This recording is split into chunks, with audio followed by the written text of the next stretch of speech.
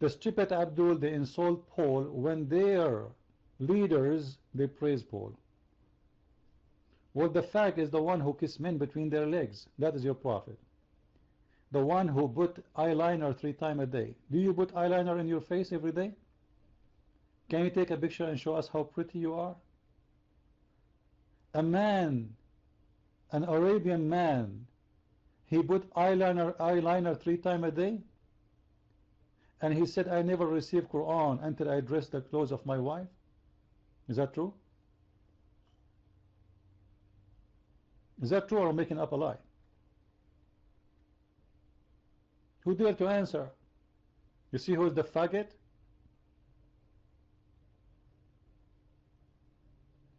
Is it true your prophet, he colored his hair red, he wanna be blondie?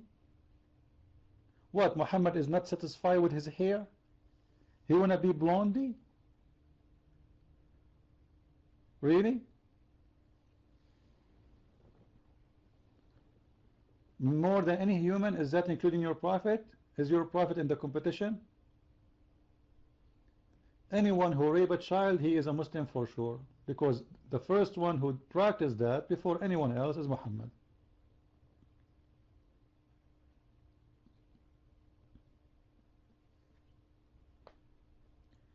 How I get my visa to where?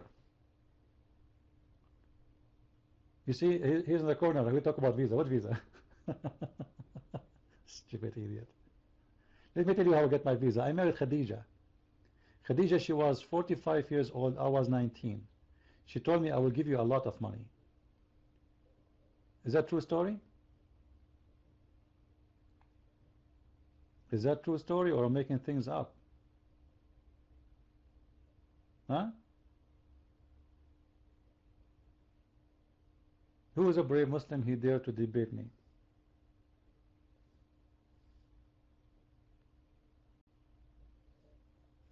Any Abdul?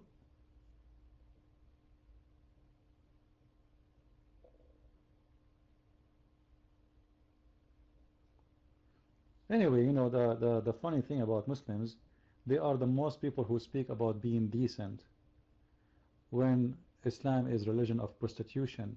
There's an official chapter in the Quran speaking about prostitution, and this is the only chapter speaking about prostitution, saying, force not your girls to do prostitution if they choose chastity, which means if they don't choose chastity, it's okay. And if you force them, Allah will forgive you, which means it is allowed anyway. Now you can come to the mic and let us debate about prostitution in the Bible if you're there. We read your Quran, we read the interpretation, we read the Hadith, and we can read our book. Do you dare? No, Muhammad was a very good man. You see, isn't it a good man is the one who come to your house and he flirt with your wife? That's a very good man. This is a very good friend. You can invite him anytime to your house. Is that true, Ranj? Your prophet, he went to his own son's wife and he started flirting with his wife? Is that correct?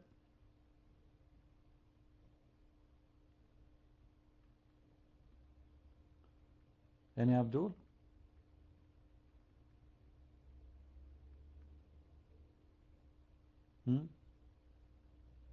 Well, you know, I challenge you, Abdul. First, in Christianity, it says clearly that those and those and those, including those homo, they will not go and enter the kingdom of God.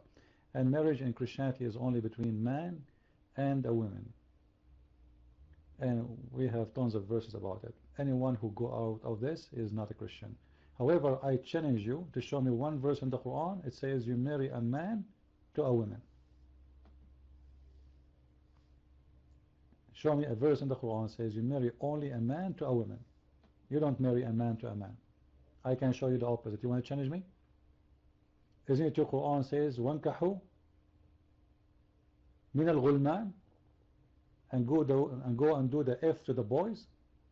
What غُلْمان? How you can marry the boys?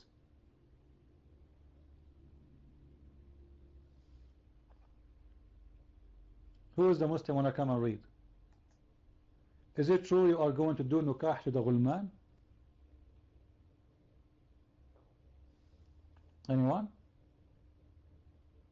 And you know, in here anyone he don't like what I'm saying, all what you need to do, just say, I challenge you to prove what you are saying. That's it. Come to the mic and say, I challenge you, you are a liar, and if I don't show what I'm saying, I'm going to close my room. Any Abdul?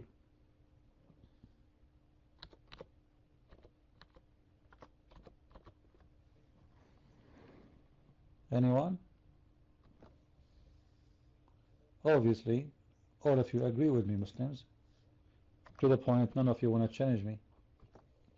Because if this is not true, you should be now like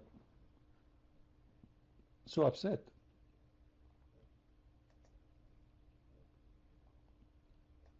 There is no way, if this is not true, you will let it go.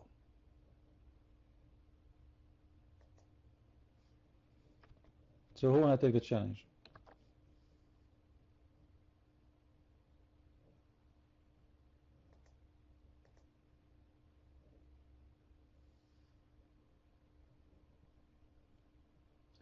Anyway, welcome everybody. And as you see, the Muslims, they do nothing here but just call names, right?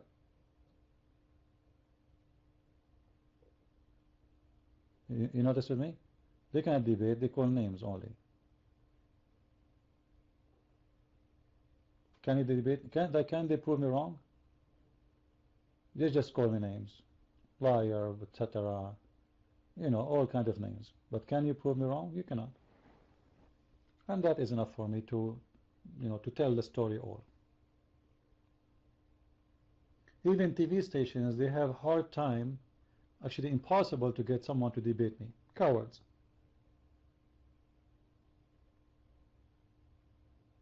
Seriously, cowards.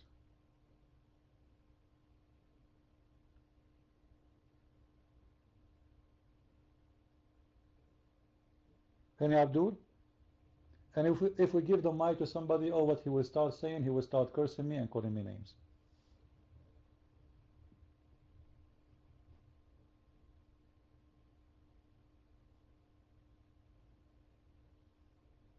Absolutely, Muhammad was a great man, between all the idiots and the criminals. He is the best criminal between them, professional.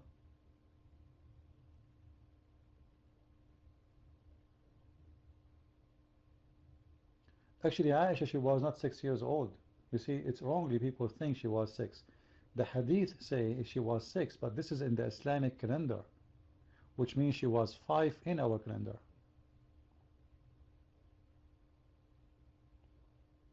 And not only that, the Muslim, they claim that Aisha, she was engaged before Muhammad to someone else. Look at this madness. If she was married to Muhammad at the age of 5, she was dating at the age of 4, she had her first kiss at the age of 1 year, her first date, it was at the age of 6 months in her diaper. Yeah, seriously, you know, the Muslim, they say to you, well, Aisha, she was engaged before she married to Muhammad. You can ask any Muslim.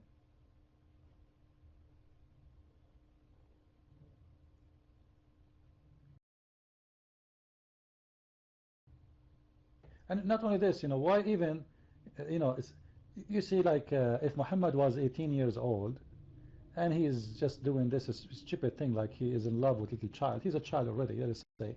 He's not getting to be a man yet. But somebody, he is 54 years old, few years left to be 60. What is his interest in someone she is 48 years older, younger than him? What they share together? Barbies? What is the interest between Muhammad and Aisha? What he did really like about her? Actually, I can show you the hadith where Aisha, she took her dolls with her to the house of the Prophet. The wife playing with the dolls. Imagine, you are a prophet of God, and your wife is playing with the dolls. Go ahead, 360, you're mine.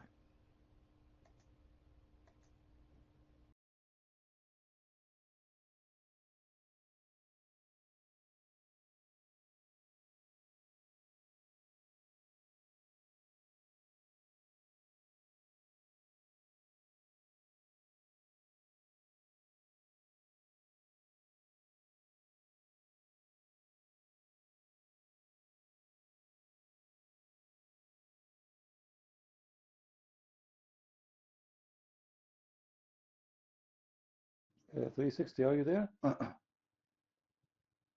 360, are you there? Am I heard, guys? Do you hear me? All right. You know, Baraka, this woman, she's crazy. Once I went to her room, people they said to me, like you said now, why you don't go to Baraka room? So we decided to go. This was maybe 5 years ago. And look what she said. She gave her dot to everybody, and she starts saying this. This is CP, Christian Prince. He kept chasing me, going after me. He is a Christian Middle Eastern.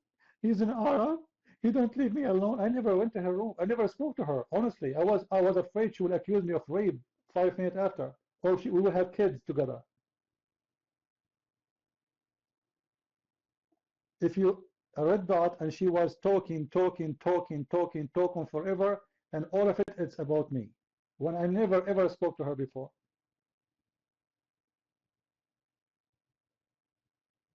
And then what happened, actually, it was funny.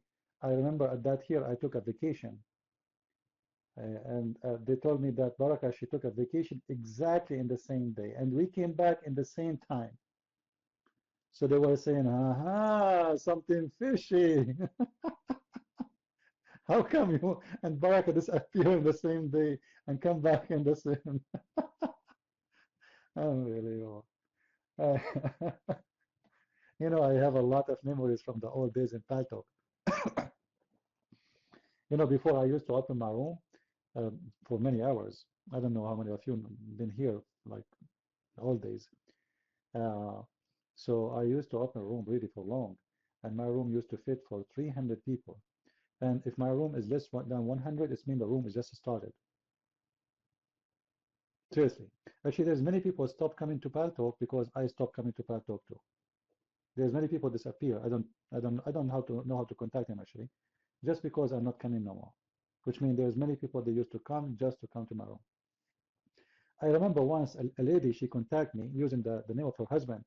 He said, I'm so upset from you. You know, because of you, we are going to go to divorce. I said, why you will go to divorce? What's wrong? Who are you? She said, I am his wife. He don't want to leave your room. He's addicted to your room. He don't want to do anything. He don't talk to us. He don't watch TV with us. He don't talk to his kids. He's just busy in your room.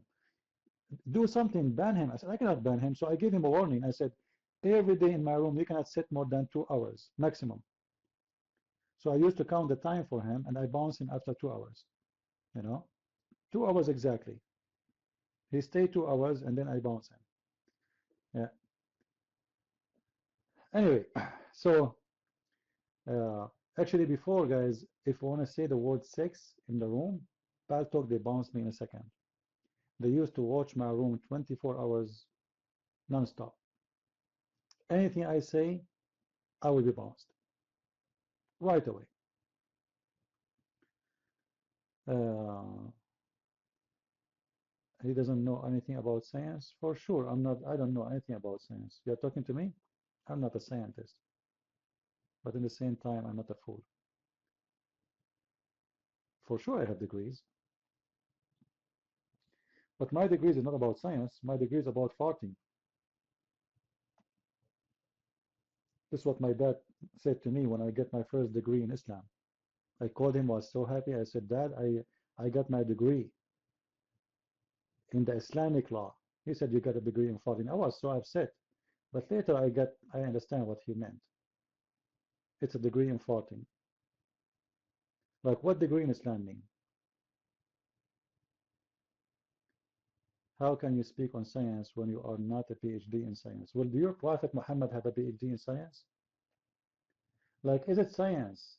Listen carefully. Is it science that when you want to do poo-poo, the tree will move around you to keep you in shade? Is that what science says?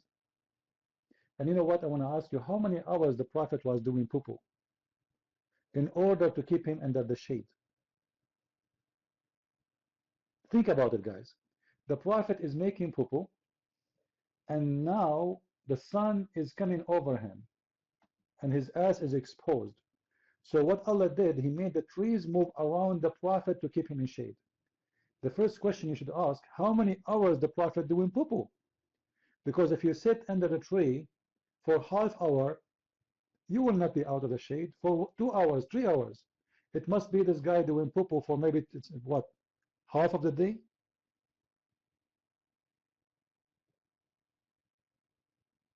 Right? So don't talk about science. A Muslim talking about science. You defend the right of Muslims to live in England. Defend the right of Muslims. Soon you will soon you will find yourself defending the right of yourself to live in England, because the Muslim, they will take over and they will kick you out. Idiot. Try to defend yourself first. You defend them, right? And who care if Muslims want to live in England or not? We are talking about Islam, not about Muslims. Stupidity is amazing. Go and marry a Muslimah and have 10 kids from her and have fun. What does have to do with my topic? Or you have a mental issue?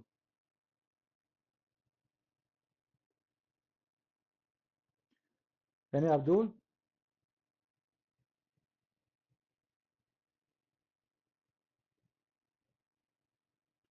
You can debate me with one hand? Well, you see how stupid your statement? We are using our voice, not hands here. This is a chat room, dummy. What one hand and two hands? And who is holding you? Why you don't put your hand up? Okay, you know what? I want to give you the mic. You tell me one good thing about Islam. Is that fair, guys? Tell me just one good thing about Islam. Just one. Not two, not three, not four. The best. Do you like to do that? Your mic, Charles.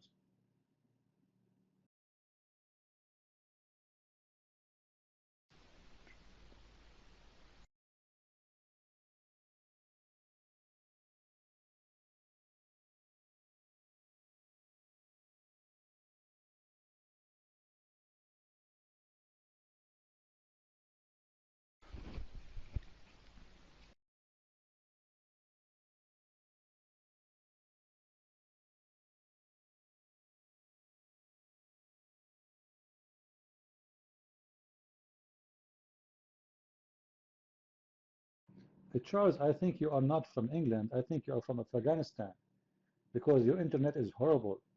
Or maybe you put your both hands behind your back now and you cannot hit the control talk bomb. What happened? Like, what's happening now? What's happening? Okay, let me give you a secret, but don't share anything with any. When my mic doesn't work, I say Allahu Akbar and my mic works right away. Anything happened with you in life, just say Allahu Akbar. Let us say you are crossing the highway and the police did not see you, that you are passing the speed limit. Say Allahu Akbar, they will give you a ticket. Try it. Let us see. Your mic. I believe that Islam provides a good foundation and structure for a just and moral society.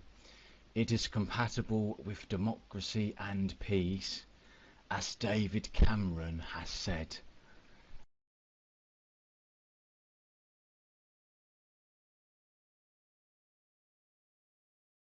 Wow, Prophet David Cameron, he said that. Well, this is a puppy, he worked for the Muslims. Actually, even your queen, she is a potato who worked for the Muslim. This is why she go every 6 months to the Middle East. And the crown prince, he go every 3 months. Potatoes, those are not leaders. England doesn't have leaders no more. They have a bunch of coward businessmen. All what they care for is money. Money.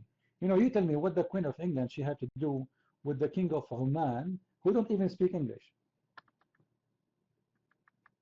She is there round the trip, round the trip, round the trip, round the trip. Why? Because each time she go there, the Sultan, he gave her an extreme expensive gift. Your royal family are a bunch of whore, and your prime minister is nothing but a potato who work for the Arab Muslims, and you know it.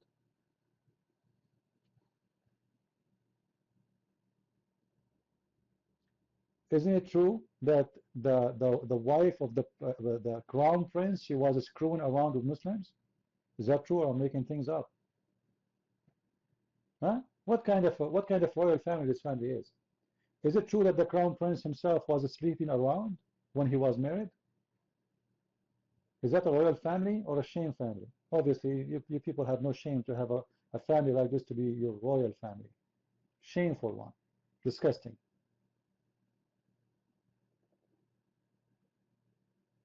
Not only she sleep with a Muslim and she is married, she is proud about it. She take pictures, videos.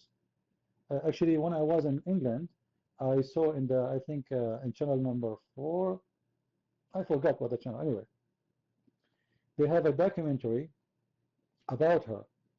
And this was just a week after her death. A video where she is riding her guard. She sleep with everybody in the palace. The guard, the captain, the cook, the driver, everybody. And then she end with Muslim.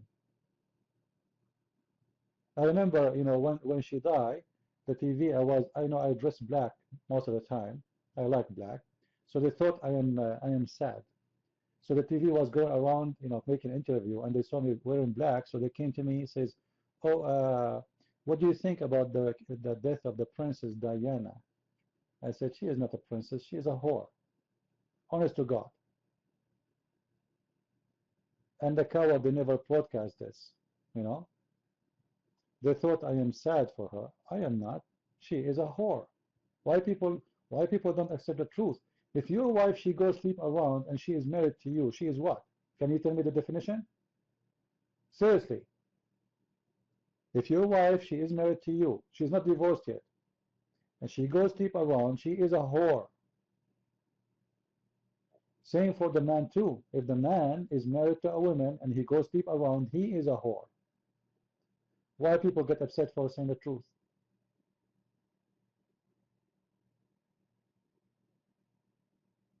Right?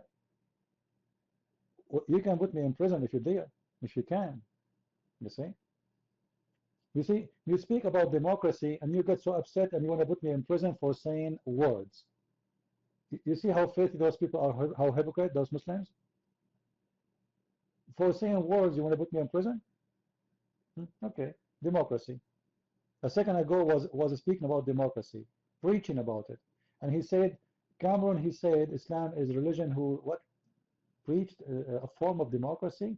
Oh yeah, so if I say Muhammad is a false prophet, you put me in jail. That is democracy. If I say the Queen is a businesswoman selling her country out, you go to jail. This is democracy. Well, this is Saddam Hussein. This is the democracy of Saddam Hussein, not democracy.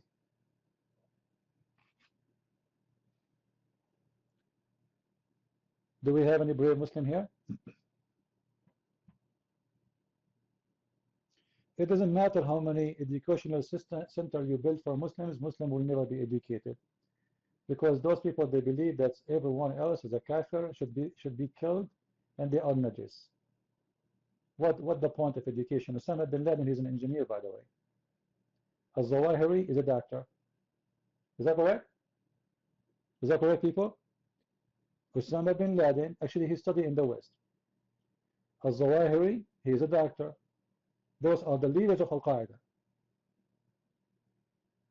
Even Al-Baghdadi, he had a PhD. Al-Baghdadi, the biggest terrorist, he had a PhD. So what, you build a center, education center, that's good, right? So Charles, tell me about your prophet, please. Why do you think your prophet is a good man? Go ahead.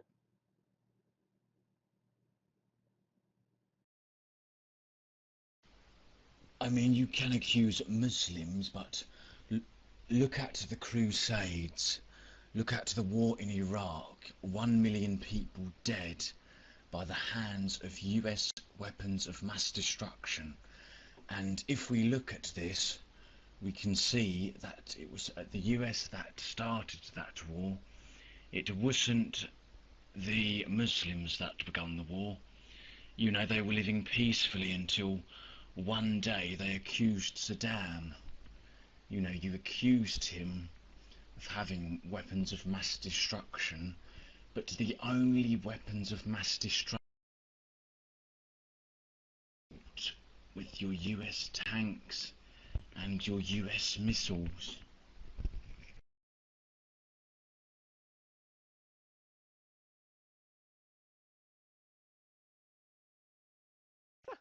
You're talking about the Crusades, really?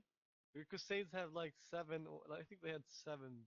It was in in Jerusalem, but the thing was that there was a defensive. But I don't protect the Crusades. Islam, they had 500. Let's see, 548 battles. 548. They came all the way to Spain, and you're saying the Crusades, really? You know that the Crusades, they were just protecting Jerusalem, but that's a Catholic church, so. And they had 548 battles, and I can show you a video. I'm from Sweden, and I'm not lying. 548 battles. But I don't agree with the Catholics because they were the ones who started these crusades. But the thing is, when the thing is, the Muslims say, "Oh, these Christians, they came to us and they kill us." And the thing is, it was actually the Muslims who invaded Jerusalem. So it was not. You see, it was the Muslims who invaded. So they blame the Christians for invading the Middle East, but it's the wrong thing. Anyways, take the mic.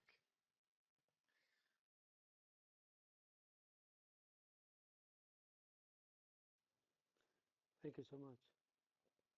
Do I have a voice?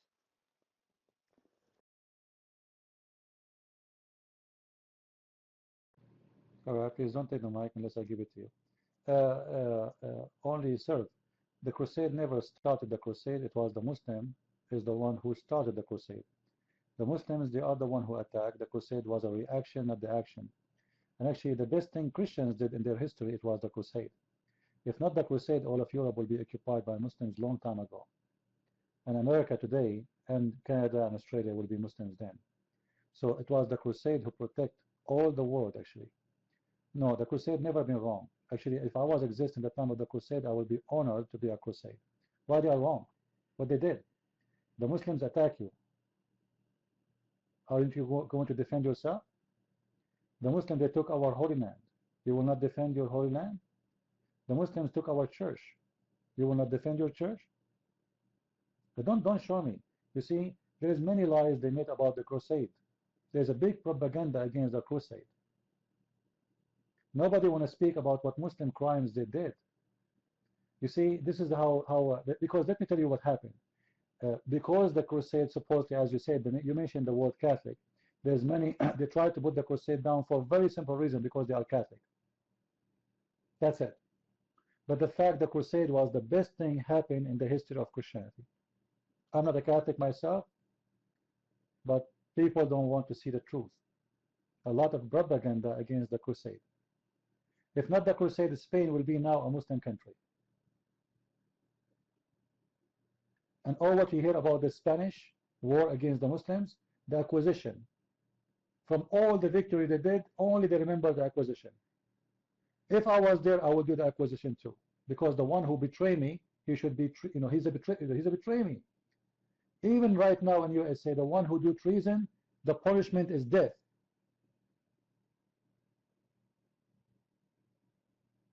Even in USA, in the year 2015, the one who do treason for the country, the punishment is death.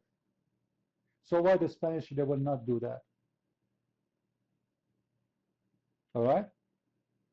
So don't go by the propaganda. The Crusade are the one who kept you Christian until now.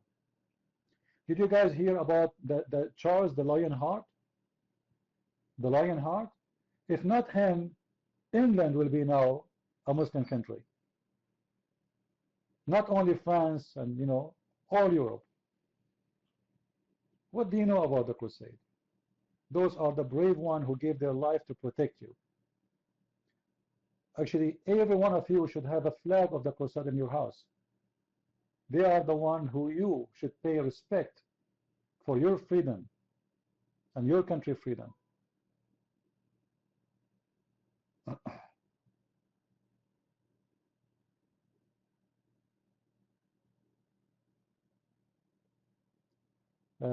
Al-Ghuraba, please speak louder so we can hear you. You're mine.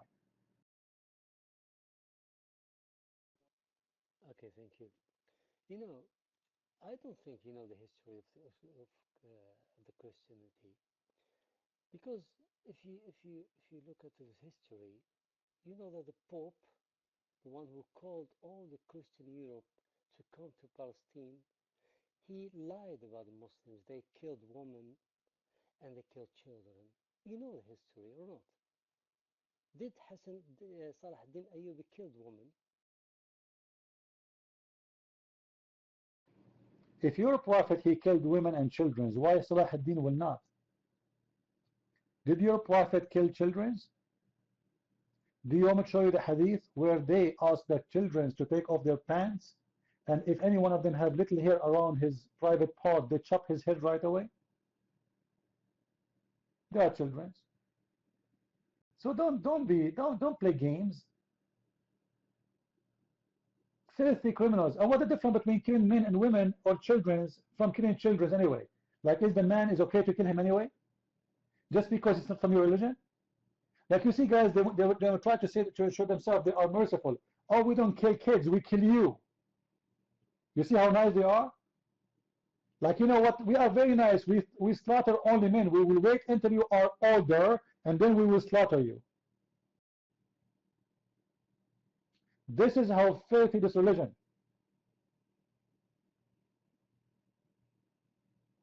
Now, Mr. Al-Ghuraba, I want to repeat my question for you. There's a hadith where the Muslims, they came to the Prophet and they said to him, during our attack, we are killing children. Is that okay?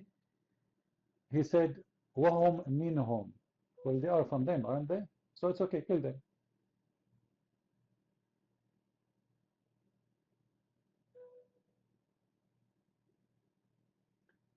You're Michael Varla.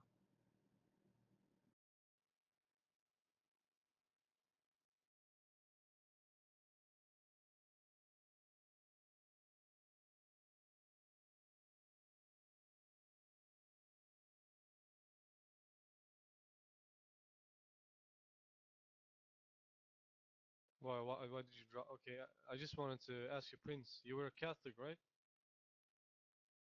The thing is, you know about the Catholics. Uh,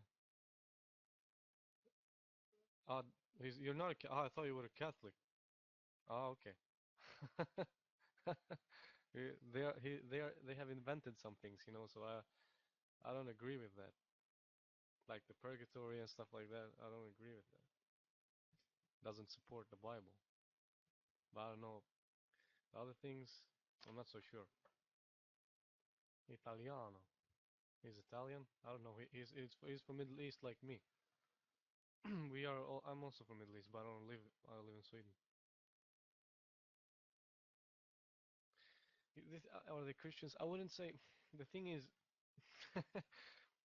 I would say the Catholic Church are a little bit corrupt. So it's kind of corrupt.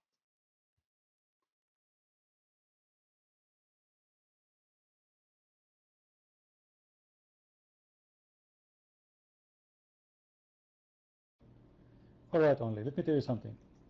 You see, Muslims, they would love to hear you saying things against the Catholic. And they would love to hear the Catholic saying things against the Protestant. And at the end of the day, you both are serving Allah. Can somebody post for me chapter 5 verse 14? Can somebody post it? Allah, he said, I will spread hate and enmity between the Christians one to each other. So thank you, both of you, for attacking each other because you are doing the will of the devil. That is the will of the devil. Jesus, he don't believe in Catholic, he don't believe in Protestant. There's one church, is the one belong to Christ. So if you really love Christ, forget about something it's called Catholic, forget about something it's called Protestant. Remember that both of us, all of us, we worship one Lord, and that is the Messiah. If somebody invented, let me tell you something, everybody is inventing something. Everybody, every human being is wrong. There's only one is not. So don't think you are the best and they are nothing. What is important for me, that the Catholic, they believe in the Lord, the Messiah, their Savior. They believe in the crucifixion. They believe in the Father, the Son, the Holy Spirit. They believe that there is no salvation but by Jesus. And the rest is not really important for me. And the Lord, He said, from their fruits you will know them, not from their names. So you can call yourself Protestant, you can call yourself Catholic, you can call yourself Orthodox, you can call yourself you're Christian, still you will not go to heaven unless you give the fruits of the Lord. So don't fool yourself with the names. Names mean nothing. There's true Lord, true God, and true Word of God. Anything else is false. We don't follow priests, we don't follow ministers, we don't follow bishop, we don't follow the Pope, we follow the Lord who is the King of the Kings. Anyone else is fake and is false.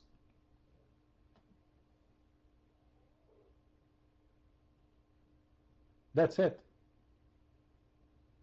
This is what we need to care for. Remember, the Muslims, they would love to see the Christians fighting. And let me tell you something what the Muslims they do. You said you are from the Middle East, right?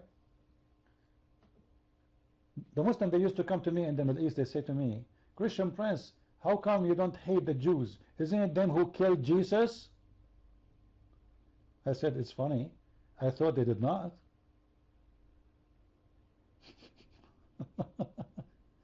You see their agenda? Because they want you to hate the Jew, now suddenly Jesus is killed. Their book saying, no, he was not. Just because they want you to hate the Jews, suddenly Jesus is killed by the Jews. So they play this game to try to defy the Christian too. This is why you see Muslims are not happy in my room. I don't allow people to attack each other. I don't like the Christians to be divided. Christians here are united. Satan is under my shoes. Anyone who allowed the Christian to be divided, he is not doing the work for God. We are one by Him. This is what the Lord said. I don't care what church you go to. You tell me what you believe in. Who is your Lord? And then I say to you, you are Christian or not. Based on the Bible, not based on me. This is not I'm saying only. You see, you do not need to go to church anyway. Who said that going to church will make you Christian? That's not really what Christianity is about. The church is in your home. The church is in your body, in your heart, in your brain. The church is your thought. It's your belief. The Lord, He said, every two of you, remember me, I will be between them. I will be the third. Right now we have a church. So church is not a location. Church is not a building. Church is an act, a belief, a faith. We are not Muslims. We don't have a stop sign for a prayer of God. We have to pray on time.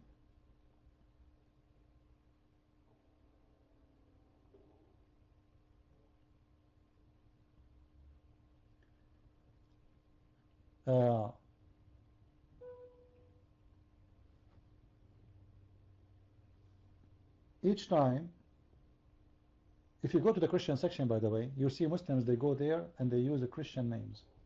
They go inside the Catholic room and he play a Protestant. And he posts, hey Protestant, you are deceived, etc. You will go to hell. And right away the Catholic will get so excited. Then he go to the Protestant room and he play Catholic there. They know how to play you. The devil is working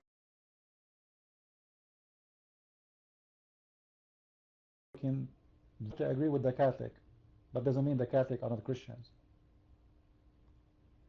You see, if me and you will go to the same church, you will find that there's a lot of things me and you wouldn't agree about.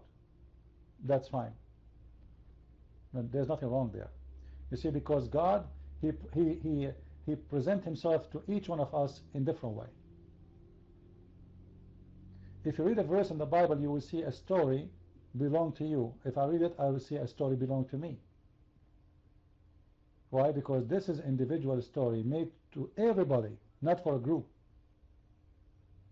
You see, when the Messiah He speak to you, not to a group.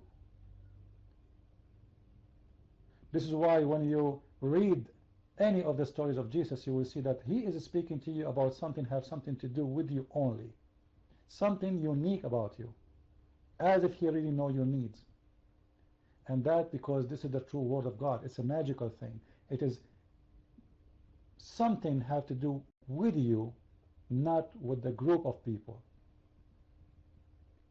You see, the drawing of God is different from the drawing of a man. But yet, if we show a picture of all of us now, let us say we put a scene in front of us, a river, a tree, a fish, a boy is running, and we ask each one of us to describe what is written in that, what is drawn in that picture, you will see each one of us, he give different description, even though we are looking at the same exact picture. Do you know why? Because each one of us is unique. Each one of us, he sees things differently. That's fine. That's very fine, actually, very healthy. Otherwise, we will be bacterias.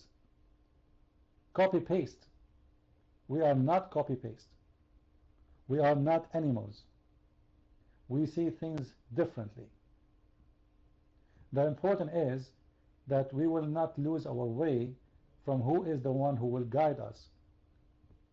For me, a Christian is someone believe in the Messiah as Savior, as the Word of God, as the wisdom of God, as salvation done by a long journey, not only by God coming to us, even through His prophets.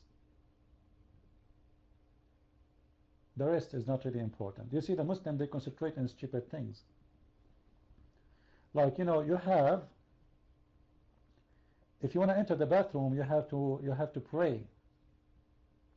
Otherwise, Shaitan and his wife, they will play with your anus.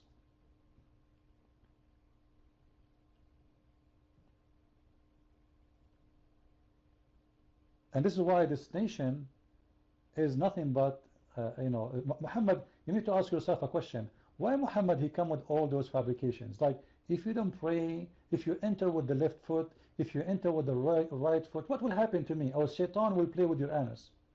Why Muhammad is terrifying his followers with those things? Because he don't want them to think. He wants them to be busy always praising him, praising Allah, even when they want to go to do poo-poo, and not to think how truthful he is. If you say the name of Allah 99 times, all your sin is forgiven. So the Muslim will start all the day, Bismillah ar-Rahman ar-Rahim, Al-Mu'in, etc. He count the names. And that will make all his sin is gone. So simply, he want to keep them busy. This is why he made the prayer 5 times, which is copying someone else. Actually, my coming book is going to show a disaster about Muhammad. Just wait. Actually, my computer right now is open. I'm working on my book, which is going to expose Muhammad, where he stole his religion from. The thief Muhammad. Muhammad has no religion. He is nothing but a copy-paste thief. Only serve Jesus. Excuse me, I have a Muslim in the room, and always Muslims, they come first. So you have to wait. Islam mean peace. Did you see the video? Your video is already in YouTube. Did you see it? You're mine. Because we stopped where you left and you run. About your prophet having sexual desire to unmarried women. Do you remember? Your prophet having what? A sexual desire to unmarried women. That is a prophet of God. And not only that, his God says to him, why you are hiding what is in your heart for that woman? Like why? It doesn't make sense. Your mic, please.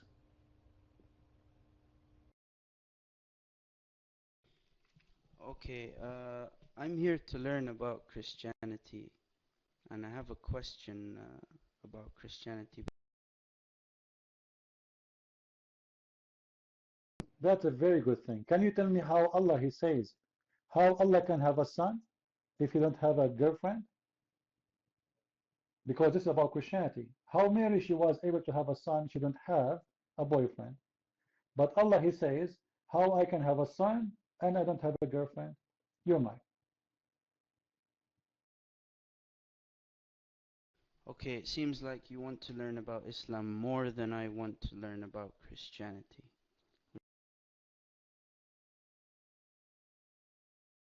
No, actually, my question is about Christianity, because here we want to know how Mary she was able to have a son, even though she didn't have a boyfriend. In the same time, huh? How Allah cannot have a son? He is saying that because he don't have a girlfriend. So what Allah is saying, if you don't have a girlfriend, you will not have a son. Which means if you don't have a boyfriend, there is no way you will have a son. So explain to us why it worked for Mary, it doesn't work for Allah. You're mine. Okay, according to the Quran, the example of Jesus is that of Adam. Yeah, it says that, Adam.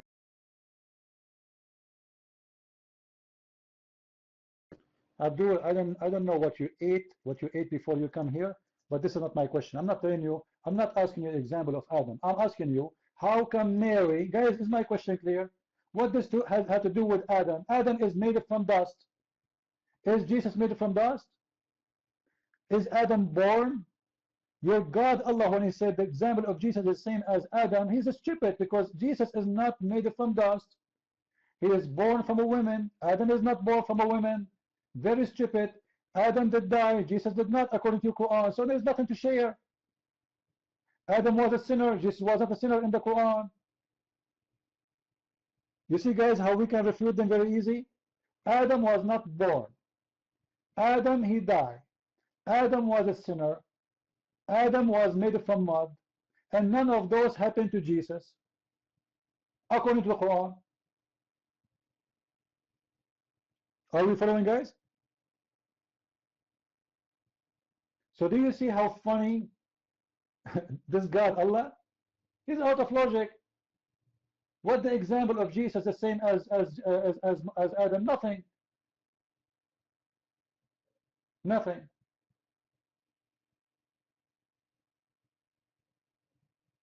There's nothing to compare. Jesus is the word of God. Is Adam is the word of God? So I go back to my question. How come Allah cannot have a son because he doesn't have a girlfriend, but Jesus, he can have a son? Sorry, Mary, she have a son, and she don't have a boyfriend. You're mine.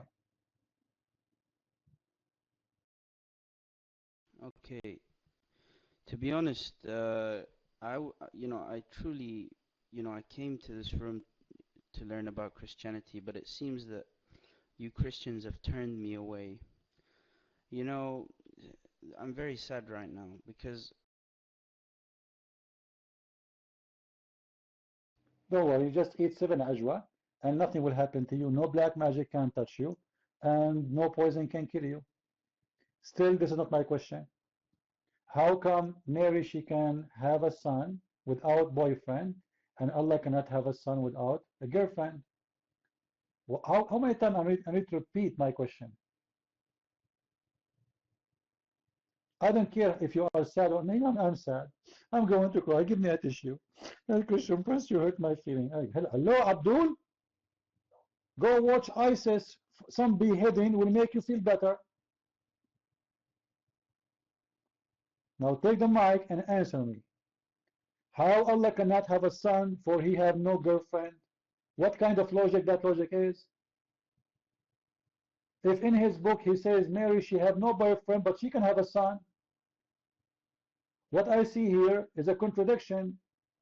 What I see here is stupid logic, because either you cannot have a son if you don't have a partner, or you can have a son even though you don't have a partner.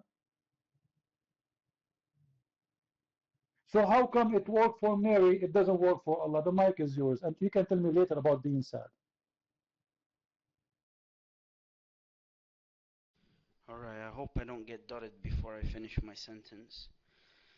Um, but yeah, it's very simple. According to the Quran, Allah created Adam without a mother or father, and therefore can create things without parents, right?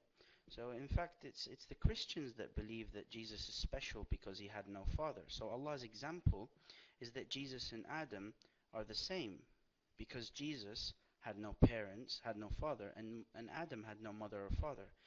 But yet Adam was created, and also Jesus was created without a father. It is Christian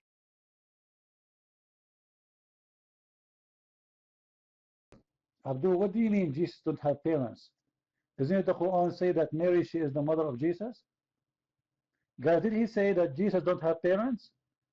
The mother is a parent, according to the Quran. Adam don't have parents because simply how he will have parents anyway? This is a very stupid analogy. Adam is not born to have parents. What's wrong with Muslims? To be able to have parents, you have to be born. Abdul, what's wrong with you? Jesus is born, and Adam is not born. So when your God Allah says, and this is not my question anyway, how Allah he say, how I can have a son if I don't have a girlfriend? And the same time want to convince us that Mary she have no son, she have a son, but she don't have a boyfriend. How this happen? There's a contradiction in the logic. The same. I'm talking about the logic of the same person. Remember, we believe in the Virgin Mary, but the logic of your God is very stupid because he said is you cannot have a son unless you have a partner. This is his logic, but his logic work only for him. It doesn't work for Mary. So we are asking why it work only for him, and how Mary she was able to have a son without a partner, but Allah cannot have a son without a partner. Your mic.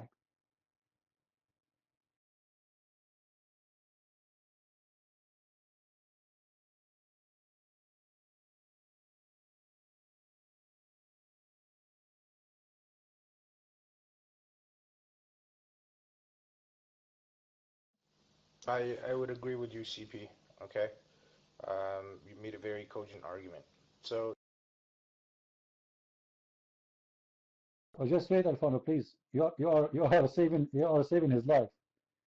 He is now in the corner. He does not know what to say. This is why he's not taking the mic. Take the mic and give us an answer, please. Your mic.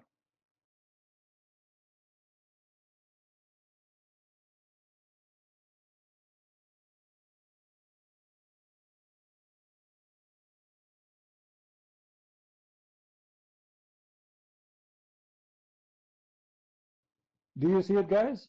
They have no answer. So obviously, the God of Islam is a stupid God. He say, how I can have a son if I don't have a girlfriend, huh?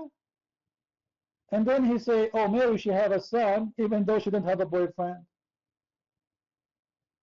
When you are the one who question how this can happen, it means it's impossible to happen. If it's impossible to happen, how it happened to Mary? You want to tell me what happened to Mary was a miracle? Oh, the Mary, she can have miracle, but Allah cannot. Amazing. I'm waiting for your answer, Abdul. Your mic. Take the mic.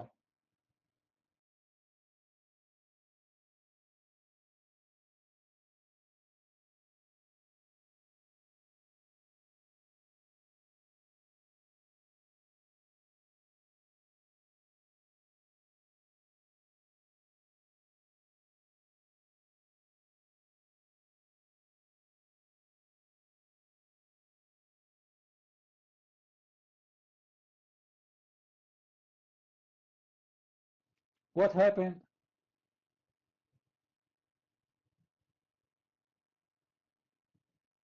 Hello? Hello? You are talking in the mic? Wow. I think you need a partner in order to talk. We hear nothing, man. We hear nothing. It's a miracle. How you can hear me and you're saying to me, I'm talking in the mic. You want people to believe you? See how stupid what you say? You see how stupid the lie you are saying? If I am talking and you can hear me, how you say to me, I'm talking in the mic?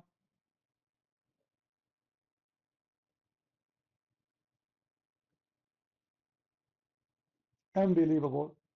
We will wait for him to fix what he had. Alfano, sorry for the red dot. I give a red dot because I don't want to save. He's trying to run away. That's the whole idea. Take the mic, please, until he come back. Maybe he can call his daddy or his uncle or. it's a valid argument that you made. Okay, so the thing is, I have a question for you, and the question goes something like this. Okay, just hear me out. If indeed, as many people presume, okay, Jesus was a rabbi, he was Jewish, he did encourage people to follow the laws. and the prophets, then isn't it strange that Christianity institutes Sunday as a day, well, not necessarily of rest, but nonetheless, the Sabbath is no longer observed. Dietary laws are no longer observed. And so it's sort of like it's almost like a de-Judaizing of Judaism itself, you know. And that's strange because I don't think that's something that Jesus ever taught. So, you know, feel free to respond. Mike's free. First, whoever told you that Jesus was a Jew is a very, very naive person. If Jesus is God for us, how he can be a Jew? Like, are you saying to me God is a Jew? Jesus we said, before Abraham I am, which means before the Jews exist, he was exist. Correct, guys? Abraham was not a Jew, but before Abraham I am. The Jews, they said to him, how you can say such a thing when you are not even 50? He said, even Abraham, he saw my day. Not only I was before Abraham, I was witnessed by Abraham. So first, Mr. Alfano, you have wrong understanding for Christianity. Obviously, you are going to maybe, I don't know who is your teacher. I don't know what is your religion, but this is not what Christians teach. Secondly, Saturday is not Sabbath. That is only for the ignorant. Go and read the Bible, you will see Sabbath is any day is designated for God. It's called Sabbath. Sabbath is a holy day. It's not Saturday. Only for the ignorant they think that Sabbath is Saturday. This is why many people they think that Jesus was crucified Friday because it was before the Sabbath. That was a holiday the Jews they have. It was not Saturday. All right? So just educate yourself, please, so you can learn. Secondly, what come on? What come on? Secondly, Jesus he never followed the law of the Jews because simply he is the one who made the law for them. Correct, guys, that Jesus he said, it's been said to you, but I say. Is that true? So he don't follow the law. He made the law. He made the law. It's been said to you, but I say to you. He have the authority over any law. The law is under the feet of Jesus, not the opposite. So again, you have a wrong understanding of Christianity. Let us go back to Islam mean peace. So Islam mean peace. This is the verse in the Quran, and this is a translation made by Muslims, not by me. Allah saying, how I can have a son if I don't have a girlfriend? What is your explanation for this? This is chapter 6, verse 101. Your mic.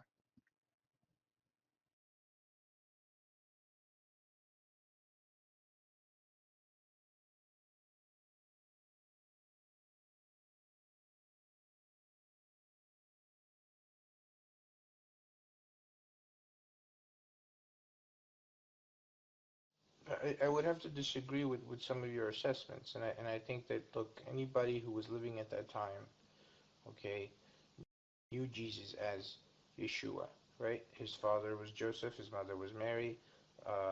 He was a carpenter. He None of those will make him a Jew because I just answered you. I said he before Abraham he was exist. This is the birth of Jesus by the body of the man, but Jesus is exist before that date. He is before anything, everything created by him and for him.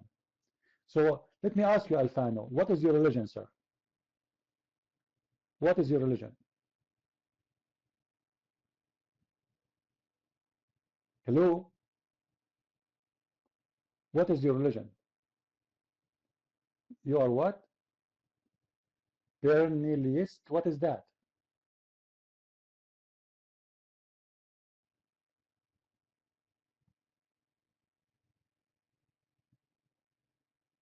Your mic?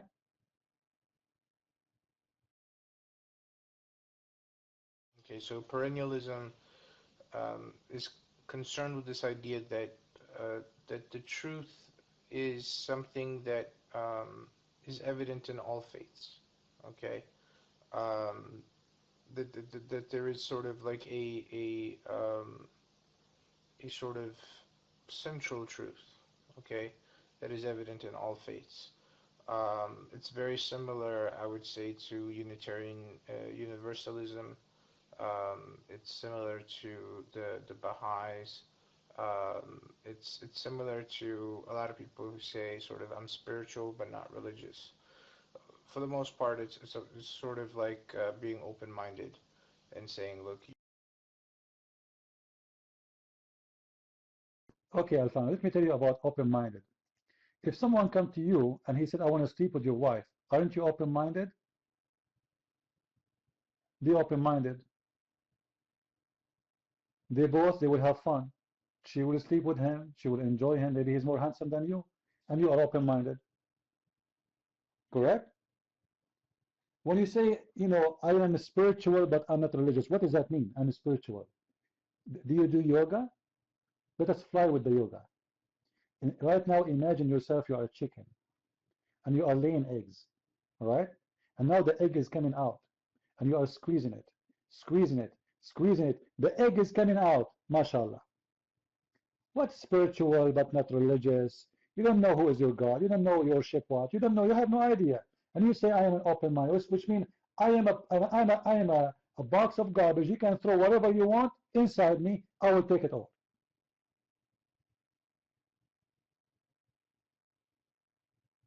What do you think, guys? This is what it's mean, right? Because I am nothing.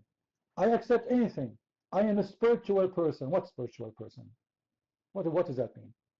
It means simply you don't want to say who you are because you are very confused. Maybe tomorrow you will say to me, I'm not sure if I am a male or female. I am open-minded. I don't have time for this kind of talk, Mr. Alfano. I just gave you an answer. When you yourself, you don't believe in the Bible anyway, how you say to me what the Bible teach? It look like you know my Bible more than me. Jesus, he said, I am the Alpha, I am the Omega. I am the truth. Before Abraham I am. By birth, he is the son of Joseph, but not by the truth.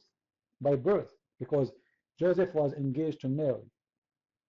So according to the birth, Jesus is the son of Joseph, yes, but not really, he is not. He is a son of no man. So if you know what Christianity is about, you should not ask those questions because they are very naive. However, I'm happy to answer you. Let us ask the Christians in the room so to see the answer. Christians in the room, is it true that Jesus said to the Jews, what do you say of the Messiah? They said he is the son of David. Did they say that? The Jews, they said that, right? Okay, what Jesus said to them as an answer? What he said? He said, if he is the son of David, then how David called him my Lord? Look what he's saying. If he is, which means he is rejecting the idea, right? He's debating about it. He's not agreeing, he's against it. If he is the son of David, then how David called him Lord?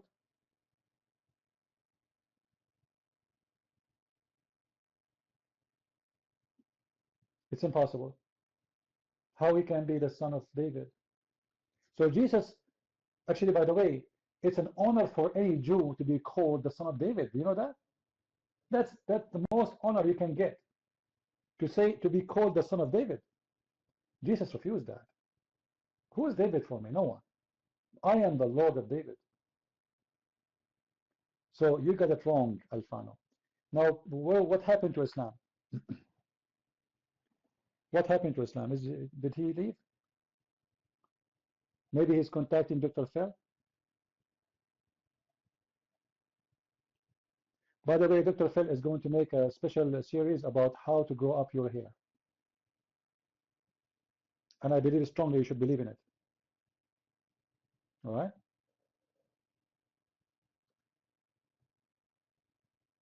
Muslim for wife. Do you have a microphone?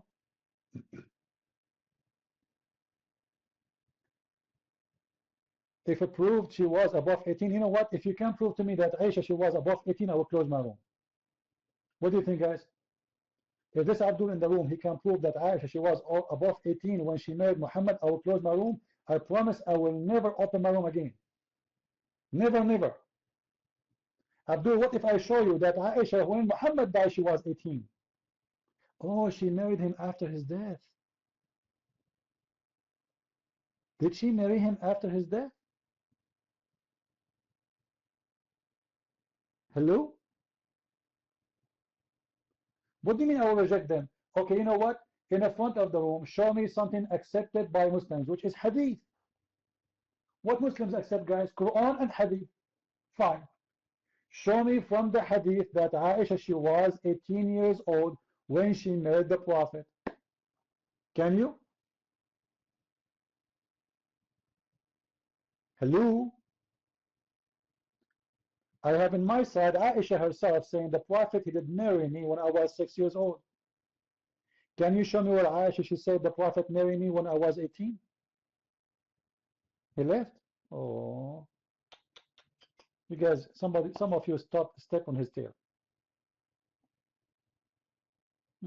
She was 18, man. She married him after his death. Yeah, the Prophet was very hot. Even when he dead, you can marry him still. Yeah, she used to sleep with him even after he died. Yeah, and he was functioning very fine. Everything. No, you cannot talk, Abdul. I have no time for you. You don't want to believe in Christianity, you don't believe in Christianity. You yourself are spiritual, you do not believe in Saturday, so why you're asking about it? We Christian, we don't believe in something called Saturday, we believe in the Sabbath. Sabbath is every day for God. The Jews, they've been given certain day to take off because this was an order for the Jews. We are not. We are not Jews. The Jews, because they love money, they work 7 days a week, non-stop. This is why the law made for them that you don't work in this day, even your slave will not touch anything because they used to abuse their slaves.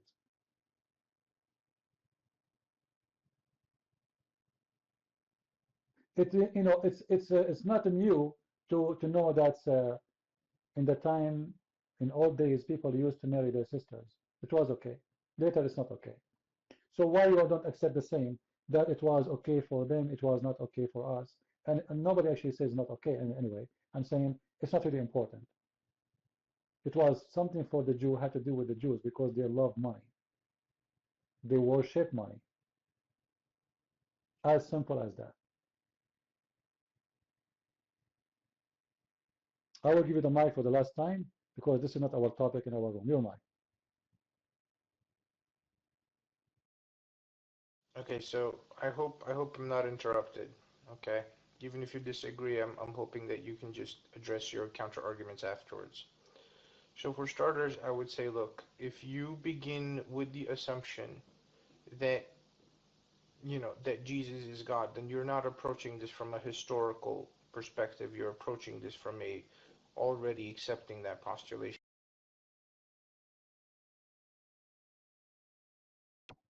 Just sit down.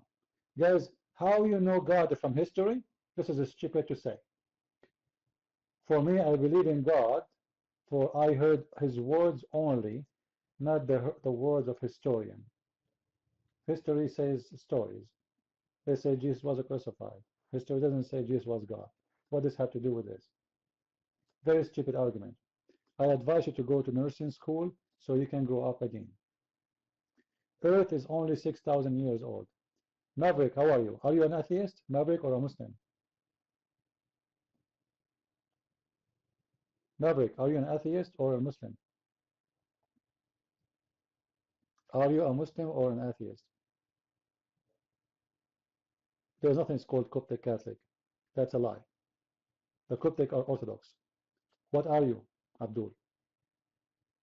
Are you a Muslim or an atheist?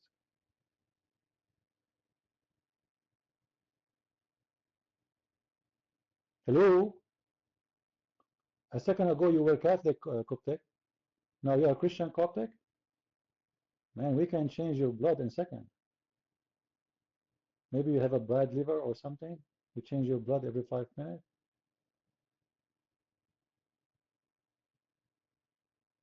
You can ask. I do not need to ask. You know what? You are a Coptic Catholic. I'm going to ask you a question. Take the mic. Is that fair? I will ask you a question about what the Coptic believe. A little prayer they say every day. Take the mic.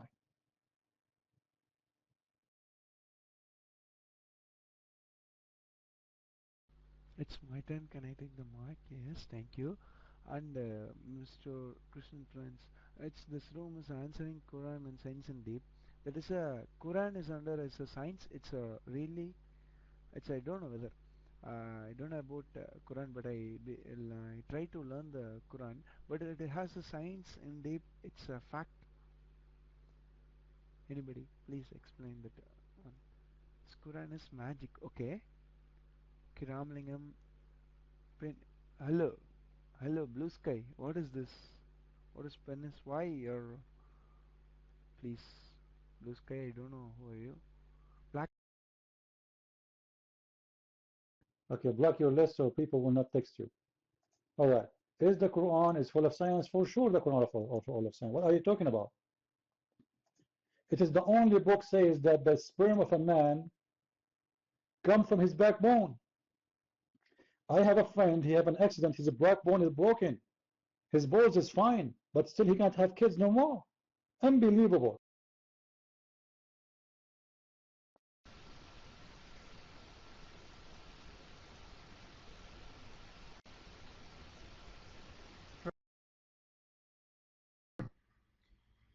You know what I don't understand about Moss?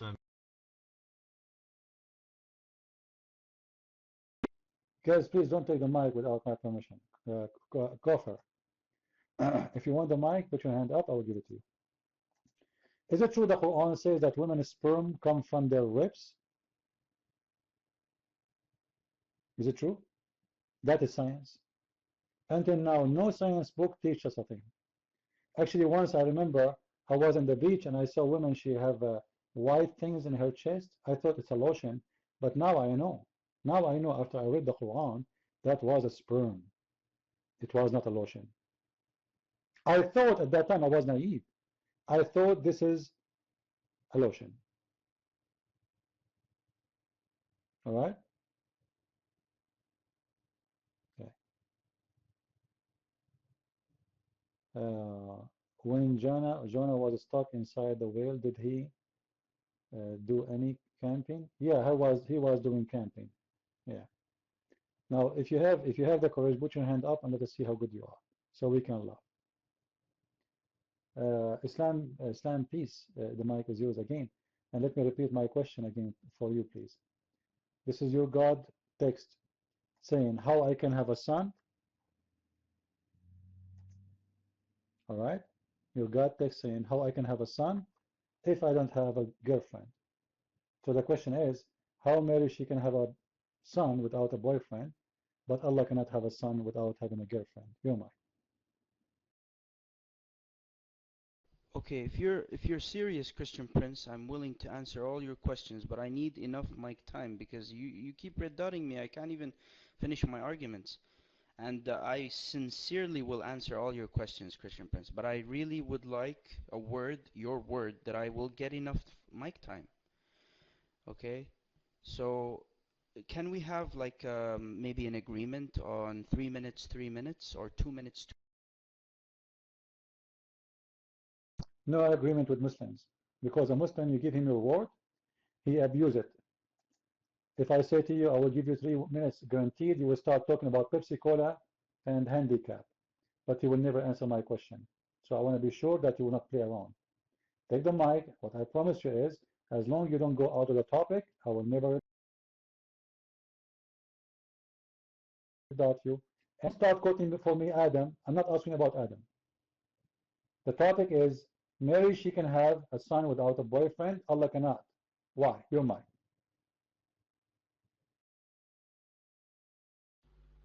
Hello, bro. My final question is only one. That is, Quran is the message. Okay, so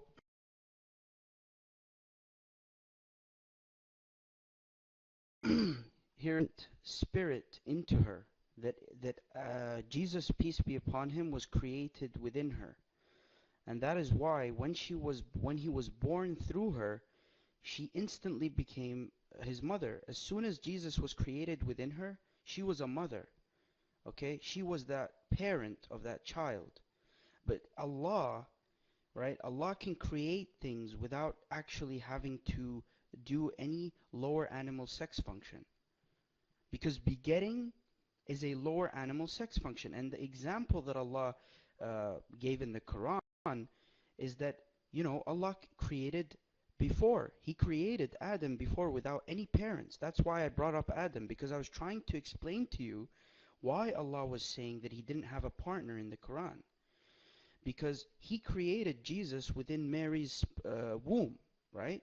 That's what the Quran says. And that is why Mary became a parent without actually having a partner. But Allah does not, it does not befit Allah, the creator of the universe, to have a partner because He is so majestic. He's beyond us. He is beyond His creation.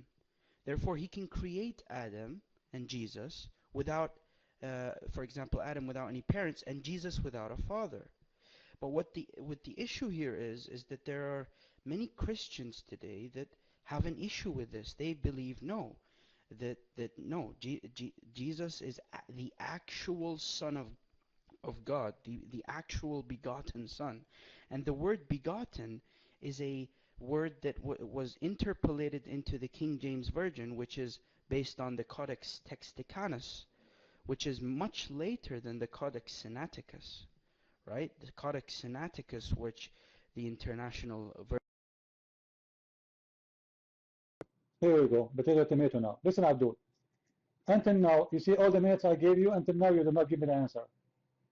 Allah, He says, how I can have a son if I don't have a girlfriend, which means Allah cannot have a son unless he has a girlfriend. Correct, guys? What is the condition for Allah to have a son? Is to have a girlfriend. So it's possible that Allah have a son. The only problem is He do not have a girlfriend. Allah is not saying how I can have a son when I am God. Allah is not saying how I can have a son when I'm not even a man. What He's saying, how I can have a son if I don't have a girlfriend, which means Allah must be a man. He have a private part of a man, and if he had a girlfriend, he will have sex with her. What it means to have a girlfriend, guys? It means sex, correct? Is that correct? When I say I need a partner, I'm talking about what? I'm talking about sexual relationship. So this is why I'm saying to you, how come Mary should not need a sexual relationship to have a son, but your God He needs? So you start cooking for me, things have nothing to do with this. So let me repeat my question again. Why your God need a son, so you need a partner, in order to have a son? What the problem? And why Mary should not need? Why the God of Mary can make her get pregnant without having a partner? And why the God of Allah cannot make him pregnant without having a partner? Your mind.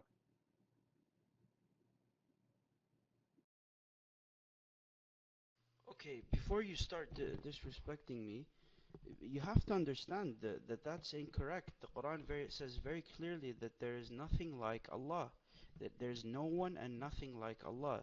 لَيْسَ كَمِثْلِهِ شَيْءٍ. Okay, so it's very disrespectful to Muslims when you say that Allah has a private part. That is disrespectful, and you know that, Christian Prince. That's why you said it. You see, since I've been here, I've been trying to be respectful to you, but all I get is Okay, now you want to play the game of respect because you have no answer. I am not the one saying your God have a private part. It's him. Because when he say, how I can have a son if I don't have a partner, he is talking about sex. I'm not the one who mentioned the partner. What your God mean a partner? What your God mean by girlfriend? Isn't it sex? What the girlfriend she have? She have a vagina. So what is missing? What is missing in the story? It's a vagina. So if we can bring a vagina for Allah, Allah can have sex with a vagina, and then she will be pregnant, or he will be pregnant. I have no idea. I'm not the one who is giving the example. It's your God. Your God should say, how I can have a son if I am God? How I can have a son if I don't have a physical body, as an example. But we know that the God of Muslims have a physical body. He have hands, have legs, have face, etc. So what we know, he have a physical body. And the Muslims confirm that. And now he's saying to us, I cannot have a son unless I have a girlfriend. And that this is mean. The only condition is me having a wife or a girlfriend to sleep with, and then everything will be fine. You're mine. Christian Prince, the example in the Quran is for any. Allah is trying to give this example for those who believe that God has a physical body. It is not for the Muslims. The Muslims know that Allah is not like anything and anyone. The Quran is very clear that Allah transcends creation. But the issue here is that the Quran is referring to those who believe that Allah has a physical body. And guess who those are? These are the Christians who draw. False Abdul, I can show you from the Quran. Allah saying he have hands. Allah, he have a body. Allah have a shin. And I can show you your prophet explaining that. He said, your prophet said, they asked him, are we going to see Allah? Are we going to see our Lord in the judgment day? He said, yes. And then Muhammad, he explained, he said, do you have a problem to see the moon and the sun in the clear day? They said, no. He said, this is how you will see your God. And then your prophet, he said, Allah will come to them in a shape. Who is the one who used the word shape? Is your prophet, not me. He will come to them in a shape different from the one they saw first time. So what is the shape you Muslims saw first time? If Allah don't have a physical body, when you say shape, you are talking about physical body. So Allah have a shape, original shape, and then he will come with different shape, which means now Allah have two shapes. The first shape and the second shape. And when Allah he changed his shape, the Muslims, they will say to him, we seek refuge against thee to Allah, which means Muslims, they will consider Allah Satan. They will think he is Satan because he changed his shape. So you Muslims, according to this, you believe in Allah to be a shape, not as a God.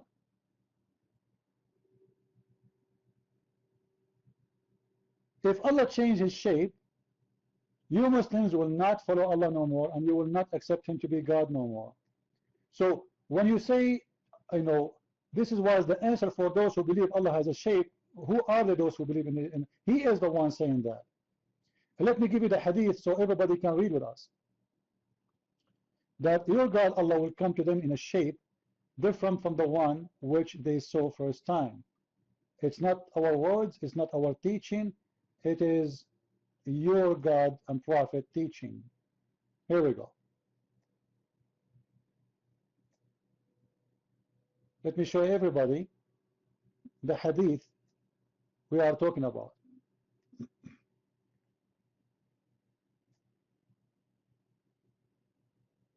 And then Allah will come to them in a shape different from the one they saw first time.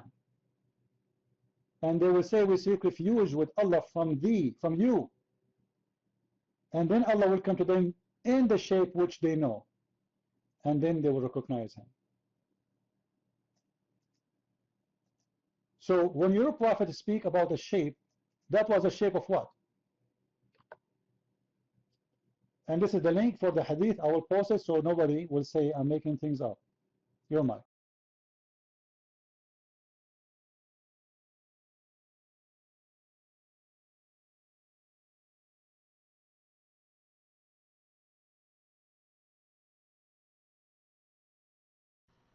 هلا سمعني؟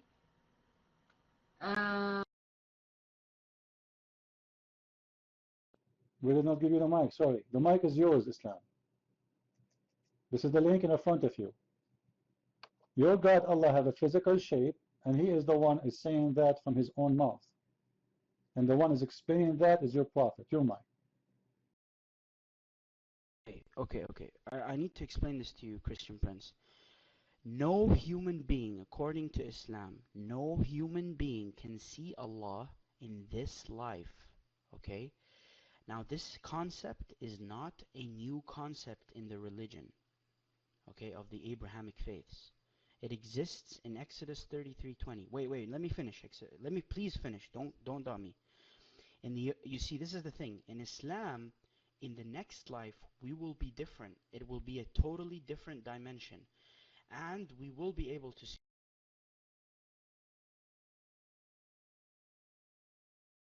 You see, guys, when I show you the ignorance of Muslims, you should know why.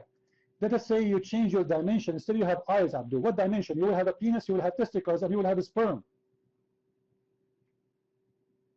And Allah is not changeable, right? Are you saying Allah is changing, or you are the ones changing?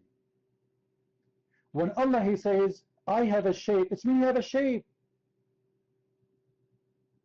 I am not the one saying that. Your prophet saying Allah has a shape. Okay, do Allah has a shape or not? This is the question. I'm not asking you how you will see Him. Allah says, I have a shape. Shape, it's mean physical. It's mean you are taking a specific size in the atmosphere, on the air, wherever you are located at. That's what shape mean. So Allah has a shape. That means Allah is a physical body. Your mind. Listen, Christian Prince, I warn you, beware of what you say, because you're talking about the creator of the universe. Okay? And it's very clear in the Quran that there is nothing like unto him.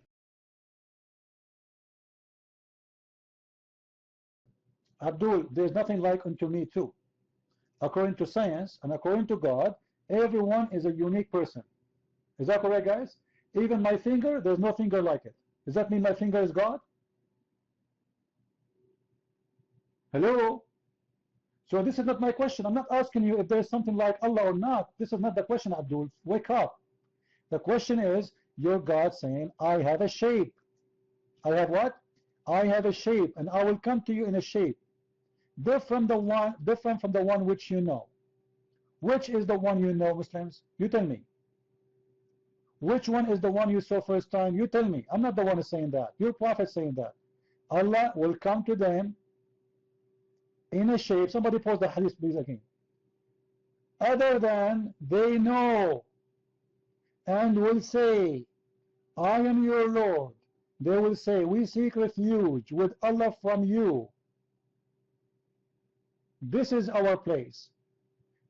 We will not follow you. Which means Muslims, they reject Allah, even though it's Allah, just because He come to them with different shape. Now you tell me what kind of shape that one you reject. What is the problem with that shape? He have a defect? He is not good looking? We need to know why he was rejected, why he was accepted later, or what is the shape first time and what is the shape second time. However, at the end of the day, the shape is a shape. That means Allah is a physical body, and this explains why He is going to have sex with the women to have a child.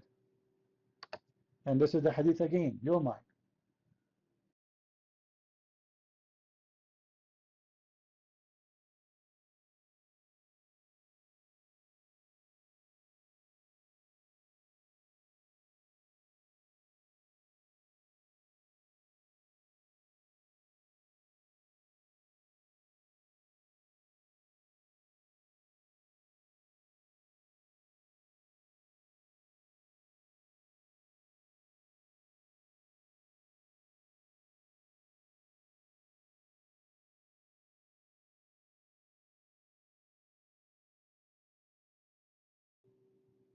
What, you want to play dead now, as usual?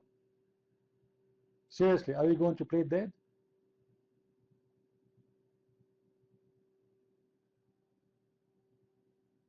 No, you do not take the mic. Go out of the room and come back. Let us see. Guys, isn't it clear there that Muhammad is saying Allah has a shape, and he will come back with different shape, and he came first time with a shape, and then the Muslim did not like his shape, so he changed his shape.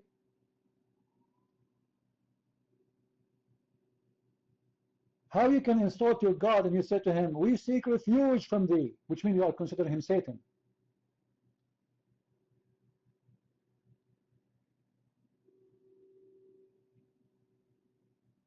And what is the problem with the shape of Allah to the point you reject that shape? What is the problem, seriously? Allah has a flat tire? The color of Allah you do not like. Maybe you like him white, he was black. Or maybe he was black, but you like him, he was white, you want him black. Or maybe he was Indian, you don't like him to be Indian. What is the problem to the point you reject the shape of Allah? What you expect Allah to come to you as? And why Allah came to you in different shape anyway? To be insulted? To be rejected? To be called, we seek refuge against thee? Which means you are saying he's Satan?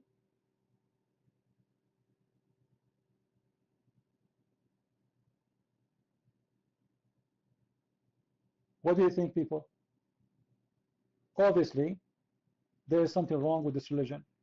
They say to us, Allah is the Almighty, and then later we find that Almighty is nothing but a shape. And guess what? Not only this, Allah later, he will do striptease and he is going to show his shin. What? He will show what? His shin. This is why I say to the Muslim, don't say Allahu Akbar, say Shinnuya. The Christian, they say Hallelujah. You Muslim, you should say Shinnuya. God will show his shin? Why? And what is magical about that shin? Is it one shin or two shin? Do Allah have two legs or one leg? I would like to see Allah jumping over one leg. Boing, boing, boing. Or what we are asking, what kind of religion this religion is? You can flood the room with the text, but this is not will answer anything. I'm waiting for your answer.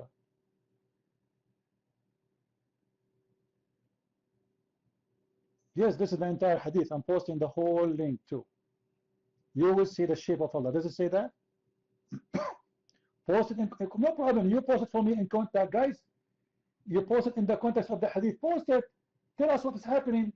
This is actually the beginning and the end have no connection with the first. However, you can post that. This is why I'm posting the whole link anyway.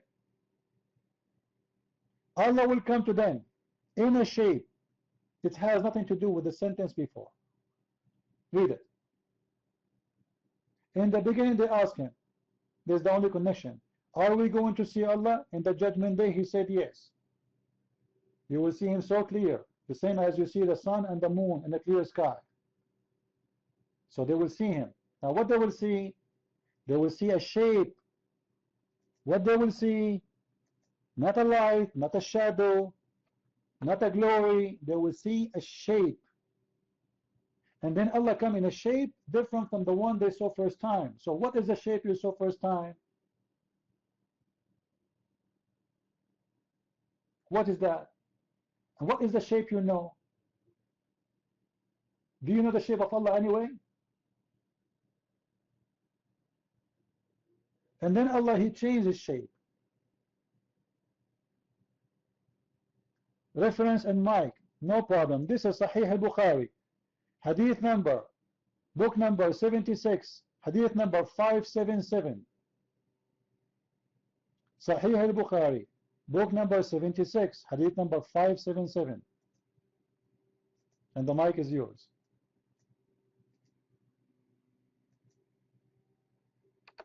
Go ahead.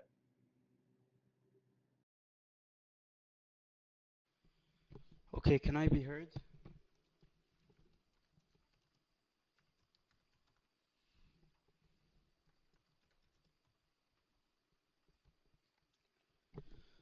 Okay, so I can be heard.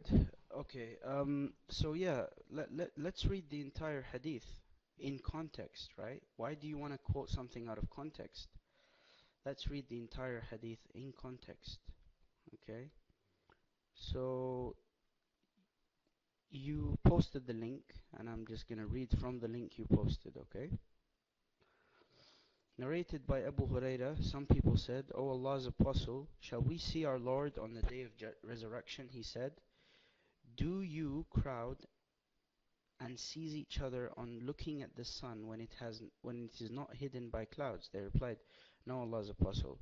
He said, do you crowd, squeeze each other on looking at the moon when it is full and not hidden by clouds? They replied, No, O Allah's Apostle. He said, So you will see him, your Lord, on the day of resurrection. Similarly, Allah will gather all the people and say, Whoever used to worship anything should follow that thing. So he used to worship So he who used to worship the sun will follow it, and he who used to worship the moon will follow it, and he who used to worship false deities will follow them, and then only this nation will remain, including their hypocrites. Allah will come to them in a shape other than they know and will say, I am your Lord. They will say, We seek refuge with Allah from you. This is our place. We will not till our Lord comes to us. Okay, so here it is. Uh, Allah will come to them in a shape other than they know and will say, I am your Lord. They will say, We seek refuge with Allah from you. This is our place. Till our Lord comes to us. And when our Lord comes to us, we will recognize him. Then Allah will come to them in a shape they know and will say, I am your Lord. They will say, No doubt, you are our Lord. And they will follow him. Okay, so what you're asking me, what is the shape? What is the shape that everybody is supposed to know, right? We have seen Allah, right? According to this hadith, right? And according to the Quran, we have every single one of us, Christian Prince, has stood in front of the Almighty and has made a covenant before we were created. I know this sounds weird, but according to the Quran, we all had a covenant with Allah. Okay? Now let me give you the hadith. Now Abdul, what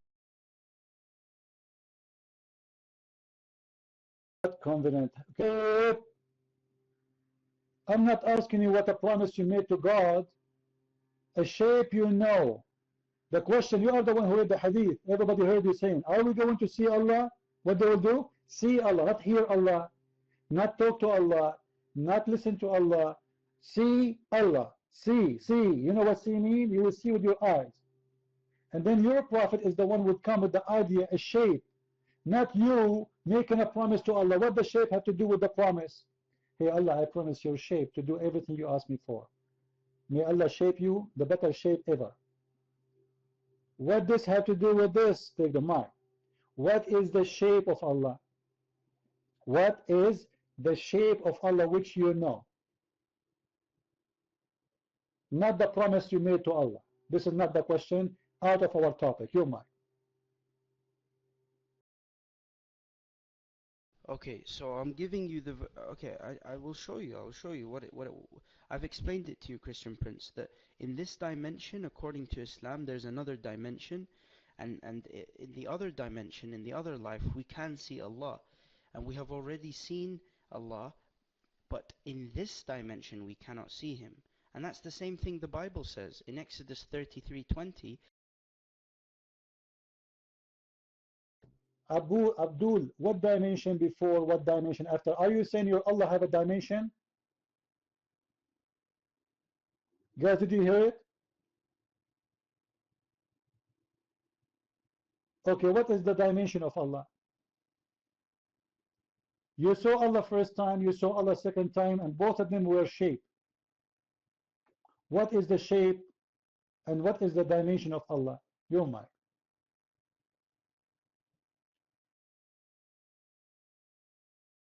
Okay, thank you. Let me show you just one sec, because you really I don't think you've read. Just a sec. I'm just posting something.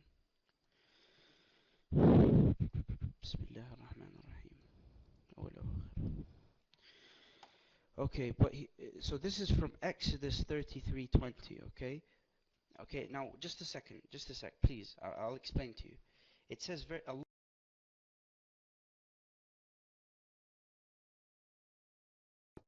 Abdul, are you a Christian now? Are you a Jewish now?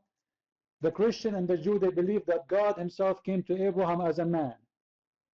Is your God as a man? Are you going to say that? We as a Christian, we believe nobody can see God the way he is, but God can present himself in the way which we can see him with. Now, according to your Quran now, Allah is coming in a shape. Don't change the topic.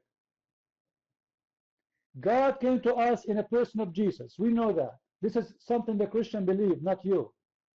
Now you need to explain to us how Allah is coming to you Muslims. What is the shape of Allah?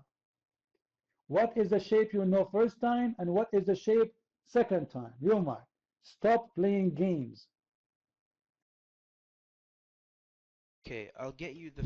Okay, first of all, you asked me how did like what is the hadith talking about, and how did we see Allah before? So I'm gonna give you the verse now in the Quran where it speaks about how we all stood in front of Allah and we all had a covenant and we made a covenant with God. Stop drinking camel urine. This is not our question. I'm not asking you where you stood in the front of Allah and make a covenant with God. This is not the question. The question is when first time you saw the shape of Allah and what it is. And when the second time you will see the shape of Allah and what it is. Guys, is my question clear? Am I asking him when you made a promise to Allah? Not my question. Have nothing to do with our question. He's trying to go in a circle because he's ashamed. Because this religion is in trouble. They say how God can be a man, but God knows what he is. He's a beast. He's a man. He's what? He's a shape. And now remember, we are talking about the original Allah, which means not a form which he appeared to us with. It's not God taking the look of a man and coming to us as a man. No. This is the true shape of Allah, which means Allah must be a physical as original. Are you listening? Allah is a shape in the original form. He is a shape. So what is the shape he come to the Muslims with? Your mic.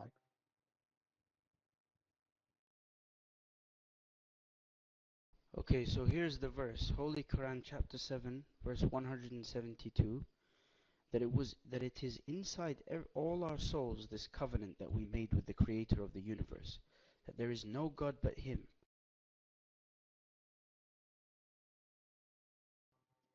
If there is any single Muslim woman she want to marry this guy, I will give him to you for free. Abdul, what does have to do with my topic, Abdul? What is the shape of Allah? Not is your Allah inside you? Are you saying to me Allah is a shape and he's inside you? I'm not going to take it in a sexual way now. I'm asking you about the physical shape of your God, what it is. You tell me, is Allah the continent inside us? What inside us, man? What is inside you? You know what? I challenge you to say that Allah is inside me. You're mine.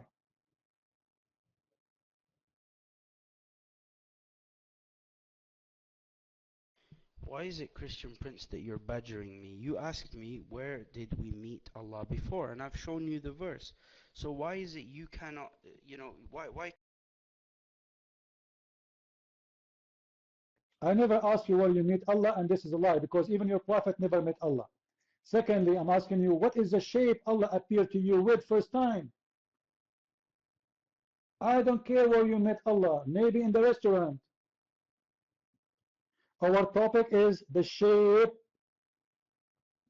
People in the room, for how long we are asking? What is the shape of Allah? This is what our topic is about. I'm not asking you where you met him. I'm saying what is the shape of Allah you saw first time? And what is the shape of Allah you saw second time? And the mic is yours. And you will take the mic and you will start telling me about how to make hummus, how to make falafel. Go ahead. Okay, so listen to me, Christian Prince. I explained it to you. When Moses, peace be upon him, in the Quran asked Allah to see Allah, he wanted to see the shape of Allah. He wanted to have an image of God. And Allah said that he would reveal some of his power to the mountain. And Moses fainted according to the Quran. And Abdul, that was never a shape. You are lying again. This is have nothing to do with my topic. It says the shape you know. What is the shape you know? It is Allah shape, not a form of a power. Allah shape. The hadith say that clearly. Everybody heard you. Allah will come to them in a shape. Who will come? Allah. In what? In a shape. Which means Allah is the shape, not a form of power. Allah himself is a shape. Your mic.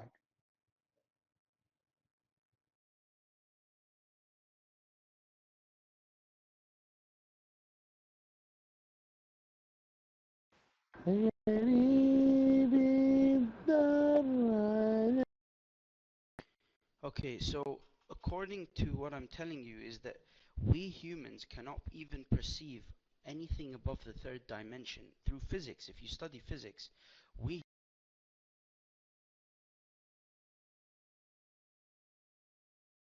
Abdul, Allah, he came to the Muslims in a shape they did not like it. Hello, you forgot? Which means they were able to see him, correct guys? Allah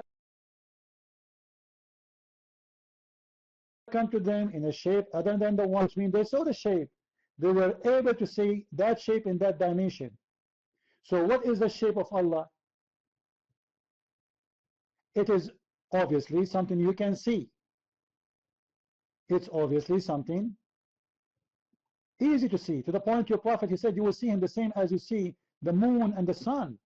So your prophet is comparing the shape of Allah to a physical shape of the moon and the sun. Guys, is the moon something physical? Is the moon something physical? It is, right?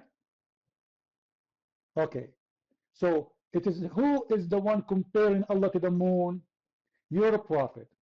What they will see? A shape. Who is that shape? Is Allah. So again we repeat, we go from zero. What is the shape they will see? Your mind.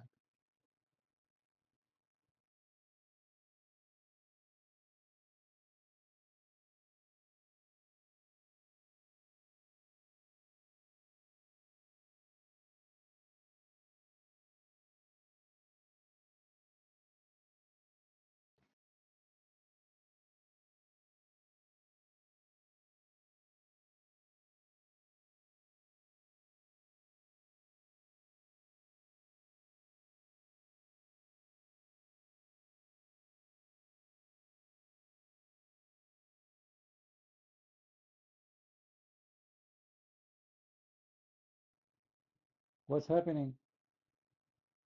What's happening? Are you there? Take the mic. What is the shape of Allah you Muslims will see? Very simple question. It's not complicated. You know what? Why you don't say we are ashamed of your prophet stories? Because this stories is exposing our religion. And we Muslims, we have no idea what is the shape of Allah, what Muhammad is speaking about. And we are just a bunch of Abduls who believe blindly. Otherwise, you tell me, what is the shape of Allah? Very simple. Your mind.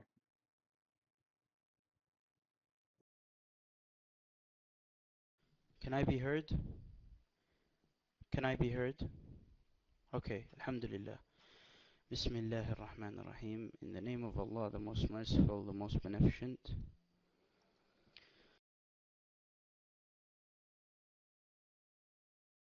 Correction. In the name of the shape of Allah, the most shady, the most unknown shape, the one we worship, his Shin, Shin Nunuya. Why you are playing this game, man? This is not the first time you took the mic. Why you want to say in the Bismillahirrahmanirrahim? Like, come on, give us the jewelries, man. What is the shape of Allah?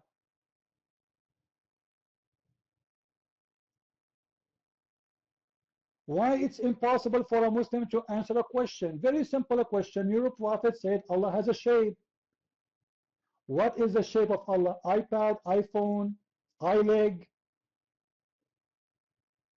Allahu Akbar. What is the shape of Allah? And then after that it says Allah will come to them and will uncover his shin. This is why you stop reading it, correct guys? He is the one who said you are taking things out of context, right? Did he say that? He stopped because he didn't want to read after, because after that is going to say Allah will show his shin. Your mic, Mr. Bismillah ar-Rahman ar-Rahim.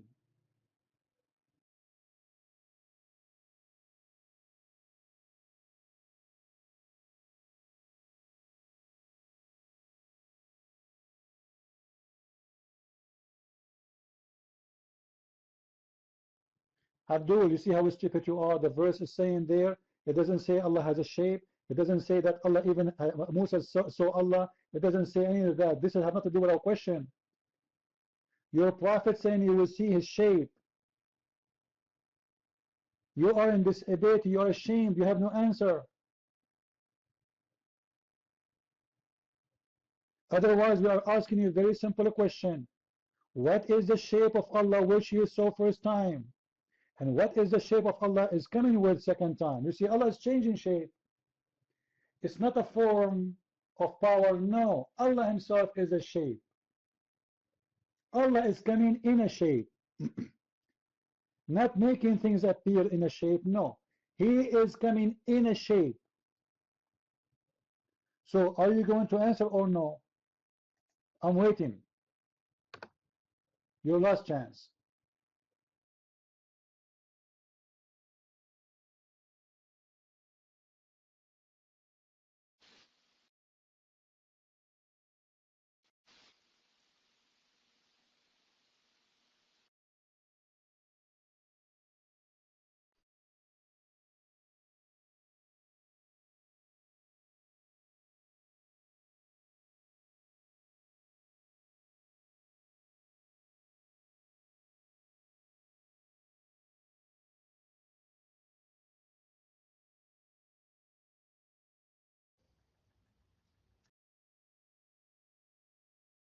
Hello, can I be heard?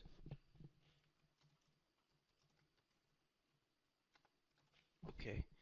I answered you, Christian Prince. We as Muslims believe that we will see Allah in the next life. So if you're talking about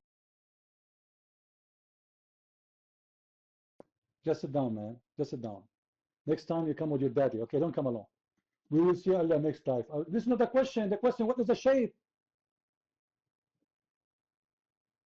The question is, Allah has a shape. I'm not asking you how you will see him or not.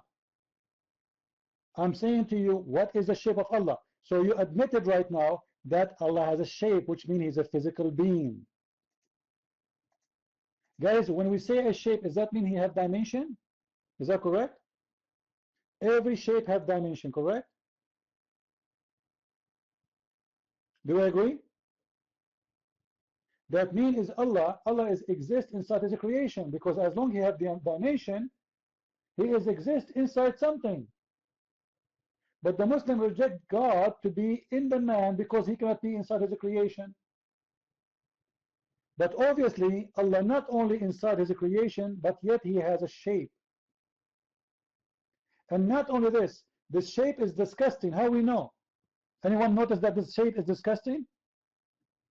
Did you notice, guys? How we know that this shape is disgusting? Anyone can tell me? Let us see how many of you are thinking. How we know that the shape is disgusting? Anyone notice? Because the Muslim rejected. Not only they rejected, they said we seek refuge against thee, which means this is a very ugly shape. Allah is coming to them in a very ugly, disgusting shape. Maybe he will come as a cockroach, maybe as a snake, maybe as a beast, because no way it is good. What is the reason to believe in that? Because simply they will say we seek refuge against thee. Against who? Against Allah in that shape. So Allah, he go back to his bedroom. He took off all his clothes. He opened the 3-dimension printer and he reprint himself again in different shape. And then he go back to the Muslims. And then the Muslims, wow, mashallah, this must be you, Allah. Allah, you must be our God, aren't you? Aren't you? So Muslims, they worship shape. They don't worship God. If God changed his shape, Muslims, they reject that shape. Yeah, we saw it many times. We saw it. So Allah simply is a physical being, and he always have a shape. He have original shape, but yet he can change his shape. And yet His shape is ugly to the point Muslims, they reject it. And they say, we seek refuge against thee to Allah. So now, according to Muslims, we have two Allah. Allah in that shape, the ugly one, and Allah in the shape Muslims are waiting for.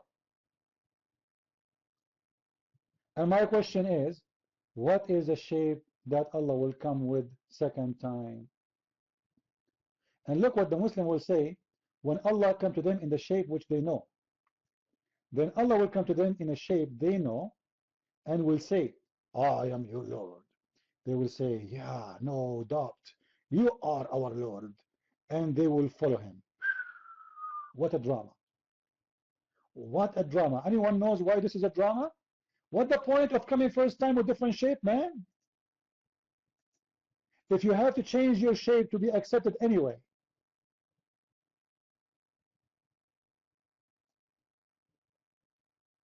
Any Muslim can tell me what the point?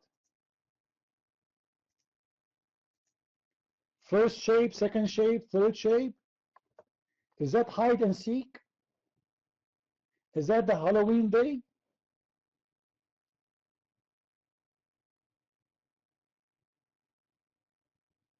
What happened? You see, he ran away, the coward, because he has no answer.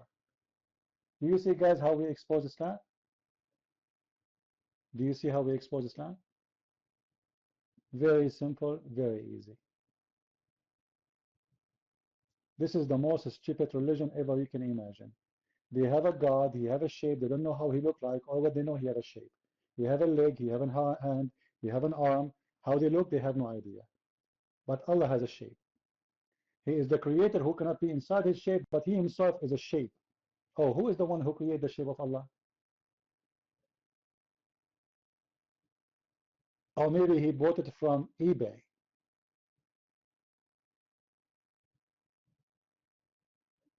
I advise you Muslims to read my books, The Deception of Allah and Quran and Science in Depth.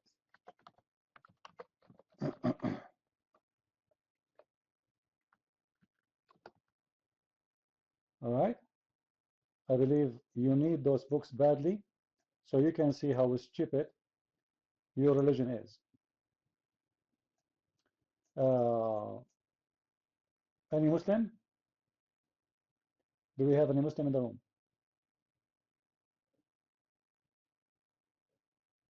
We are out of Muslims. We will make a new order very soon. Let me call Pizza Hut.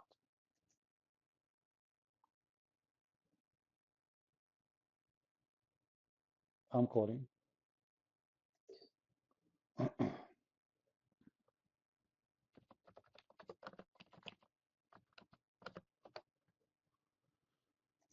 Anyway, please, thank you, Mike.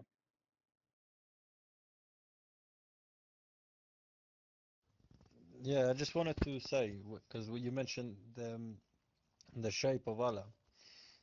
Basically, if he has a particular shape, and if he was omnipresent, which means he can be in many places, how many, doesn't that mean that Allah is more than one? Because Muslims keep attacking Christianity about the Trinity.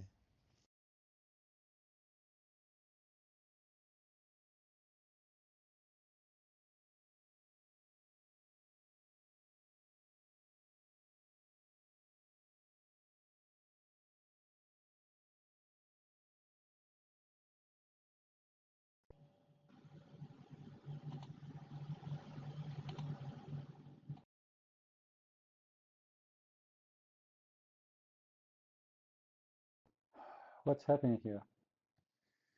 Well, they can, they can play with this, but they cannot play with our question.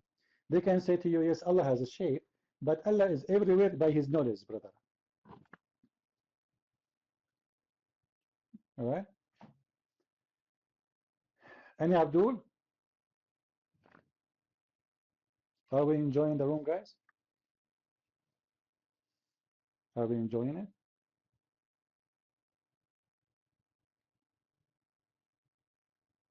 Are you learning how to defeat Islam? Very easy.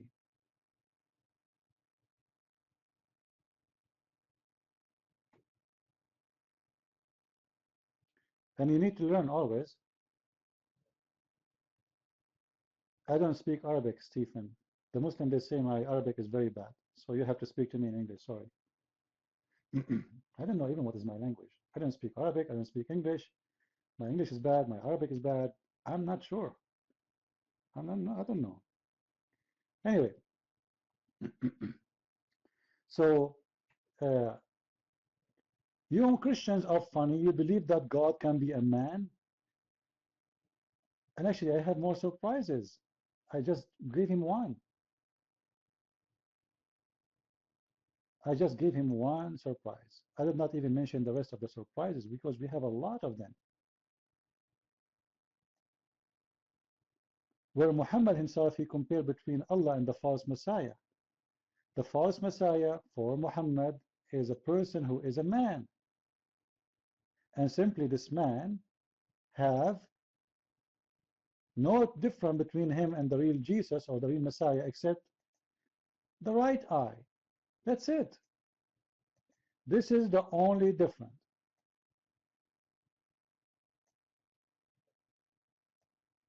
When Muhammad he says the false Messiah have a problem with the right eye, but the real Allah don't. This means Allah is just a man because the false Messiah will come to play what? To claim that he is the Messiah. As simple as that.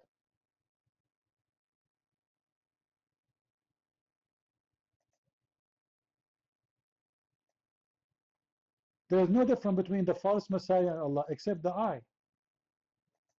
Just go right now and search in the hadith for one-eyed. One-eyed. Search for it and you will find the hadith, the one I'm talking about. There's no difference. Allah must be at least a man in the best scenario.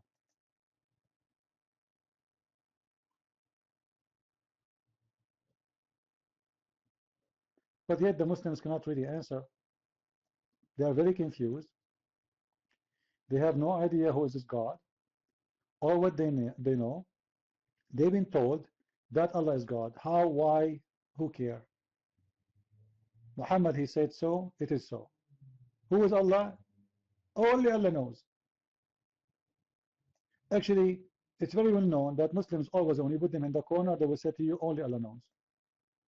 And even if the question, any question actually, Muslim, they will say to you, only Allah knows. Why? Because simply nobody knows anything about Islam. This is a very confusing religion. And the only way for a Muslim to protect his neck from being cut off is to say only Allah knows.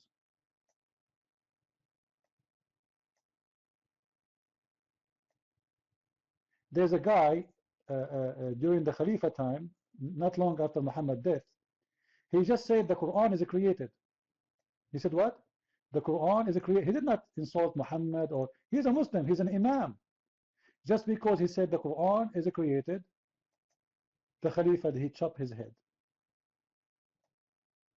Do you see why they say only Allah knows? To protect their neck and their head.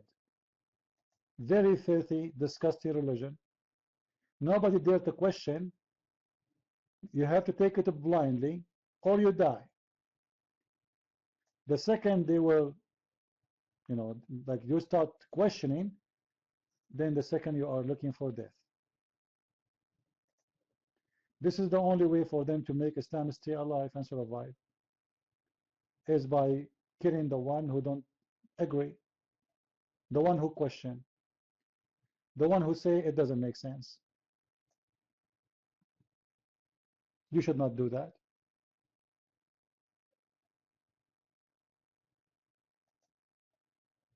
This is why the Quran made a special chapter or verse. It says, ask not questions, chapter 5, verse 101.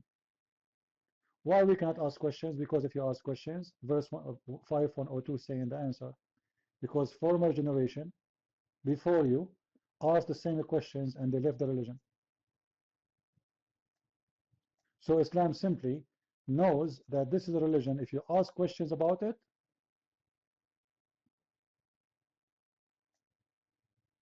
you will leave it. So the only way for them, in order to keep you silence is just to say to you, well, you know what, you better not to ask questions, because if you do so, you will be killed.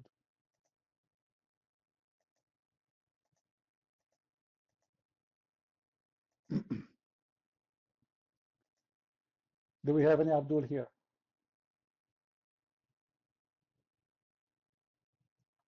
Do we have any Abdul in the room? Abdul is required to the front door.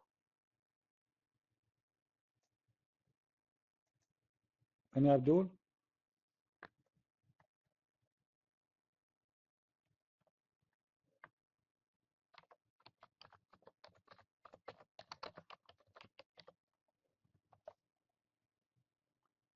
No Abdul. So what we will do now, guys, we need to find Abdul something. Can some of you that can find me Abdul? Okay, I have an offer for you. If you can't find me Abdul, I will make you an admin. What do you think? Seriously, I will make you an admin when the room is closed. And this way you have no problem, like you don't need to bounce anyone or anything. Anyone?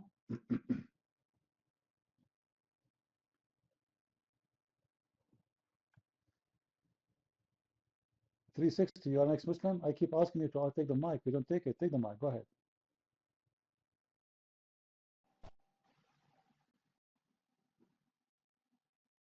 Yeah, peace to everyone. Peace to you, Christian Prince. If you can hear me clearly and not too loud, please just type in 1. Thank you. So I have a few questions, Christian Prince. I'm still currently married with a Muslim wife. So my situation, as you're probably most aware, is very difficult. I don't want to get onto that. Let's get onto something different. You once said in one of your videos that Muslims tend to believe just what they read and don't think, and that if the Quran had said that Mary, the virgin birth was not through a virgin miracle, but was naturally born, Jesus Christ was, that the Muslims would then claim to the Christians that, look how foolish you are for believing this. What about if that's the case? Can you enlighten on that, please? According to the Bible, is the virgin birth as it's claimed today with Christianity and Islam? Mike is back over to you, thanks.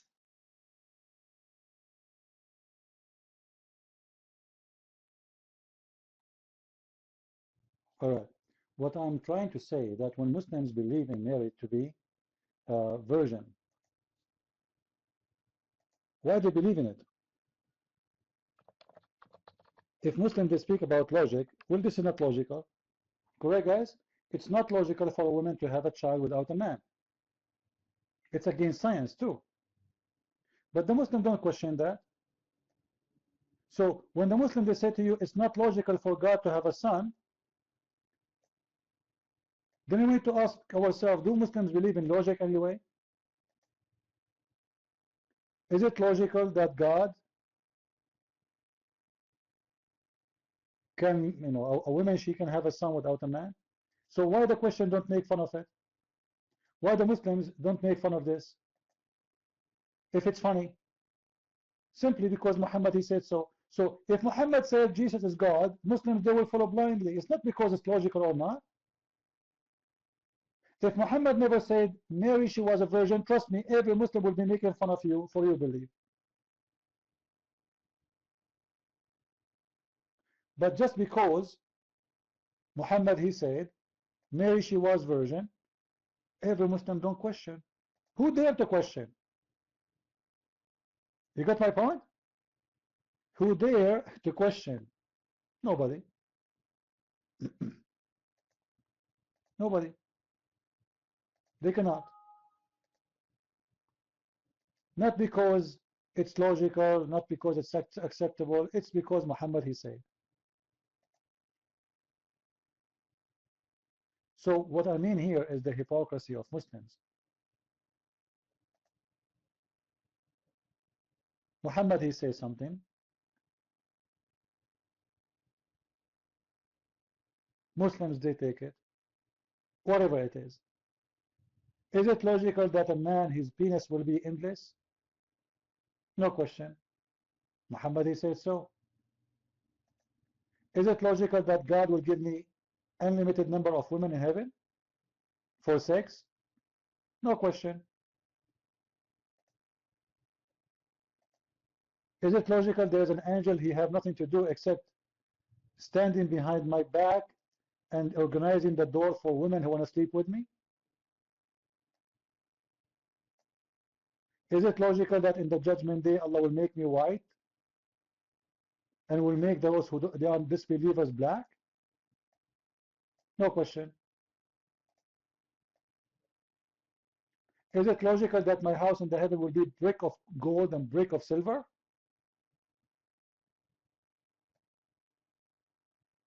No question.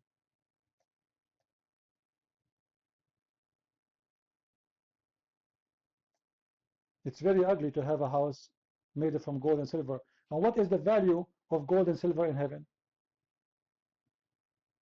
Seriously, if there's no money, there's no value for gold and no value for silver.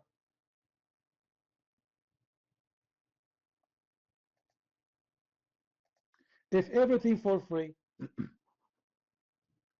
what I will do with a brick of gold and brick of silver?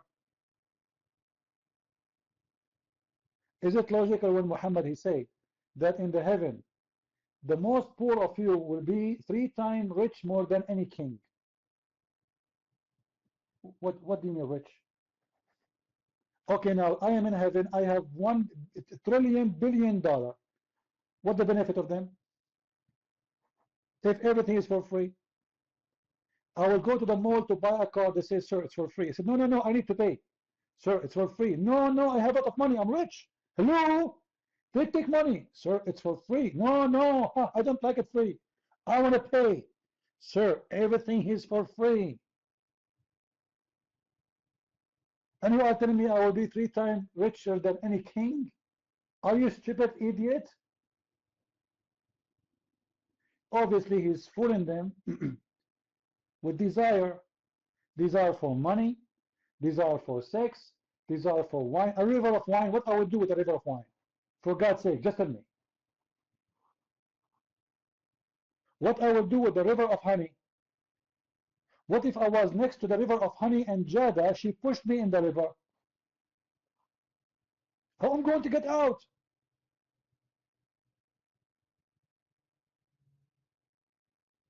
And what the bees will do for me? And how the honey will run in the river? Unless it's very hot to the point that you hate it. Nobody asked the questions. But brother, when you enter the heaven, there is 2 angels waiting for you. Do you remember, guys, the video? Do you remember it? There is what? There is 2 angels waiting for you. Where are they? Where waiting for me? Where? In the front door. And what they will do?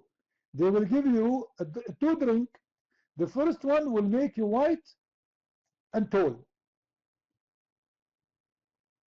No, actually, the first one, sorry. The first one will take all the dirt inside you. It's like will cause you diarrhea. Diarrhea. All the dirt will go.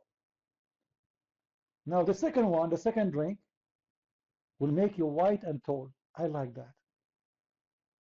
All my life I wanted to be short, man. Don't you have a drink for me to make me shorter? What if somebody he always so tall, he is suffering from finding size of like his clothes size, his shoes size. Now you want to make him taller? And Allah will make you 33 years old. Why 33 years old? The age of Jesus. Why the age of Jesus? What about the age of Muhammad, Abdul? What's wrong with the age of Muhammad? Oh, nobody want to be 63. Everybody want to be 33. And Allah will make you so beautiful like Joseph. What? Allah will make me so beautiful Like Joseph? What kind of a beauty? This beauty, everybody look the same. Because now if we are Muslims and we go to heaven and all of us will look like Joseph, what kind of beauty is that?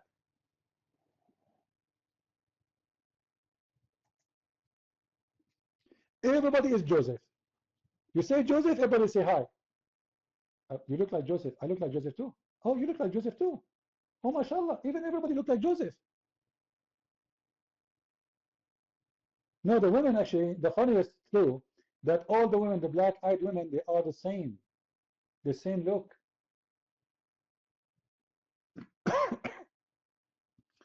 I will give you the mic 360 just to finish this one.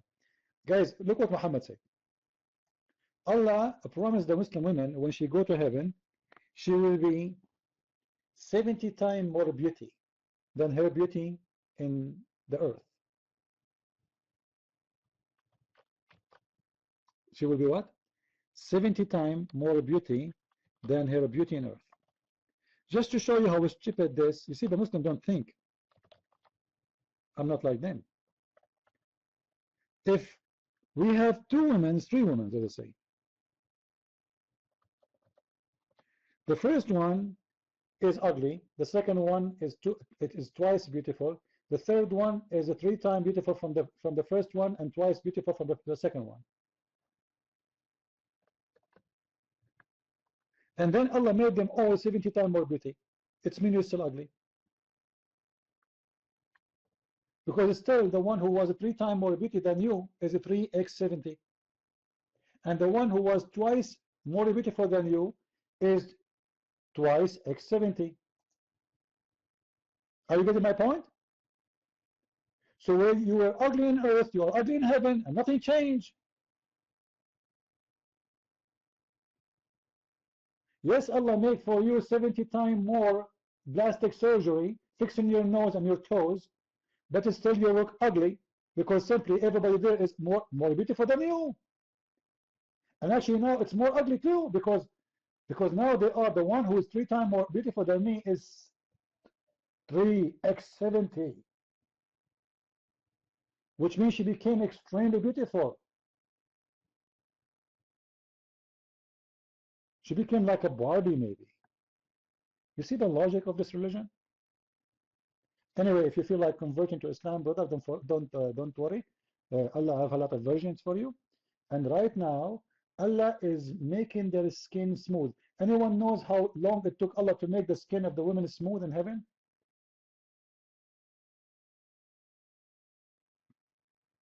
I take to make her skin smooth. 100 no. Anyone? 1,000 years.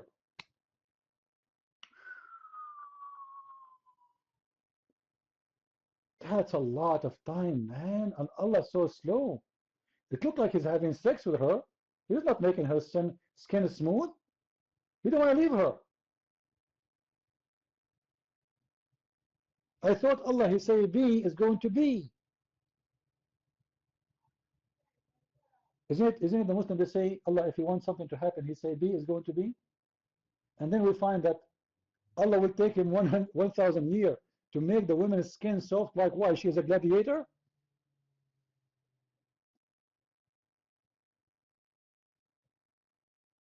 What happened to her skin? How bad her skin is? To the point it take you 1,000 years to just give her a lotion, man. Just go to Victoria's Secret. They will give you nice lotion, expensive one. You will make her skin very nice in less than a week.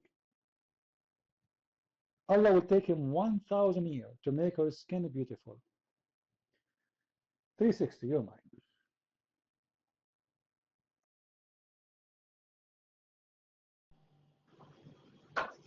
Yeah, thanks, CP. Just continuing, your knowledge is amazing, man. Absolutely, and you're a funny guy. You make me laugh. I don't often smile, but you give me jokes. Now, going back to a few serious questions. This may be knowledge for you, or I'm sure you're familiar with the Hebrew language. And in Genesis, where it says, "In the beginning, God made," the Hebrew that I'm aware of, it says Elohim. which means the powers. And also when God spoke to Moses in Exodus, and Christ also said in the New Testament, before Abraham was, I am. And the Most High Power spoke to Moses and said to him, I am that I am, which in Hebrew is Ahaya, Asher Ahaya. I want to know, CP, what your knowledge on this, and if any of the people in the chat room are aware of this, and where people have got the name Yahweh from, and Jehovah, etc., Allah as well, where Allahayim is in Hebrew, and also Ahaya, Asher, Ahaya, which is I am that I am. So this for CP, please, for your knowledge. I've spent a long time trying to get hold of you to speak to you and question you on this, and I've followed all your videos basically. So please enlighten us on this. Thanks.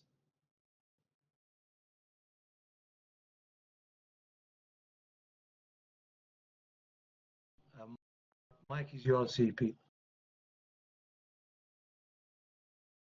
All right. You see, the Bible comes with many names, but in fact they are not really names. They are just description. When God, when Moses, he said to him, "What I will say to them," he said, "I am," as you said, right? But the word "I am" is not really about "I am." It's about I am exist by myself.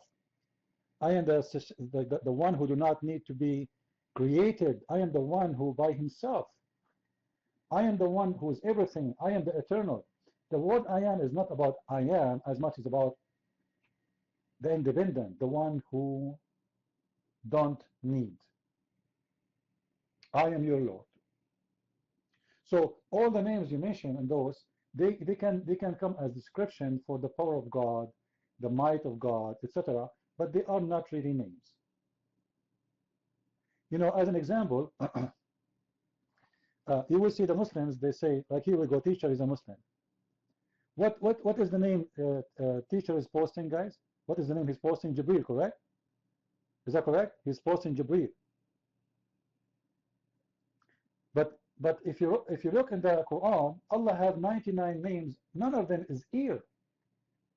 Jibril, ear is God. If it's a name for God, then we should find this name in the Quran. But there's 99 names of Allah. We cannot find this ear between them. Why? Because Muhammad is a thief. He took the names from those people who are around him, and he put it in his Quran, and he thought it's a name of an angel, but the fact it's not the name of an angel. The angel, his name is not Jibreel. This is a sentence. This is not even a name. This is an angel who belonged to ear. But Muhammad the thief, he did not notice that ear should be added to the names of Allah. So he took the name, he put it there. Like, as an example, Israel. Israel, here. What Israel mean? Anyone can tell me what Israel mean? What Israel mean? No, it's more than God. What Israel mean?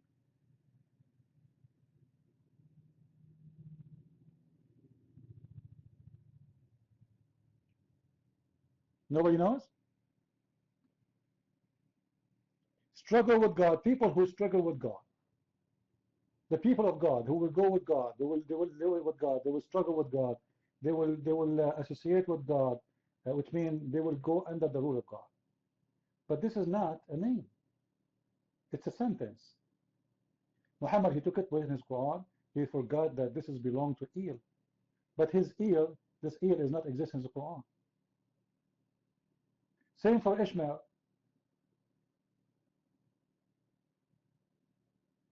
So same for many other names. All of them, they end with ear. Like even Jesus, he will be called Emmanuel, right? Emmanuel, which means God is with us. That is not a name. Those are titles or a sentence description. So my advice to you, don't focus really in the name, because God does not have a name. because no name can describe him. This is why he said, I am.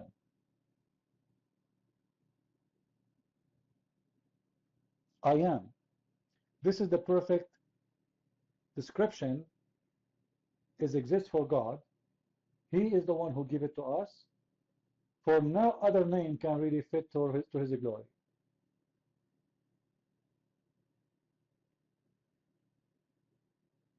You know, if you go and read in the Old Testament, you will see that even names of people are not names. You guys, you know that, right? All the names in the Old Testament, they are not names. Like Adam is a man, correct? Adam is a man. It's not a name. That is not a name. You don't call yourself a man. It's description for who you are. So the beginning was a man. And then we have children of that man. But you will see, let me play a video.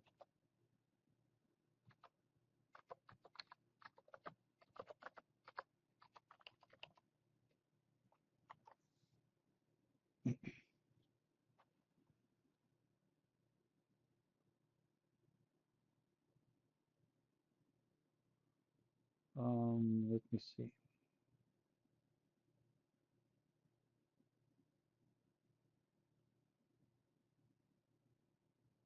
I will go to the book of Genesis and I will show you something maybe you did not.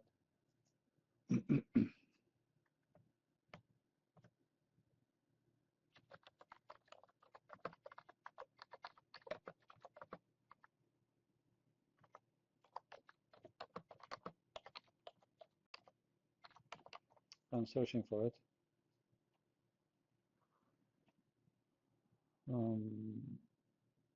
Here we go.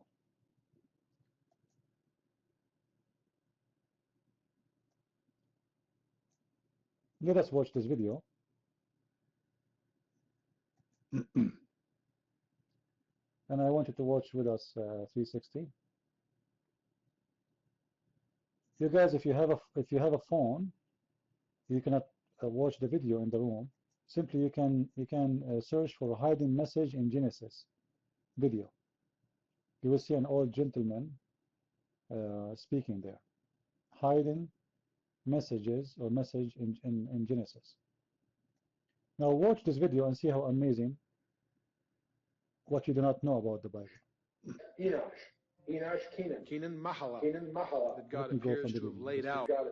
There's another place that God appears to have laid out his plan in advance, and that's in some subtleties, and one of which I'd like to share with you in Genesis chapter 5, a genealogy.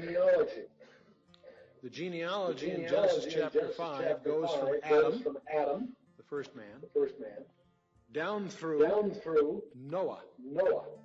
And in Genesis chapter 5, if you wade through that, I encourage you to make a list of the names. Adam gave birth to Seth. Seth, Enosh. Enosh, Kenan. Kenan, Mahalalel, Jared. Jared, Enoch. Enoch, Methuselah. Methuselah, Lamech. And Lamech was the father of Noah. Let's take these names. 10 names. But see, the problem is we need to know what the names mean. If you have a study Bible or a source, a lexicon, what have you, you know that the name Adam means man. As you go through your Bible, when these names are typically first introduced, most of your marginal footnotes will tell you what the name means. Adam means man. Seth means appointed. Enosh means mortal. Kenan means sorrow. Mahalalel means the blessed God. Jared means shall come down. Enoch means teaching. Methuselah means his death shall bring. Lamech means the despairing. And the word Noah means rest or comfort. Now, let's read that genealogy as a sentence. Man is appointed mortal sorrow. The blessed God shall come down teaching that his death shall bring the despairing comfort. That while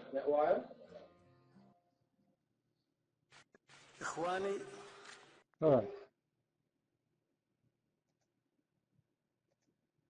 You see how beautiful this is? All of you, you read it, and you think it's what? You think it's names. You always read, you think it's a name, it's just a name, it's just a name. So we are just reading the name of a person who was born. But the fact the names are not names. They are a message. And this message, even in Genesis, is about the plan of God that Jesus will come in the earth as a man to save us.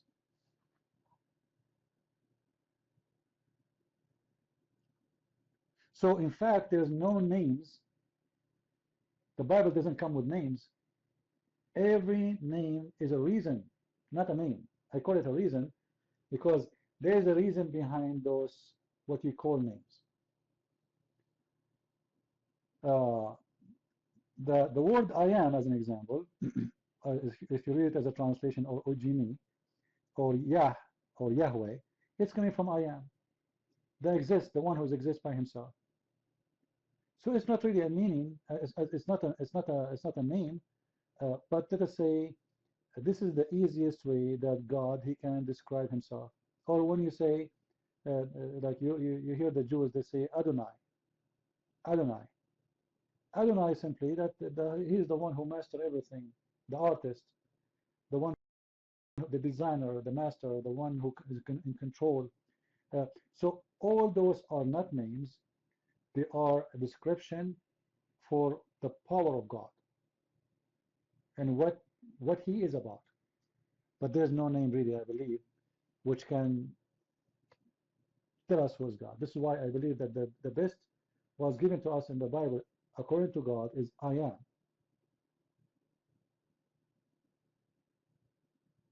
And that is what God he said to call me with, nothing else. If you notice that Moses, he insists, he said, okay, what I will tell them? You are sending me to my people to talk to them, but what I will say to them? He said, I am. He did not give him really names. Your mic, 360.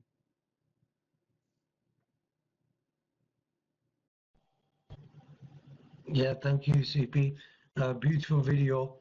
And yeah, this is the name. This is the true name, that I am that I am.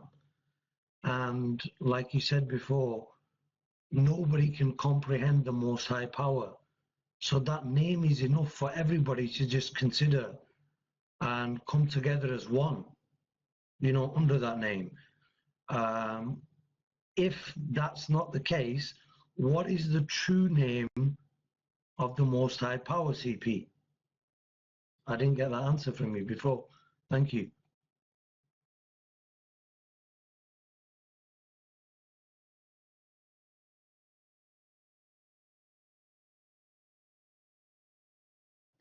Let me make it simple. Everyone needs a name except God, for he is the only one.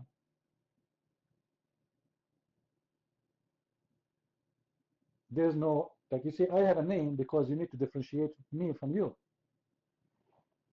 correct? I have not only one name, I have a first name, middle name, last name, etc. And not only that, I have Social Security, and I have a driver license, because there's many of us, and we became billions, and now people, they can get confused about who you are. When it's come to God, there is nothing can disturb his existence about names. You see, in Christianity, we learn not to worship names. We worship God. Now, all the names, or let us say the words we use in the Bible, as I said, they are not names, they are description of God, but I believe strongly none of them is a name. So you are insist to have a name for God, you can call him whatever you want, because whatever description can provide or describe the glory of God is about God, and it's a name for God. Like if I say God is love, God is love, that's a great name. But still, I will go by what he said, I am. So there is no really a name to follow. We don't follow a name. What if somebody called himself the same name?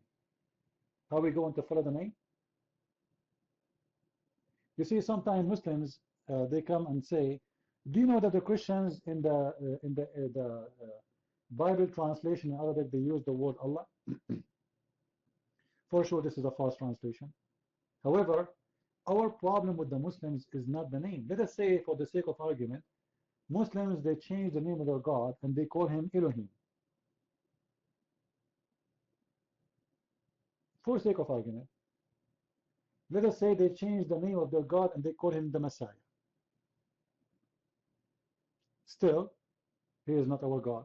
Do we agree, people?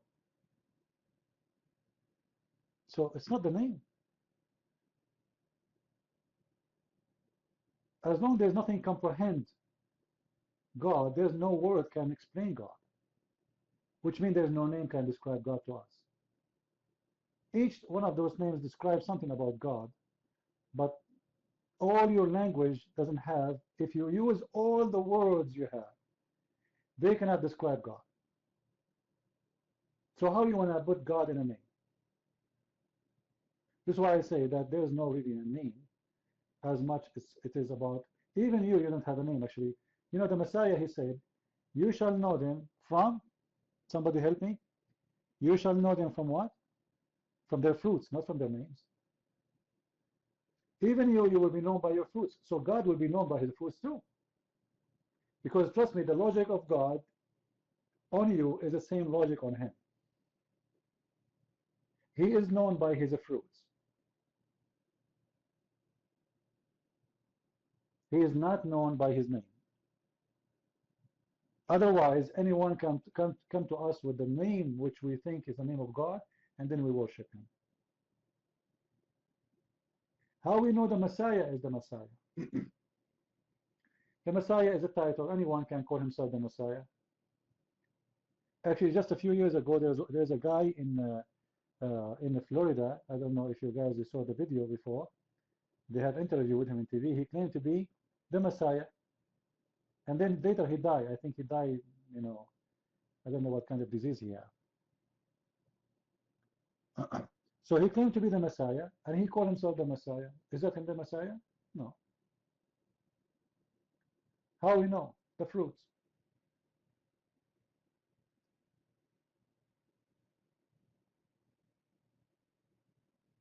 There's many people already, they claim to be the Messiah, like the the uh, the one who created the Ahmadiyya sect in Islam. He claimed that he is the Messiah who is born again in India, who was married for 3 years, and people were not able to kill him in the cross. He went down and he ran. Nice story. Yeah, the Ahmadiyya, Ahmad Mirza Ghulam, you know.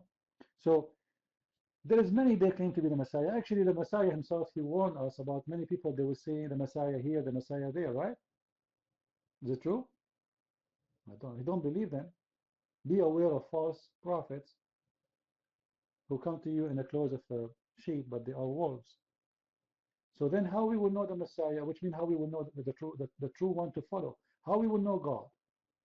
Not by name. So don't concentrate much in the name. 360. Muslims, they do that, by the way, because they don't know God, they know names. They don't have a true God, they have names only. This is why before you come, I don't know if you were here in the room before when we were debating I think you were in the room. The Muslim, Allah, he come to them in a shape different from the one they know. What the Muslims did? They reject Allah.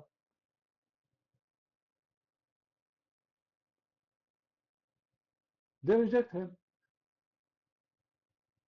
In our case, we will not reject God because of a form. We will examine the fruit if this is him or not. If somebody came to me and said, I am the Messiah, first of all, he had to teach the same as teaching of the Messiah. Secondly, he had to have the power of the Messiah.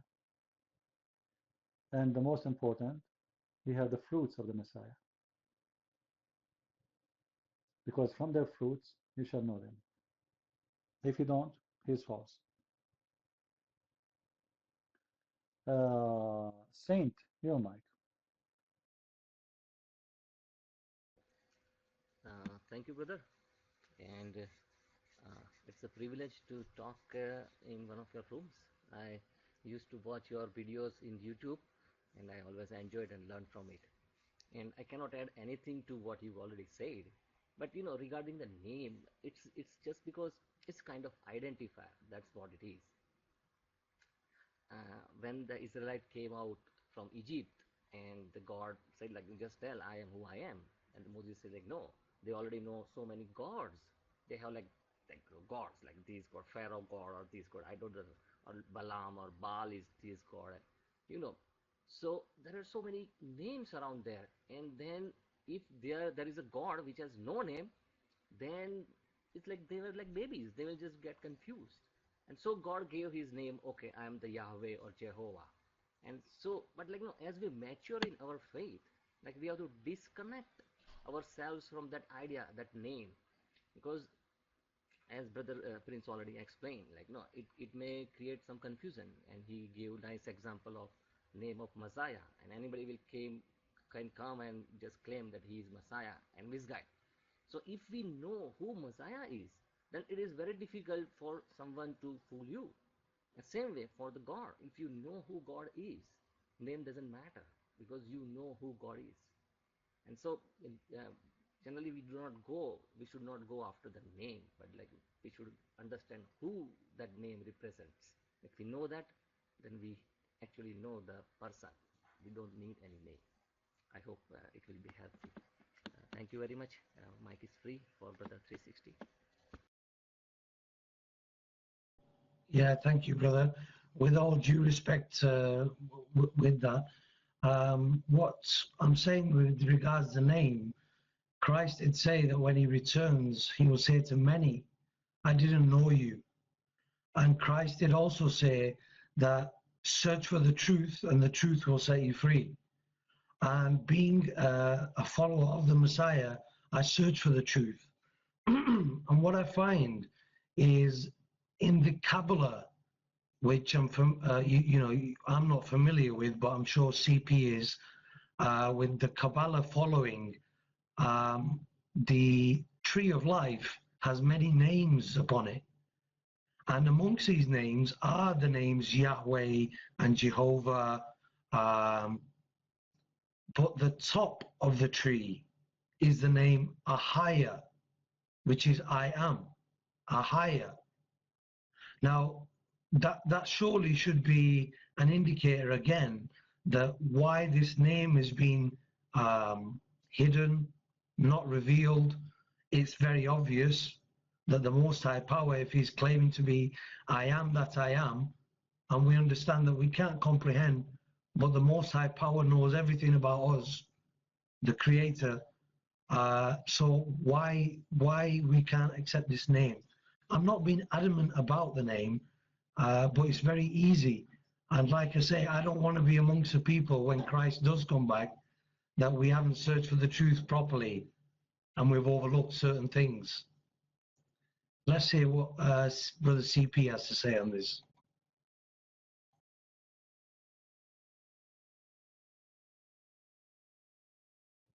All right, just to make it simple for you, 360. You see, because you are not a Hebrew and you are not Aramaic, so when you hear the word Elohim, you think it's a name. It's not. So does it make you more comfortable to say my God is Elohim? It's correct, but it's not a name.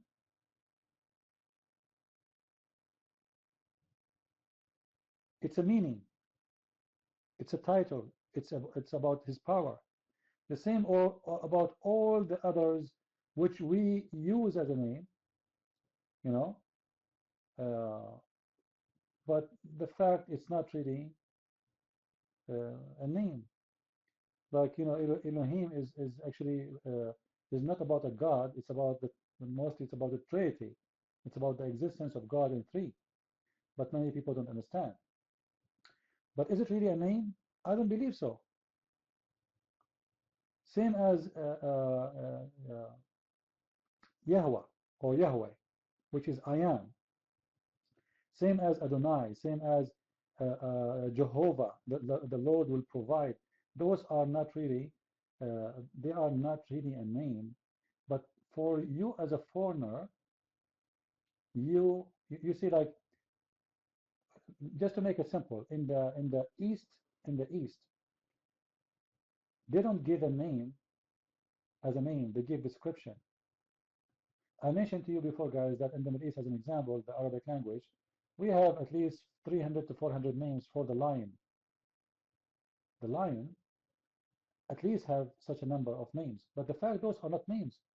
Each one of them is description for an image. So instead of saying to you, I saw a lion which his hair is long around his neck, his tail is short, I give you a name.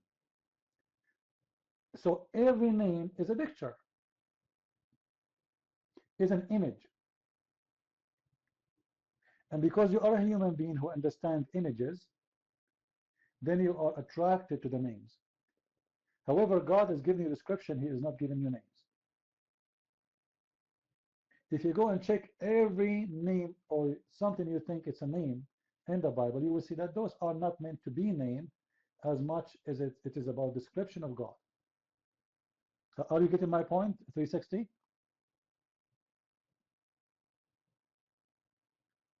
But for you, it looked like a name because you do not know what, maybe, like you are a foreigner, you do not know. When a Jew, he says Jehovah, he understands what he is saying. When someone is not a Jew, he says Jehovah, he thinks it's just a name. Because the second one, he take it as a word without meaning. The first one, he know the meaning. You know, guys, do you understand what I'm saying? Like we have two people who they repeat a name, like, you know, the president of, let us say, Jackie Chan. I don't know what Chan means.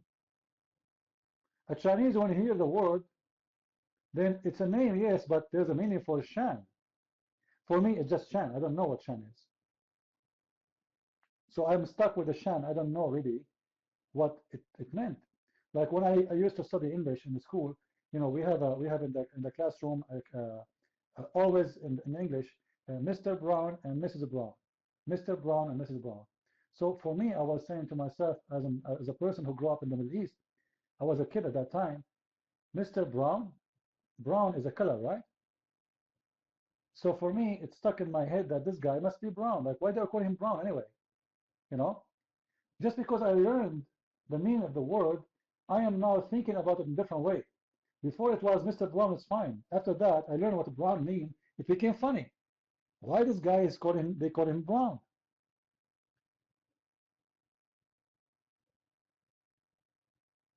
So after learning about the meaning, then you will notice that those are not really meant to be a name, even though they are used as a name. You see, human being brain is the same as a little computer. It works by images. So when I say to you chicken, you have an image in your head of a chicken. Since you are a child, your brain starts programming images. And then the word is connected to that image. So you say chicken, the image of a chicken will pop up. You say an elephant, the image of an elephant will pop up. When you hear someone he lost his memory, you know, if it's total lost, he will not know what things are. Why? Because the images is gone. Something made the images wipe. How he lost his memory? Because there's a damage in the brain. But the person is the same person, but the images are gone. So don't be the same as many. They are looking for an image and a name. However, the Bible describes for us God, but as I said, I don't believe that those are meant to be a name, even though most of the Christians, they use them as a name. God is a lot more, there's no name can glorify him. He is using your language, remember. He is speaking to you based on your ability, your comprehend, not his. He is speaking to you in your words not his words. Because if he used his own, you will not really understand. I don't know if people understand what I'm saying. For me, I don't really care much for the names as much as I care for the value. And I care for who is God. And and saying that we will not recognize God unless we have a name for him, I don't believe in that. Why? Because simply God is always exists with name or without name. And there's only one. So how you will be confused? And then the book, he gave us a lot of details about, you know, the Holy Bible is the same as a manual for you to find out what is original, what is fake. So based on that, I will find out who is my Lord, not based on the name.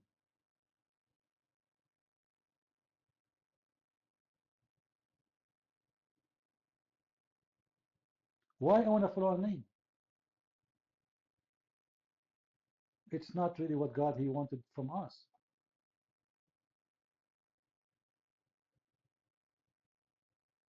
But many people now, even they describe themselves wrongly. They say, like, you know me, I am against people dividing the Christians, right? I believe in the unity of the Christians. I believe that we all should be one unit. There's nothing is called Catholic, nothing is called Protestant, nothing is called Orthodox. Those names actually they are the one who is making us divided. So we use them to divide itself, not to unite ourselves or to unite ourselves.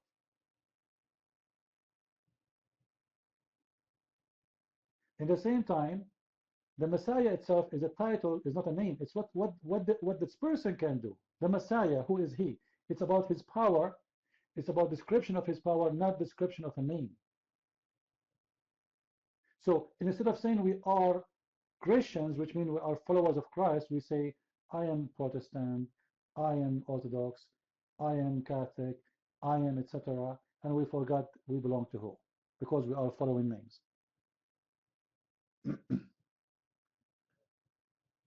So either we decide to follow names and forget about God, or we follow God and his fruits is the name for him. His fruits. When he said from their fruit you will know them, he is talking from my fruit you will know me too. How many false messiah became after the Messiah? Many. How we will know they are not him? From their fruits. And the same for everybody. You know, this is goes for you, goes for me, goes for the Lord. There's one way to know the Lord, it's his fruit. Otherwise, names, anybody can hijack them. Anyway, let's hear what 360. Do we have any Muslim in the room? I advise people to go more deep to know God, not to stay with a name, not to stay with a title, because those can be used by the devil himself. You know, the devil, he can come to you as a priest.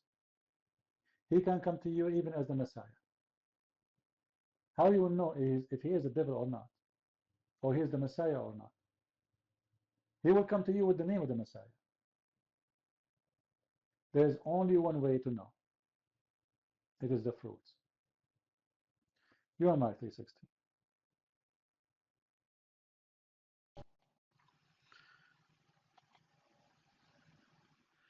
Yeah, thanks, CP.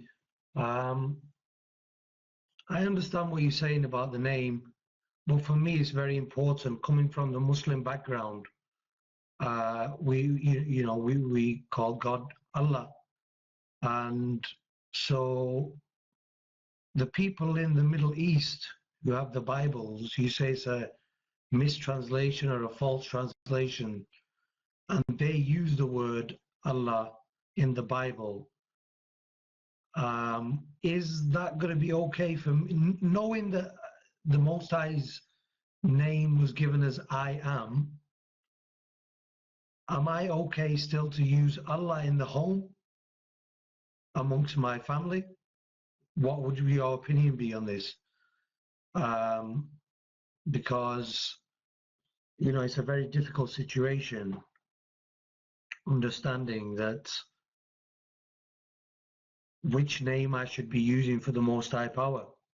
And I did say to you as well, also earlier, CP, was that in Genesis, in Hebrew, the name is given Allah Hayim. So the name Allah does exist in Hebrew as well. I wonder what your opinion is on this. I'm sorry to take up your time today, but I'm very thankful as well, and I appreciate your time. And I don't want to praise you too much, but I'm sure the praise won't affect you. You're modest and you're of the Most High Power. I'll pass the mic over to you. Thanks.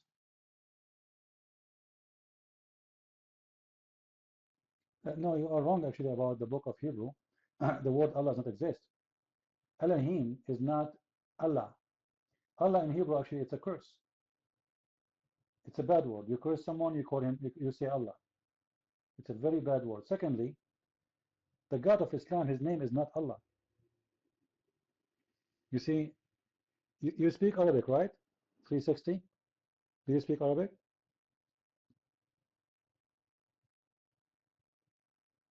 You read. Okay. If you go to chapter of Al-Fatiha,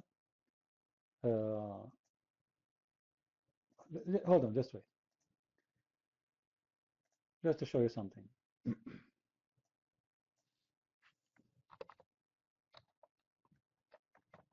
I will post for you this verse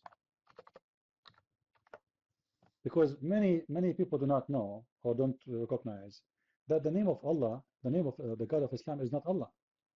If you go to chapter Al-Fatiha, verse number 2, you can start reading from verse number 1. You will find that the verse number 1 it says Bismillah ar-Rahman ar-Rahim, correct? Bismillah ar-Rahman ar-Rahim. The first Allah, the first one is coming as Allah the way we know. The second one it says Alhamdulillah. Alhamdulillah. What happened? It's not Allah no more.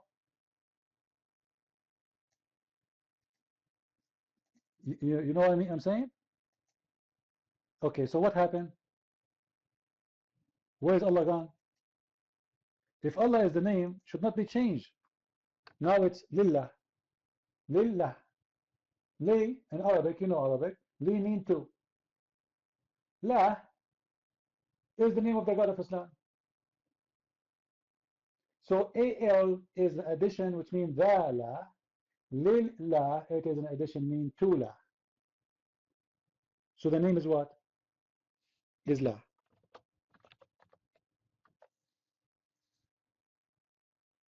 Did you get 360? Is it clear?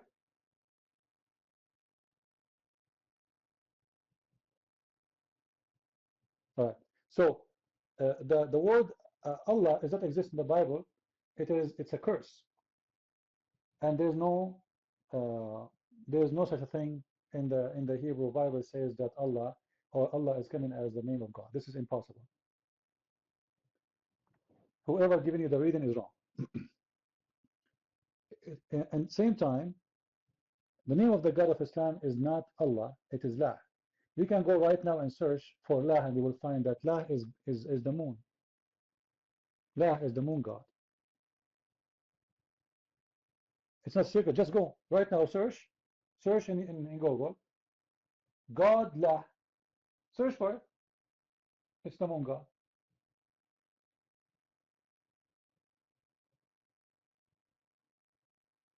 Actually, La,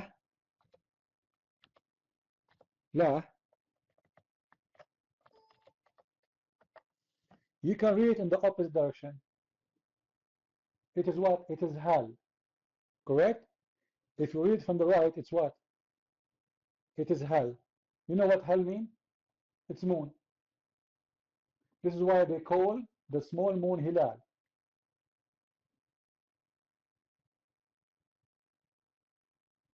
Hilal. And actually the word Hal coming in the Quran, and I can show the verse.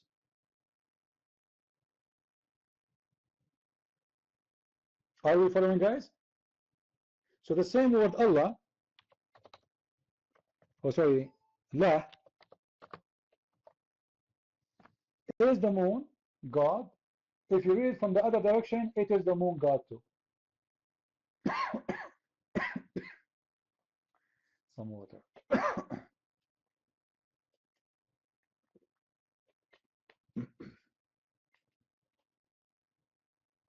So there is nothing called Allah. Go ahead, 360. Yeah, great, CP. Okay. I think the Elohim, yeah, the Elohim is Allahayim, not necessarily Allah, but Allahayim. And that means powers. Okay. Now, there are many powers, CP, and amongst these powers, Christ did even say that you're not fighting against flesh and blood. I think it was against powers and principalities. And I'm not taking that metaphorically to think of, governments and things. No, Christ was driving out demons from people, so he knew about spiritual principalities and powers. So if there are many powers that are wanting worshipping or praising or power given to them through prayer and obedience, is it not then concerning to people that we should find the correct name of the true Most High Power and be praising that name?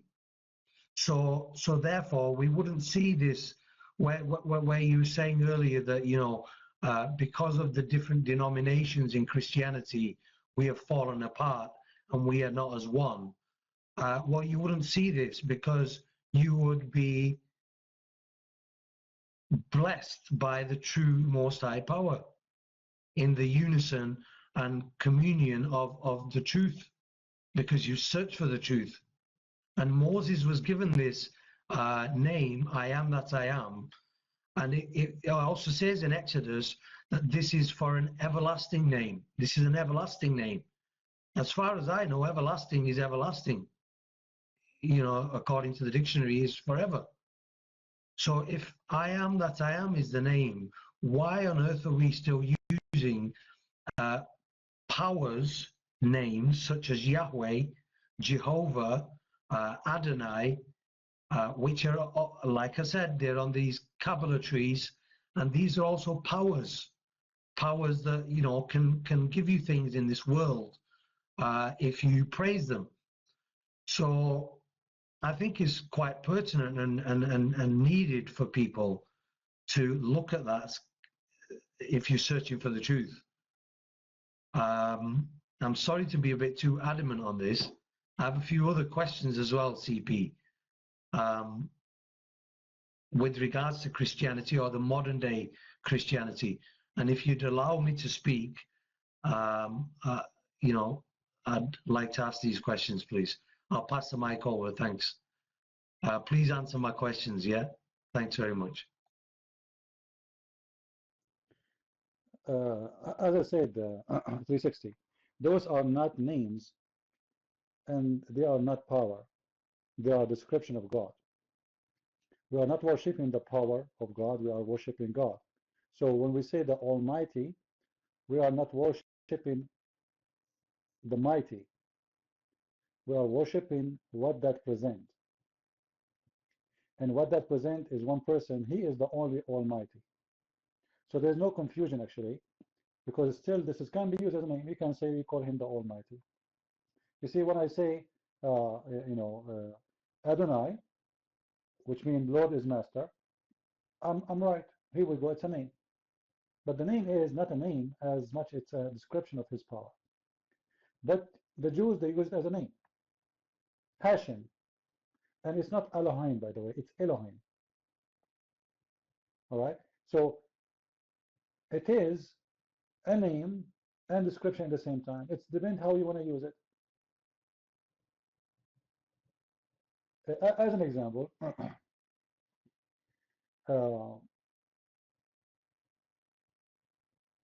if you go to Mexico, you will see people, they are using the name Jesus.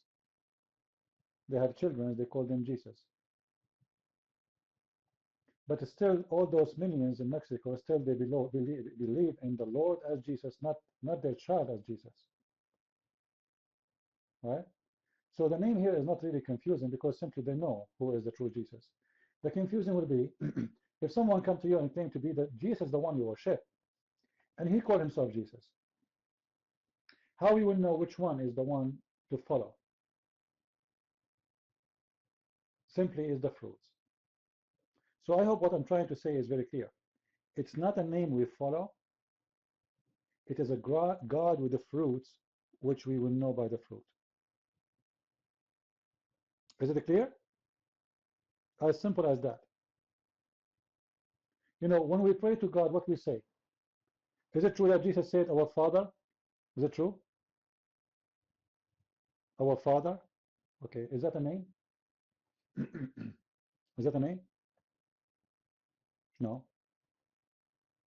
But still we call him our Father. Doesn't make sense. So how do we know which Father? Everybody is a Father. According to the logic of 360, correct? Everybody is a father. Logic, 360 himself, he had children. And he have a father. So are you talking about your father? The one who married your mother? No. So the name, it did not really confuse you. It's what you meant by that name. It's not the word really you say, it's what you mean by it. So when I say our Father out of heaven, I know exactly I'm talking about who, and you know exactly I'm talking about who. So simply, the group of the believers, they have an agreement about what is this word mean. Not the word is a name. You know what I mean? So we don't worship the name as much we worship what we meant by that name or by that word. So we as a human, we have to use words because simply this is how we communicate between us and with God. And those words are nothing but images. So using them is just the way we are. This is how God created us. But I says that God is not a name and he will never be a name, and there's no name can really frame God. If you think there's a name can really frame God, that's impossible. So this is why he said I am, which means I am the one who exists by myself. I am the Almighty. I am the master of the word. I am the creator. Everything, all the rest is to follow. The first is I am. I exist by myself, the existence. So he's real, he's exist, and he's exist before the creation. Anything else is not really important. Now you can. You said that you in your house you use the word Allah. If you want your children to understand why you don't want to use the word Allah, you have to explain to them first. For me, if I get married, if I have children, I will never use the word Allah in my house. I will forbid that word totally. I will never allow a Bible to enter my place, have the translation with the word Allah. That is a translation the Christians they did in the Middle East under the influence of Islam and the threat. You see, we are in the year 2015 and still Muslims, Christians are getting killed there for no reason, just because they are Christians. We are in the year 2015 and Christians are paying jizya. So Christians, they never use that word because they have a choice. But do you know about the Sabian, the 360? Do you know about the Sabian? You heard of them? Okay. The Sabian, simply the Khalifa al-Ma'mun. There's two kinds of Sabian. There's a Sabian of Harran, and there's a Sabian of Mosul, and there's a Sabian of Yemen, and there's a Sabian of Egypt, and actually there was a Sabian, I believe, even in Jerusalem. Now, when the Ma'mun came to the Sabian of Harran, he was walking by over his horse. He's the Khalifa. He saw a bunch of Sabian wearing white clothes, dressed weird. So he asked them, who are you? Are you Christians? Are you Jews? Who are you? They said, we are, not Christians, and we are not Jews. So he said, so what are you? They could not answer him. They were scared and terrified. So he said, I'm going to come back from my travel, and I give you a warning. Either you became a Muslim, or you join one of the other religions which accepted in Islam, which means Judaism or Christianity. So then those Sabian of Haran, they changed their name, or they change their religion, let's say, as a title, and they make it Sabian because it's mentioned in the Quran. They look in the Quran what they can be. They cannot say they are Christians. They cannot say they are Jews. So they come with the name Sabian. The Quran says we are Sabian, so here we go, we are Sabian. In order to save their life, they come with the Sabian, but the fact they are not. They are people who worship. They have let's say it's a pagan religion who worship idols, stars, etc. So they change their name and they make it Sabian. The fact they are not.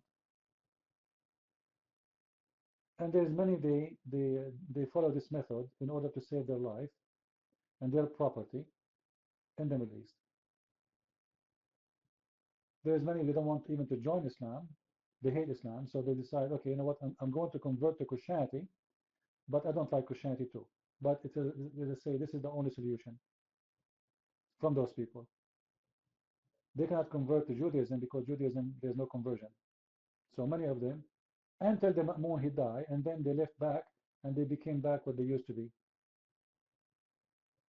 pagans. Anyway, uh, Mr. Muslim for life, why you don't put your hand up and let us see how good your questions is. Your God always answers your prayer. Well, your God, he never answered the Muhammad prayer. Do you want me to show you the proof? Your Prophet Muhammad, he prayed many times to Allah, and Allah never answered his prayer. Do you want to debate me about it? Okay, well, why you don't debate me in the front of the room?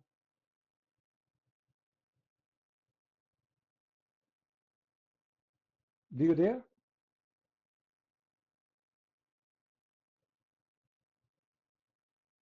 Can you pause for me chapter 17?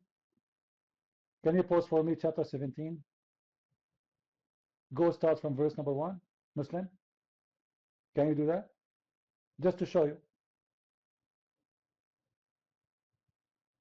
People, Muhammad, everybody asking Allah for a sign, and Allah will never give a sign. Where is the Allah? How come Allah he answered your prayer, but he never answered the prayer of Muhammad? Obviously, you are more strong than your prophet. You are more close to Allah than the prophet, right?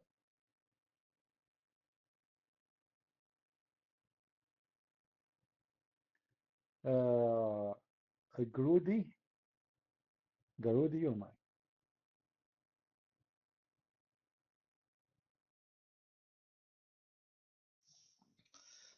Thank you very much, Christian. Your explanation of the name of Allah, which you said that it's La, it's not Allah, and you mentioned the beginning of Surah Al-Fatiha, Alhamdu Lillahi. So Lillahi changed from Allah to Lillahi.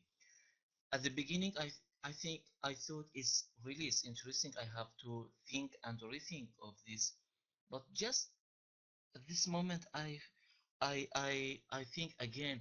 But why, if this is the case, just please forgive me. My English is very bad, but I'm trying to to to explain my idea. I mean, if the name of Allah is La, like you said, and it's like the moon, and if you read from the right to left and left to right, the same meaning, I think it's not true. Do you know why? Because if we believe and accept this assumption, so why the La change sometimes to Allah, sometimes to La? I mean, even this La is very changeable. because you will say Hu Allahu. Look, it became a bit Allah. It's not La. Hu Allahu, and in other contexts Lillahi. So La. I mean, it depends on the before and the after this word. So even this La, I mean, uh, your explanation for this word La is also is not true. Even it's very interesting. I mean, but it's not true 100% because it's very changeable and it's I mean it's transferred from La sometimes La, so it doesn't mean that it's relevant to the moon, I think. So please, if you comment in this, I will be very happy, and thank you for you. The mic's free. Okay, Goody. Guys, did Mr. Goody, he said that the name of Allah is changeable. Did he say that? Did he say that? It changed, right? Well, this is a proof that this is not a name. Because if the name, it's you don't change the name. Let us say my name is a Christian. So it's going to be always a Christian. You add that in the beginning, you add something, it doesn't matter. Anything you can take off from the name, it means it's not part of the name. So as long as we can take the al out of the name, it means this is not part of the name. Otherwise, you cannot take anything from the name. Muhammad is Muhammad. Is it going to appear Muhammad here and al-Muhammad there? His name is Muhammad. You can take the al because simply, it's additional. Simply, you speak Arabic, right? Garudi? The al is that. Do you agree?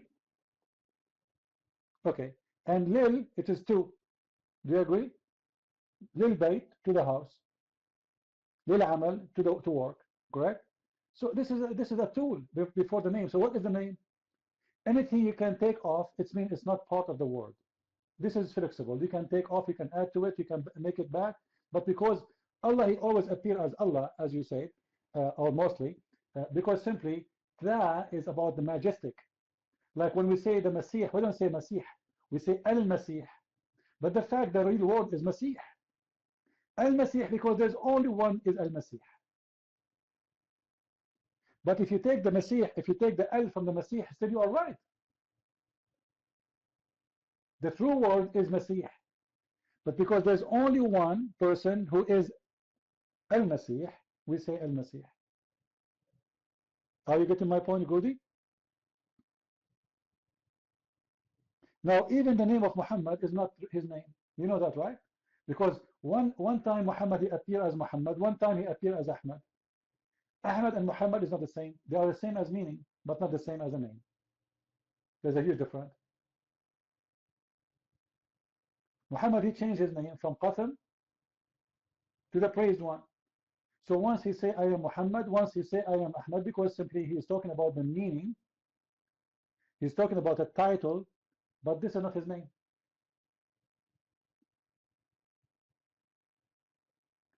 A real name will not change. If it's a name, will not. You will keep it as it is. Like, when you translate a book, you don't translate the name. Correct? I say, Muhammad, he said, you can read my book. You will say, Muhammad, he said. I don't say the meaning of Muhammad, which means the praised one. You don't translate the name. Then we need to ask ourselves, why we can take al off if it's part of the name. It's impossible. You cannot take it off unless it's not part of it. How many of you guys have my book, The Deception of Allah, volume number 1? If you have it, you can go to that chapter and you will see the details. It's very clear. But people do not know. You see, when I used to study in university, I put my hand up. The teacher, he ignored me. He said, "Oh, not you again, not you again." He never let me speak. So what I do, I put my hand up. I know he will not ask me, so I stood and asked the question anyway, because I know he will not let me speak. Because he had no answer. And he said to me, "Don't ask me. I have no answer for you. Only Allah knows. I have no idea." This is what Islam is about. Nobody can answer you. If Allah is the, I asked this question since I was in college. And he could not answer because he don't dare. Actually, once, and I told you this before, I wrote the one word in wrong way, let us say. The teacher was waiting for me to make a mistake. He hated me because always I expose him that he know nothing. So he said to me, he was so excited, so happy. He had my exam paper. He said, who is the donkey who taught you how to write, how to read? Who is the stupid? Who is the idiot? He made all the names you can imagine. And I was silent, quiet. And I was actually was happy. It was a trap. I made a trap on purpose. After he finished, he said, what, you don't have an answer? You don't have a comment about what you did? This is horrible. How you can write this way? A child, he will not make such a mistake. I said, sir, this is how it is written in the Quran. And you should see the teacher. He was shaking like a chicken. What? Sir, this is how it's written in the Quran. Let me show you the verse. The second I said that, he starts saying, oh, guys, for sure this is the correct way. Absolutely. You're perfect. And he didn't know what to say. And guys, he changed the topic of the holy class to the end, enter the bell ring, and still he don't want the student to go home because he was afraid they will go home and they will tell their parents, someone of us, he wrote the word in certain way like the Quran, and the teacher was saying to him, you are a donkey, you are stupid, you are an idiot, and he will get killed.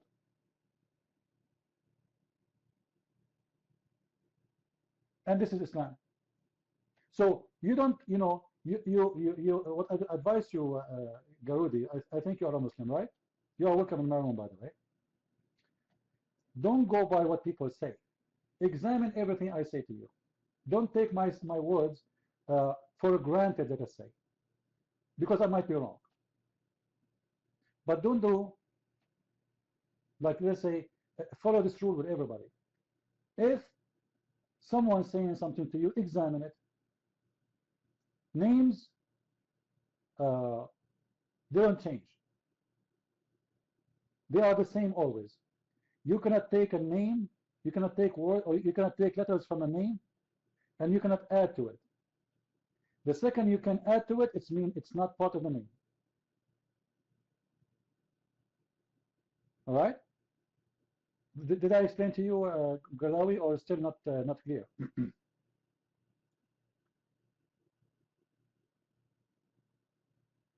Is it clear for you?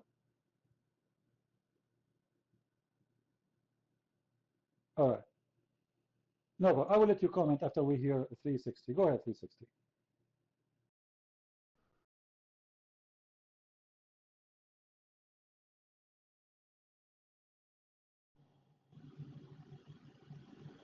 Yeah, CP, thanks. And I just want to say, going back to my situation, what is the advice that you would give for me being a believer of the Messiah as the last and seal of the prophets,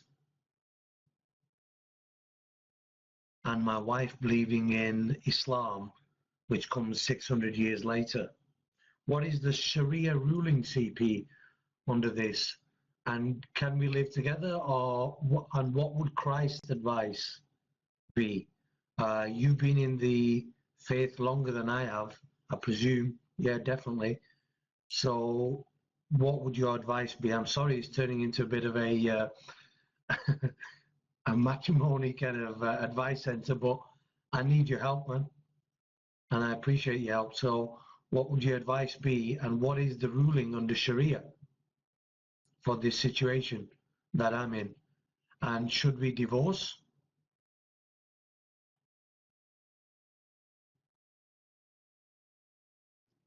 No, according to Christianity, God don't want you to destroy your house. You see, you are different from someone who was born as a Christian. A Christian should not marry a Muslim woman. Now, you are not the same case. You are born as a Muslim. You have a children. You have your wife. So God, He ordered you to preserve your house, to preserve your family, to take care of your children, to do your best so you don't destroy your house. All right? But if a Christian, he get married from a Muslim, then he's committing a sin. In your case, no. So now what will happen? Like in your case, what you can do, simply try your best to explain to your wife why you became a Christian. Show her, all right? Show her with love, not with hate. Don't hate your wife because she's a Muslim. Remember, you as a Christian, you should love everybody. And if you cannot love the people of your house, you can love who? Still, after all, she is your wife, she is the mother of your children, and she had no fault. You know, it's not her fault, actually. She is born from a Muslim family, as you were born before, like her. Correct, people? It's not her fault. She's not a criminal, she's not a bad person. Maybe she's a wonderful person. So what you need to do, take care of her, try to explain to her with love, with passionate, and have patience. You see, 360, there's people, they come to my room and they keep insulting me for 2 years, 3 years, 4 years, and then they leave Islam. There's a guy who used to come to Paltalk, he opened a chat room, his name is Dr. I forgot, anyone remind me? Anyway, once he come to my room after 3 or 4 years, every day he opened a chat room. I open my room, he opened his room. Just to insult me and to call me names. After all those years, he come to my room, he said, you are right, I am out of Islam. You need to have patience. You don't have patience, you will go nowhere. So I advise you to preserve your house, your family, and to treat your wife with love and passionate. Because remember, the Lord, He ordered us to love our wife the same, the Lord, He loved the church. Even though she is not a Christian, but that is not her fault. In the same time, try to do your best to explain why you became a Christian and why you think Islam is bad. You have my book, as you said. I don't know if you have it or not. Try to make her read it. There's many ways you can explain. Now, in front of your kids, they ask you about what is the name of your God. They are used to say the word Allah, right? Try to explain to them slowly, because it's going to be hard for people to understand what you are saying. Like, whoa, why we don't say Allah? What's wrong? So the first thing you need to do to explain that God is not a name. You see, my problem with Muslims is not because they worship someone, his name is Allah. No, this is not the problem. Let us say the Muslim, they change the name of their God and they call him Elohim. Still, this is not our God. This is why I'm against to use a name. All right? Because changing the name, still you worship the same person. Will not make anything. Like, it's like, a clown, or you are cloning something. I will take the Mercedes-Benz logo from your car and put it in the top of my Toyota, and then in my head I have Mercedes-Benz now.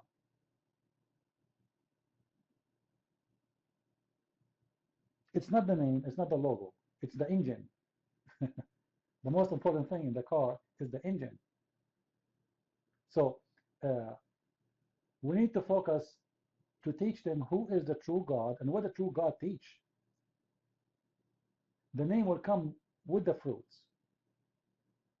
Like, if I am a follower of Jesus, and if the Muslim follower of Isa, then let us compare between Isa, the Muslim, and Christ, of the Christians, and see if they match. If Muhammad is a messenger of Allah, and Isa is a messenger of Allah, let us see who is Allah, and let us see who is Elohim, or Adonai, or Hashem.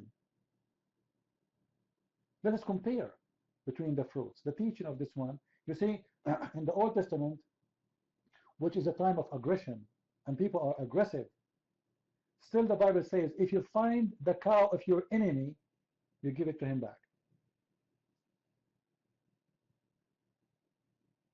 In Islam, not only you steal the enemy of your enemy, you steal the money of your enemy, you steal the money of those who never fought you. You attack them, you take their money, you take their wealth, you take their children, you take their wives, for no reason. Just because they don't accept Muhammad. So the best way always is to compare between the fruits. You see, if I want to show you a good apple, or let us say I want to tell you, go and buy me a good apple. How you will know what is good apple if you never saw one? You might buy me the first apple you see because you think this is a good apple. In order to make compare, we have to know both. So I advise you to go deep in knowledge about the Messiah and about Muhammad, and therefore you can be convincing when you speak to Muslims about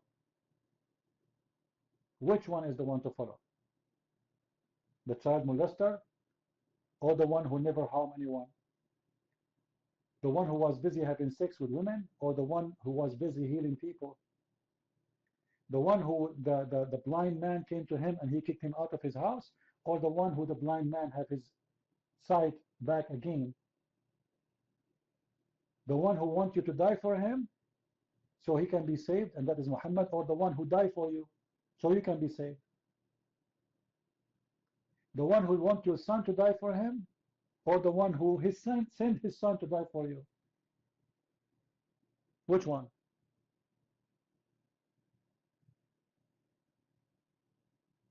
As you said, the truth will set you free. Crowdy, your mic. Go ahead.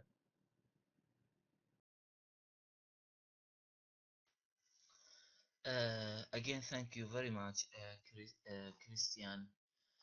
Um, I couldn't, I couldn't follow your presentation from the beginning, so I couldn't get the point that you want to make it. Exactly.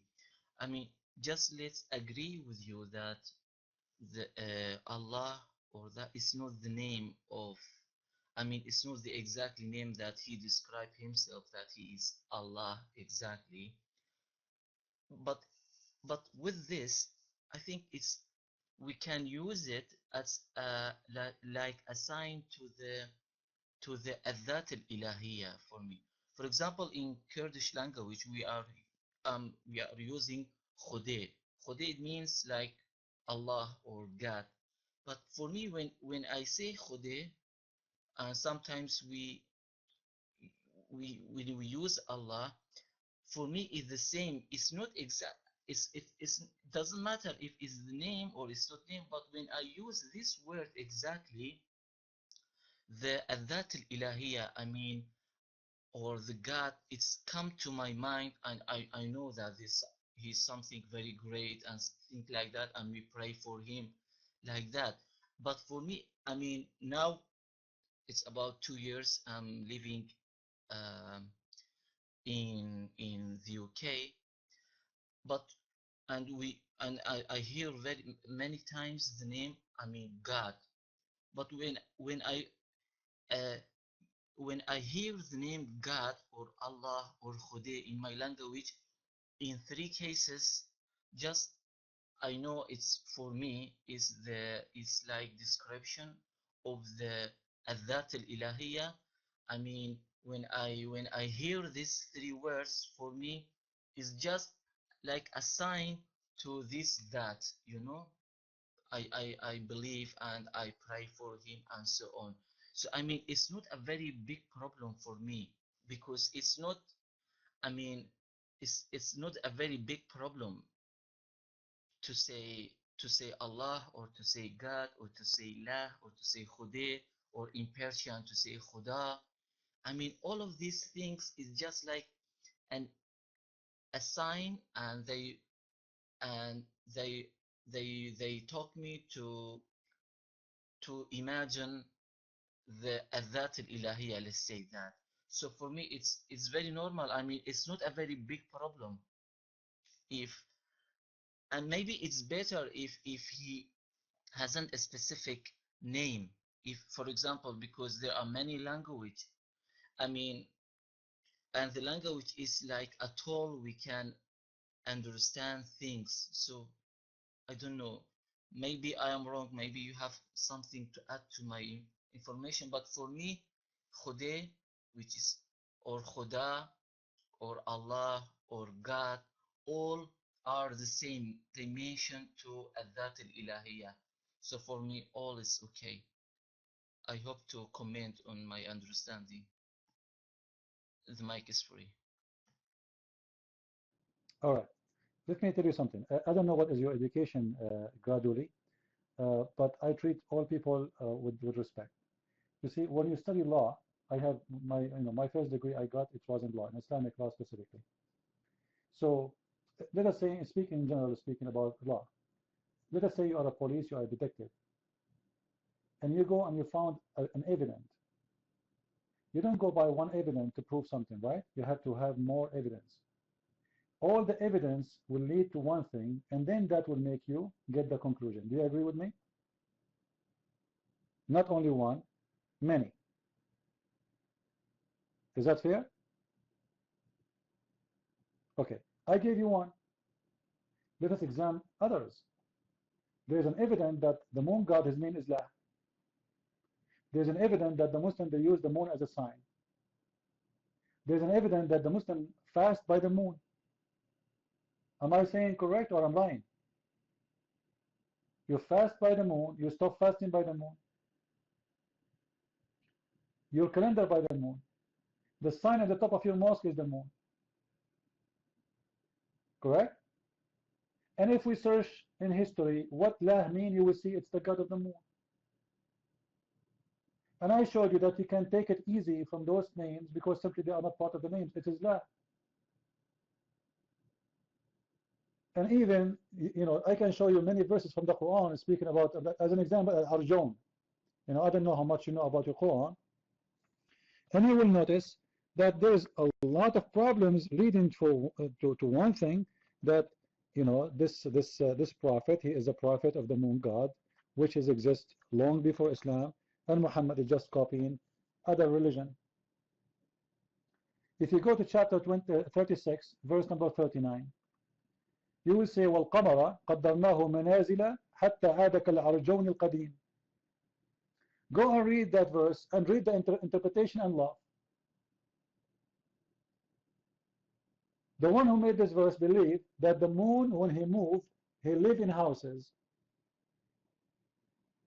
He lived in houses. He moved from house to a house. And that's exactly what people of the moon god believe.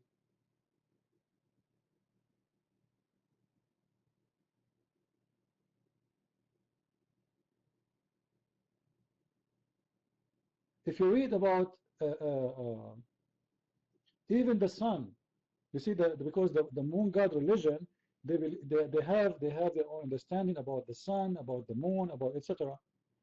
Even those who are the Egyptian, they believe that the sun swim and go and dive in the murky water under the throne of God.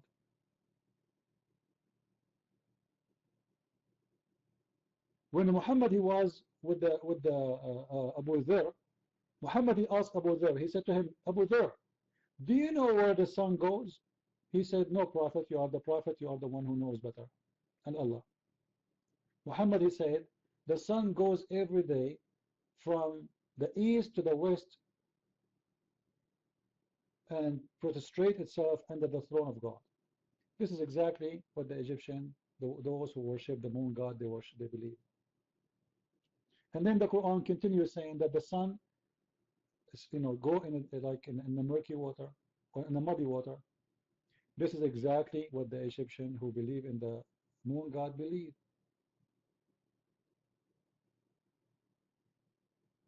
So there's many evidence lead us that this is the religion of the moon god.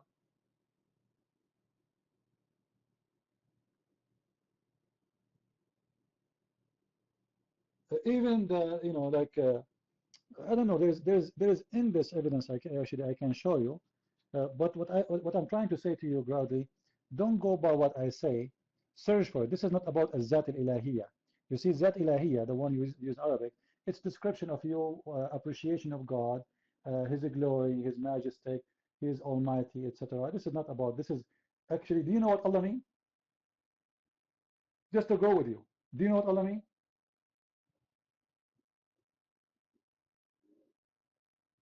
Gladly, do you know what Allah means? You don't know. No, it doesn't mean the God. No. What Allah mean? Tell me. I want to learn from you. I never saw a Muslim knows what Allah means.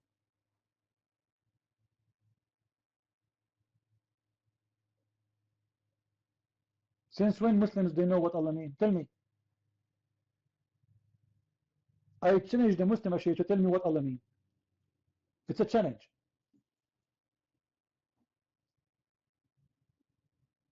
Anyone?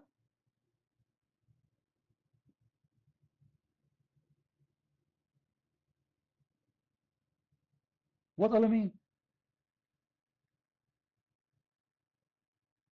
They don't know. Because if Allah, if Allah is a name, this name has to have a meaning. You see, all the names we have for God in the Bible have a meaning. The only ones do not know what Allah means is Muslims. And the funny, this is the most important name for them. Well, tell me what this means then.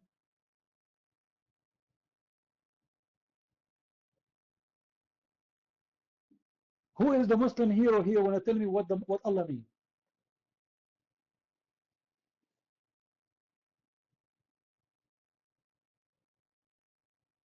Who is a Muslim here? Brutus, are you a Muslim? You are a Muslim? Okay, take the mic. What Allah mean? You mic.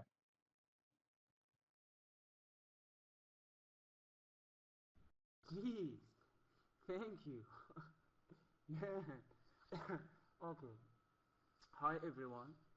Yeah, I hear you talking about the word Allah, CP, and I know you know Arabic, right? So, you know what? You should know it.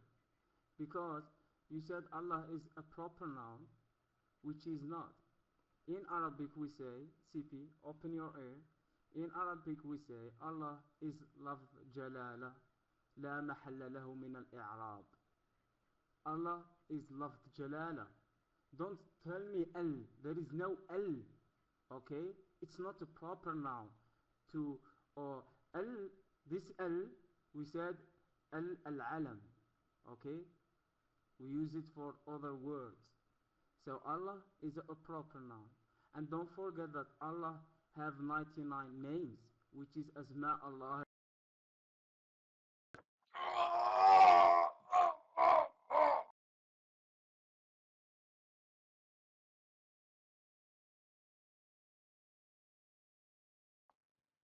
Brutus, you see, maybe you were not in the room. If you go to the Quran, chapter 1, verse number 2, Al-Fatiha, you will say it says Lillah. You said it's Lafz Jalala because simply you have no definition. Lafz Jalala, like a word of respect. Well, how do you respect Allah by saying Allah? You see, it's like saying to me, I give you definition of the water by saying it's a water. I'm asking you what Allah means. What do you mean Lafz Jalala? All the names of God is Lafz Jalala. What are you talking about? But this one, you're stuck with the Lafz Jalala only because you have no answer. What does the word mean? Secondly, if you go to the chapter, I can show you many verses. Lillah. Lillah. It's not Allah no more. It is Lillah. Where is the L is gone? Li. You speak Arabic. Li. La. Not my word. This is the Quran saying that. Chapter 1, verse number 2. So what happened to Allah? How he shrank from Allah to Lillah? So now my question is, what Allah mean? Don't tell me it's Lafz Jalala. Guys, he's saying it's a word of respect. What does that mean? Statement of respect. How, you need to tell me what it means for us to know if it's respect or not.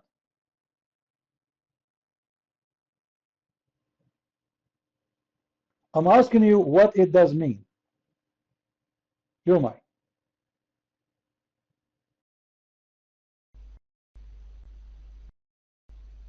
You are like a fucking donkey. You have got no knowledge. Zero. Next time, don't come to my room without your parents, okay? Be careful. Prudence, you're mine. Okay, thank you. Can you guys just post the word again? Because I see someone post Allah, which is there is exactly there is a small thing and the alif. We call it in Arabic ashadda. That means we don't need to write two alif. So we make a shadda, that things on the middle, that sign, guys, if when you see, this is Brothers, let me tell you something. I don't know how much food you ate today. Both of them, they have shadda. What's wrong with you? Allah has shadda and Lillah has shadda. Hello? What does this have to do with this? Go to the Quran, read the chapter number 1, verse number 1 and number 2. Allah has a shadda, and the verse number 2, Alhamdulillah, has a shadda too. So the shadda is in both exist. The question is, what happened? Why it is li, lah? What happened to Allah? It should be li, Allah, not lillah. What happened? You might. If Allah is the name, still you should say li Allah, not lillah. You cannot play with the name. You might.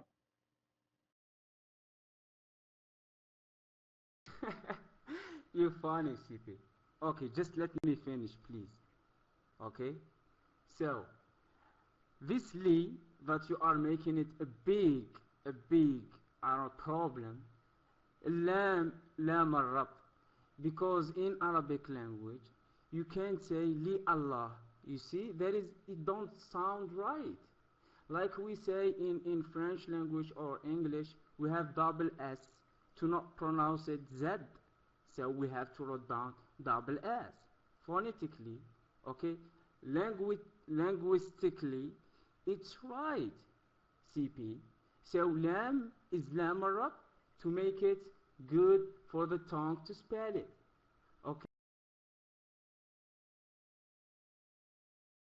I can say li Muhammad and the name will not change. Li Muhammad. Lam al-Rabt. What are you talking about? The name, you cannot take letters from it, man. You cannot take letters from the name. The name will stay the same.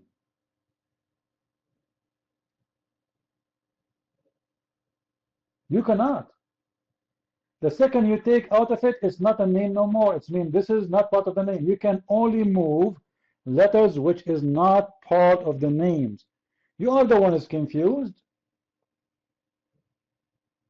You are coming with me to a rules have nothing to exist because this is a noun. This is a noun. The noun will not change. This is not a verb. This is not an action. This is a name, right? So you don't change the name to say, I want to say Li. You can say it without changing the name. Li Muhammad, Li Ismail, Li Ibrahim. I'm not changing the name. Ibrahim is still Ibrahim. Muhammad is still Muhammad. Ismail is still Ismail. I don't change it.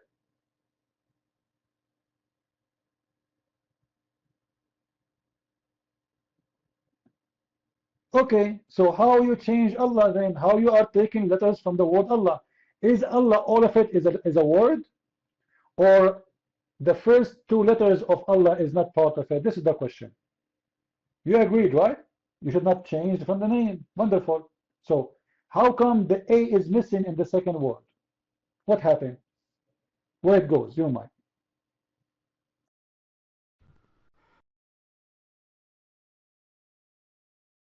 Okay, CP, we agree that proper noun will not change. Okay, Muhammad, Ali, I don't know what, Joseph, John, these proper nouns will not change. Okay, but I told you, CP, I told you that Allah is love Jalala. I didn't tell you that Allah is a proper noun. Did I say that? I told you Allah loves Jalala لا محل له من الإعراب. لا محل له من الإعراب. Hey, Brudith, can you translate for the room what you are saying? Can you translate? Because I want people to laugh with me. Tell them please what you are saying to me in Arabic. You might. Allah lafzu jalala la mahalla lahu min al-i'rab. This is the most funny joke ever, and I love it. You are telling me that Allah have la mahalla lahu min al-i'rab? There is no reason for him to exist in the sentence? What do you mean la mahalla lahu min al-i'rab? It's a word we should not, like, it's we can take it off, we can add it, it's not important. Tell us what you mean. Translate to the people in the room when you say لفظ جلالة لا محل له من الإعراب. Translate to the room, please. You might.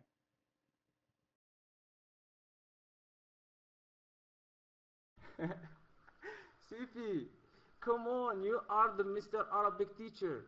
They don't know Arabic, but okay, I'm trying. Okay. Verbs. Okay, verbs in English language. You can add what you call I, and you try to grammatically, like you can make the verb in past, in present, and whatever.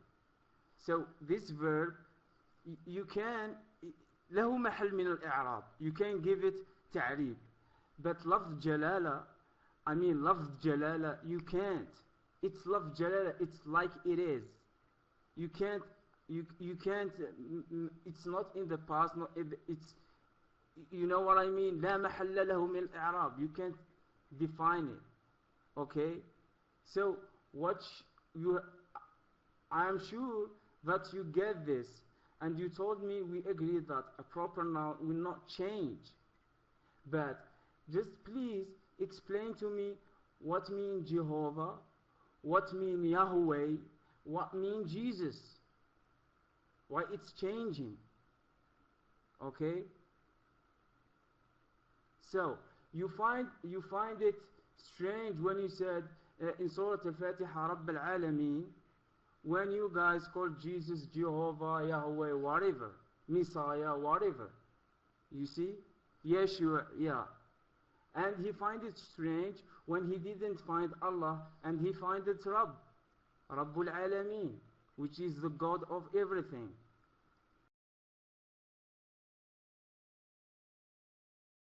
You are going away from my topic and you did not answer anything.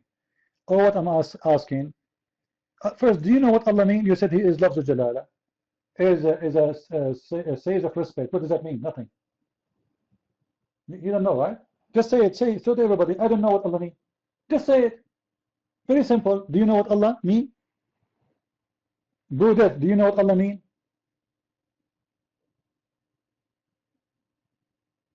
No, this is false. Because if Allah means God, you don't say there is no God but Allah. Because you are saying there is no God but God. This is the most stupid statement you say. When Muslims, even they translate from Arabic to English, they say there is no God but Allah. They don't say there is no God but God. Because if the word Allah means God, then you translate it as God too. But you don't translate Allah. You don't translate it. You say Allah. For it is not a word mean God. It is a name. Let me ask you a question, very simple. Is it a name or a word mean God? Brudet. Is it a name or a word mean God? Go ahead.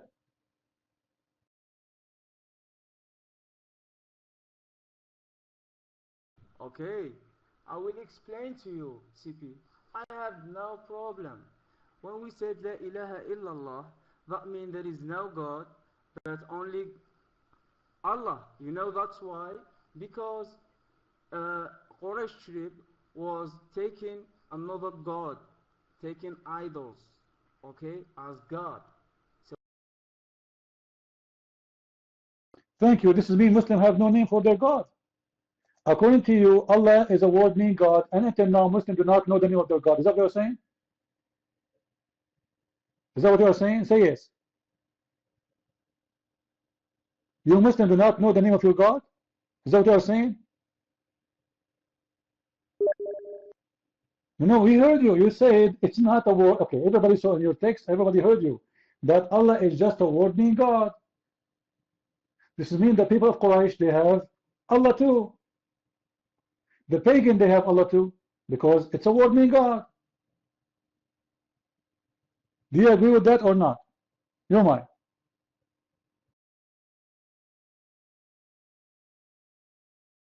I don't. The tribe of Quraysh have idols to worship, and they took it as God. No, according to you, they took it as Allah, because you are the one who said Allah is a word meaning God. Correct, people? As long as they have a God and Allah is a word meaning God, it means they have Allah. How come when it is for Muslim, you say it is God, is Allah? When it is not, you say no, it's not Allah. You see, you are being hypocrite now. Either you accept what you said 5 minutes ago, that Allah is just a word meaning God, or you say this is the name for the God of the Muslims. Let me expose what you are saying. What is the first name of the names of the God of Islam? Do you want to show you links? Do you want to show you fatwa? Do you want me? Do you want me to show you a hadith from your prophet? You see, bro, those games you can play with those Western who have no idea what Islam is about. You can play them with me. Isn't it your prophet? He said that this is from the Asma Allah al-Husna. Did he say? Did he say it's a name? Asma. So don't say it's not. It's just a word meaning God. Because right now you look really bad in the front of everybody when you say it's just a word meaning God. And then I say to you, okay, so then the pagan, they have Allah too. You said no. So for the last time, I'm asking you, what is the name? Okay, you know what? I will go with you. What is the name of your God? If Allah is a word meaning God, all right. Everybody heard you saying that. I want you to tell me the name of your God. If Allah is a word meaning God, it's not a name. So what is the name of your God? Your mind. You know what, CP? You need to know how to learn. Beside, mocking, and beside those people are mocking. Because I'm trying to answer, right? And please don't doubt me. Give me a chance. Let me finish. I mean, you take a mic, you say what you want to say. Then when it's my turn, you just doubt me. You don't let me finish my sentence. Okay? So, like I told you, just pick an example. Greek mythology. They have many gods. Gods of the sun, gods of the water, gods of whatever. Okay. If we translate this in Arabic, how it will sound, CP? Ilah Shams. Why you are going in circle, bro? You see why I'm giving you a dot? You're not answering. You said, and everybody is my witness, you said Allah is a word meaning God. I'm asking you now, so what is the name of your God? Everybody's heard you. It's in the text too. Allah is a word meaning God. All right. So what is the name of your God? Allah means God, no problem. Now give me the name of your God. Because God is not a name. It's a generic word you can use for any God. The God of the pagan, the God of the Christian, the God of the Muslims, the God of the Hindus. It doesn't matter. It's a God. It can be used in every language. So now, what is the name of your God? Give me the name. Your mind.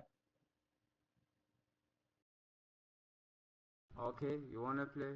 My God is Ar-Rahman Ar-Rahim. This is the name of my God. So how are you gonna say How come Ar-Rahman Ar-Rahim became your God names and Allah is not? This is funny. You see, the chapter number 1 in the Quran, it says, Bismillahir Rahmanir Rahim. This Abdul, he chose the last 2 words only to be the name of his God. The first one is not.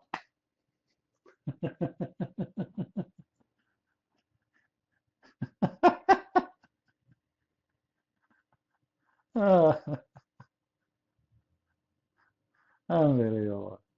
You are extremely smart, Buddha. Let us hear what 360 want to say. I will give you the mic back because he's waiting for long. Jarudi, are you there? You are not putting your hand up.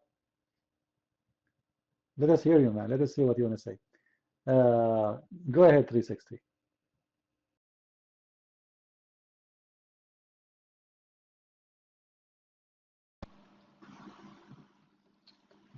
Yeah, it's interesting hearing pro-death talking about the old pagan followings and religions and mysteries, especially the Greeks. and I was just going to discuss on that about the modern day Christianity, CP. And I'm wondering, first of all, obviously it's your chat room. Am I going to be okay to ask you questions about modern day Christianity? I'll just pass the mic back over to you, then I'll ask the question. Oh, and CP, please, if you don't mind, by the way, can you add me on your mailing list or some kind of connection so that I can instant message you privately, if you don't mind, please? Because like I said, I need your advice on a few things. Thanks. Just please confirm that as well. Thanks. All right, 360, I would add you, but I don't take really private questions. Always you can ask me in the room. However, now, as you see, we have Muslims, so I prefer to leave those questions until we are out of Muslims. All right, so I can answer you. But I don't chat in private. With my respect to you, you can ask everybody here. I don't like people to private with me because I have a lot of people on my list. So if I want to take private, it's endless. And in the same time, it's better if we ask the question and everybody get the benefit of the answer, not only one individual, right? Well, we're answering anyway. Now, Brew, I will repeat my question again. You said that Allah is not a name in the front of the room. If you can give me a proof from Islamic reference that Allah is not the name of your God, I promise you I will close my room. Right now, right here. Is that fair, people? Is that fair? Because with my respect to you, one of us is lying. Either you or me. Can you provide me with a proof that Allah is not a name? And I can provide you with a lot of Islamic websites saying Allah is the name of the God of Islam. I can right now. Can you provide me the same? Can you provide me from your Islamic website a proof according to Islamic teaching that Allah is not a name? No mind. Yeah, first, you know what I said? I said Allah is lafz jalala. Okay. And you said something else. So, Allahu lafzu jalala. And if you want to make i'rab for it, لا محل له من الإعراب. Just to be clear. Okay? And Ar-Rahman Ar-Rahim, because you are not that smart in Arabic, Ar-Rahman Ar-Rahim are not names, are attributes. Okay, ACP? Just to make it clear for you. Okay, I will show you.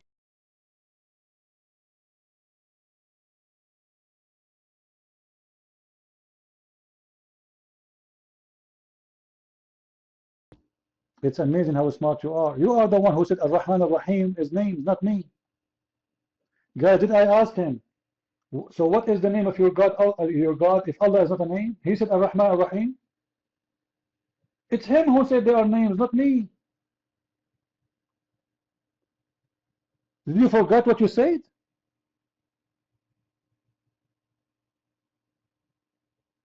Oh, you meant sifat. So you used the word name wrongly.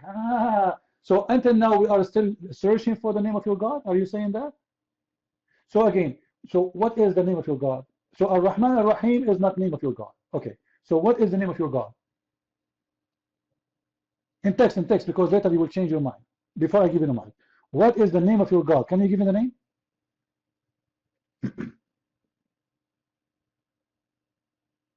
I'm waiting. What is the name of your God?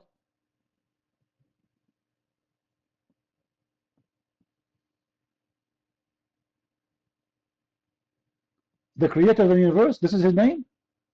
Guys, the God of Islam, his name is the creator of the universe. Well, this is attribute, you idiot. Isn't it this is one of the 99 attribute, Al-Khaliq? Hello? You see how false you are? By the way, there's many, they are recording this room. This room always recorded by many people. They record here.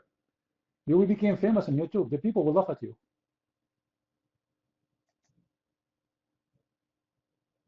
So what we got from Brudeth, until now, he did not know what is the name of He's God. Isn't it amazing? Because now they are in the corner. They are trying to get rid of Allah. Allah is not the name of their God no more. Suddenly Allah is no one. It's just a word meaning God. You see how we make them ashamed of their Allah? Did you notice? They are not proud about him no more. Allah is no one. He's just a word meaning God. It's nothing. It's not important. And not only this, the Muslims don't have a name for their God no more. That's it. Allah is nameless. A policeman will stop Allah in the street. He will say to him, your name. Your name. Uh, uh, your name, man. What's wrong with you? Your name. I'm Allah. Allah means God. This is not your name. What's your name? Ar-Rahman, Ar-Rahim. This is attribute, right? So what's your name? Can I call Dr. Phil? Because he is my shrink. Did you see a shrink do this? What happened? You are the one who said to us, you are insisting for the last hour that Allah is not a name. So we are asking, what is the name of your God? You see how shameful you are? Suddenly Allah is not a name because we discovered that Allah is the moon God. This is why you are trying to get away from it.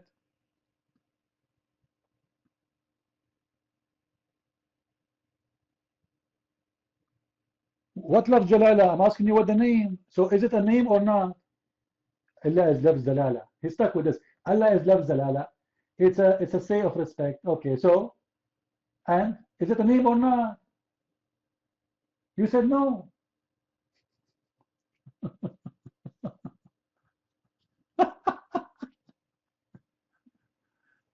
Brother, next time don't come alone. Bring your parents with you. Take my advice. All right?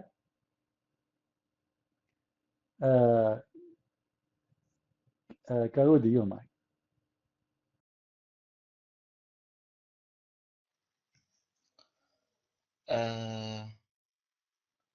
Christian, at the beginning I thought that you are trying to make a point and you are looking for the truth, but I mean after that, and I'm going with you, I'm saying that you are, you are playing as like a linguistic game and you are not looking for the truth. Like I told you, it's not a very problem if you say Allah in Arabic or if you say Khuda in Kurdish or Khuda in Okay, can you show me the word you said in the Quran? It's not a problem, right? Can we put the word you mentioned in the Quran instead of Allah? Can we do that? You mind?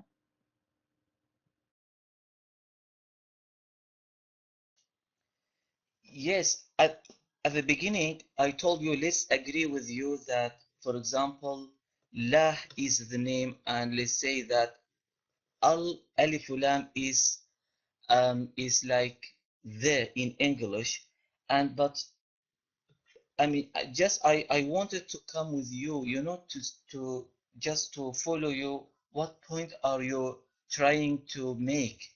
And I thought that we are really looking for something, but now we are playing linguistic games and you are escaping from the truth.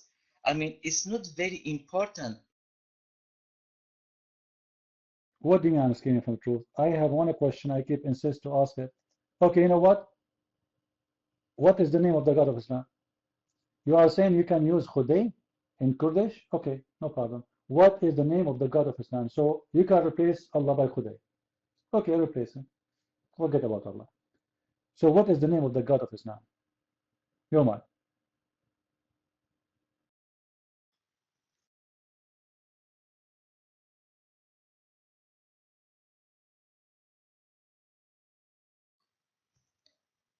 Dear Christian, I told you, the most important thing is to, Allah or Khuday or Khuda, all of these things are like it's a name to mention to the Adhat al-Ilahiyya, to the No. There is a name for the God of Islam. Are you saying to me the God of Islam doesn't have a name? Because I can show you your prophet saying that Allah is the name of God. It looks like you Muslims, you understand Islam more than your prophet. Amazingly. Seriously.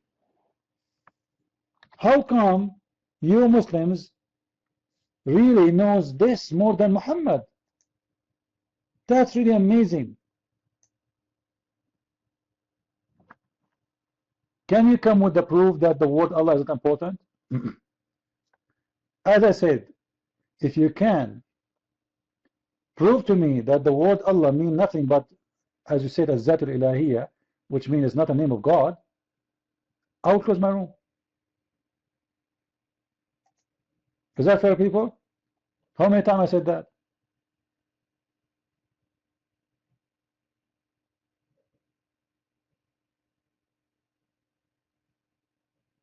I will close my room. Just to prove it to me. You see, you are saying I am just playing around. I'm not playing around. You Muslims are the one who play around. Your God Allah, He named Himself by Allah in the Quran. When we ask you what Allah mean, you say Azzat Ilahi. What does that mean? This is not a meaning.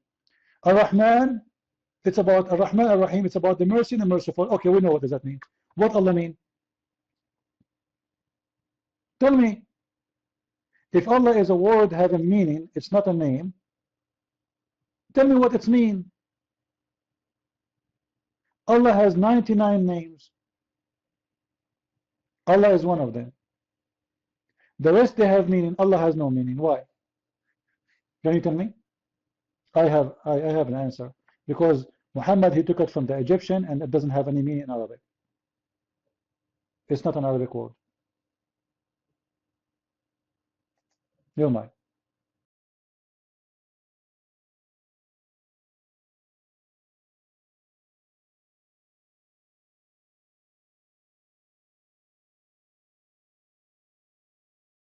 It doesn't matter, any of you. Tell me what Allah mean. I want to know what Allah mean in order to find out if Allah is a name or not. Mr. Karudi, he said it's not important. He can even change the name or the word Allah. He can take it off. So what Allah mean? You're mine. Christian, like I told you, the question is not the meaning of Allah. The question is who is Allah? This is the question. Otherwise, you are just playing with the language. And if you say that the information. Okay, how you use a word you do not know the meaning of it to describe your God? What if this word, I'm not trying to insult, what if this word is bad? Correct, guys? Like once a stupid Western guy, he came to my room. His name is in English is Khara. I told him, go change your name. He said, well, why? What's wrong with it? He don't know, which means shit. Excuse my language. So you're saying to me, you do not know what this word means, but still you want to give it as a description for your God? But you do not know what it means?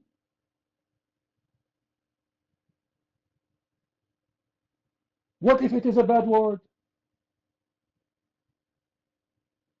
Guys, am I speaking logic? If I say to someone, you are, to a woman, you are beautiful, I know what beautiful means. If I say to her, you are ugly, I know what ugly means. But if I say to you, you are Allah, what does that mean? I wouldn't know. So how do you describe your God? How do you call him Allah and you do not know what Allah means? Very simple. You're mine.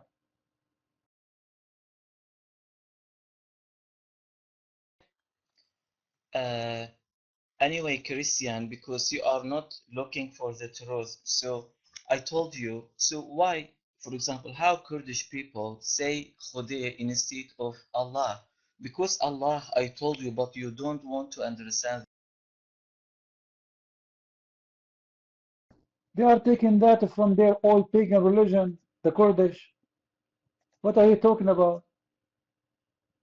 This is not part of Islam. That word never mentioned Islam. Allah never said Khuday or Buday. This is not Islam. This is from your pagan religion before Islam, which is pagan too, and after Islam is pagan too anyway.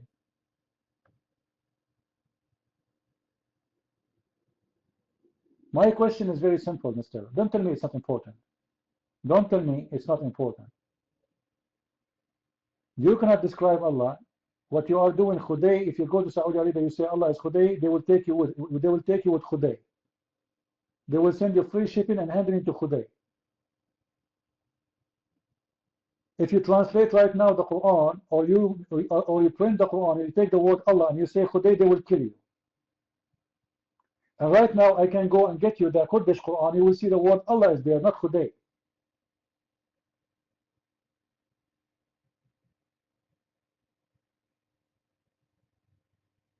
So you guys are playing games because simply you have no answer. Until now I'm asking the question, very legitimate answer. You say the Christians, they have names for their God, and we know what they mean. So you tell me what Allah mean. What Allah mean?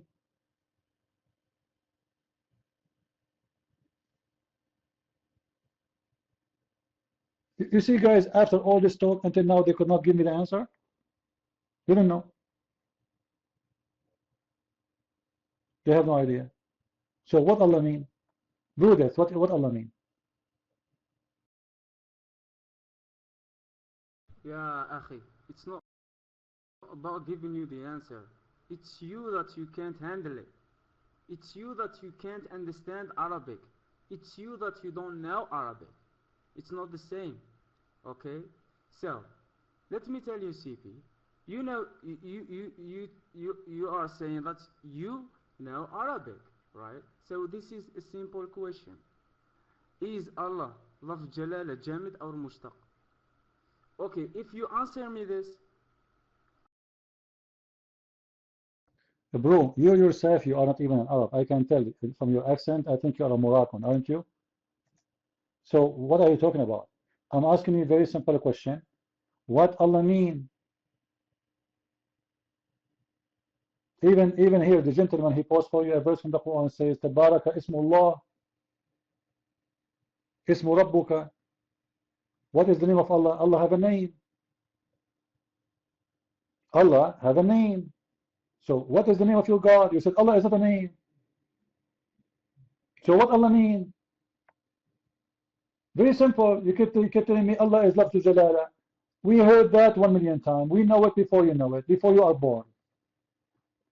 This is not my question. The question is, what Allah mean? Why you Muslims don't admit that you don't know what Allah mean? Just say it. For a very simple reason. You took it from other gods, other religion. You do not know what it means. It's not your own made. It's not homemade. It's not an Arabian made. This is not an Arabian God. This is a God which is made in the Egyptian land. La. You took him to you and you use the name, the same word, without knowing what it means. So what is the what Allah mean? Very simple question. Otherwise, it's obviously you Muslims are stealing the name of other religion God. Like, if you go in the Middle East, we ask somebody, what is the name of what is the program you use for your computer? He said window. But he's speaking Arabic, right? Why he's using the word window? Because simply, it is a program made in America. So you took the program from the Egyptian, the moon god worshippers, you put it in your computer and you keep using window. And it's the same for Allah. So now I'm asking you, if is Allah is a word have a meaning for you as a Muslim who speak Arabic? Does it? What Allah mean?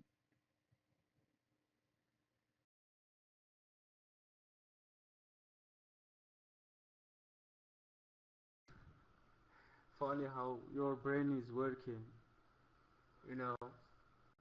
But let me make it, more simple because I go so deep with you when I said mushtaq and jamid. I'm sure that you don't know this. I'm sure. But okay, let's say Allah, how it sounds. It sounds like it taken from al-uluhiyya. Divinity, which is uluhiyya. What means divinity for you, Christian Prince? And who is divine?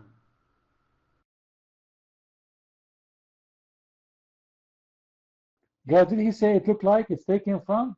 Did he say that? Did you hear him saying that? It looked like, are you going to give me like a surgery now? Is it from there or it's not? What do you mean it looked like? Ah, now he started thinking, maybe it looked like it's getting from maybe. So after squeezing you for 2 hours, you came to me and to say, maybe it's coming from there? Is it? I want an answer. Is it coming from there? I want you to confirm that. And I will make you sorry for saying such a thing. You're mine.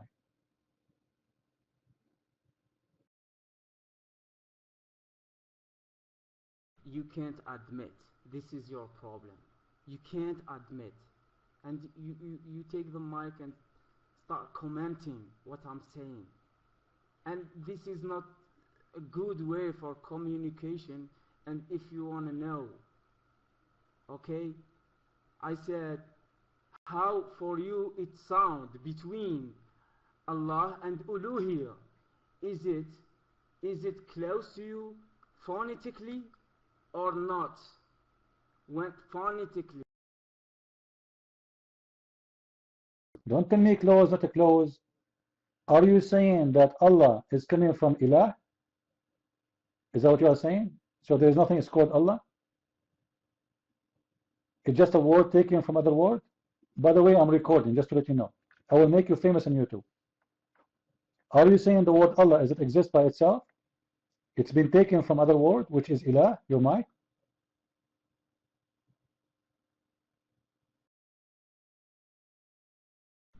This is why I asked you if love jalala is mushtaq or jamid. But you don't know. You don't have. Teach me, Abdul. So are you saying the name of Allah is coming from the word Ilah? Yes or no? And as I said, I'm recording you. Is the word Allah not exist by itself and it's just a word taken from other word? You're mine.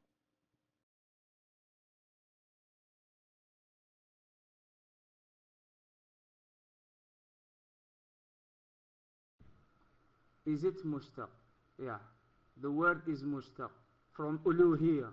And divinity, it's for God only. Record it. Do whatever you want.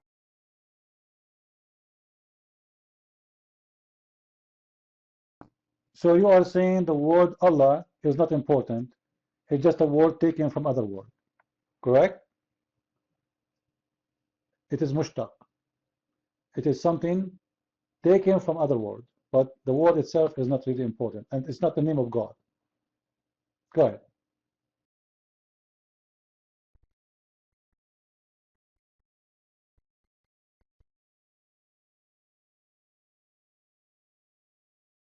Why after this all you say you got it?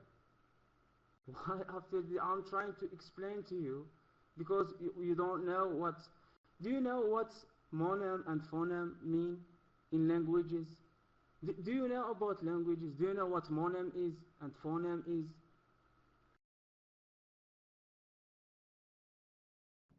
You see, after all what we said, you are saying that to me. Isn't it funny? Bro, death. So what we learn from you that Allah is not the name of your God. And actually, this is what I will name the video. I will post it on YouTube, and I will call it a new discovery. Allah is not the name of the God of Islam. And Muslims do not worship Allah because Allah is just a word, mean divine, according to you. Or let's say you don't even know the meaning. It's saying coming from the word divine. So how Muslims they say we worship Allah? How you know which one is Allah? Is it a name or it's just a word meaning God? You said it's a word meaning God. Well, everybody says I worship God. So you are worshiping the God of the who? You have no answer. Now let me ask you, Buddha, as long your God Allah has no name. He had attribute, as you said. Allah has no name. How you recognize your God? Listen carefully for the question. How will you recognize your God? Your mic. Okay, CP, let's forget about Allah. You have a big issue with that word. I'm gonna say هذا ربي وربكم فاعبدوه. هذا ربي وربكم فاعبدوه, which mean God. Rabbi mean God. Yeah, but you said this is my God and your God. When you say this is, it's mean you are pointing your finger at someone, right? Who is this is? Correct, guys? This is my God and your God. Who? Who is this is? This is who? Who? Your mic.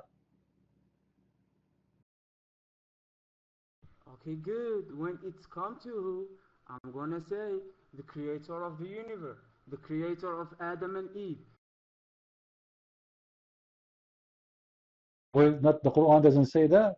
The Quran says Allah is our God, not the creator. It mentions in the verse that he is a creator, as he claimed, but always use the word Allah. Dude, let me ask you a very straight question. Is it true that the Quran says it is He, Allah, who created the world? Is that true? It is He, Allah, who created the world? Your mic?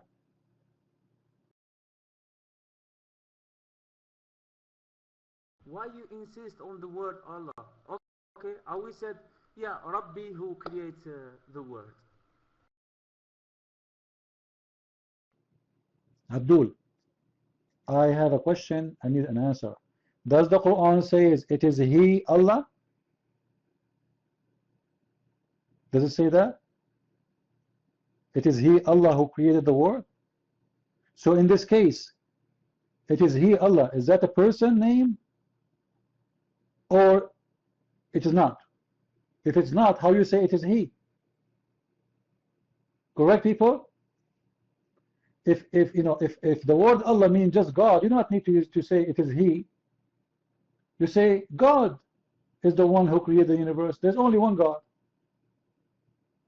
When you say it is He, Allah, it's mean you are speaking about specific person. His name is Allah.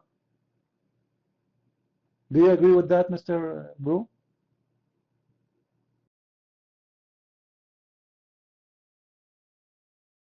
So here you are touching the divinity of God, because no one knows how God look like, if it's a person or not. You believe that God is a person because you believe Jesus is a man. So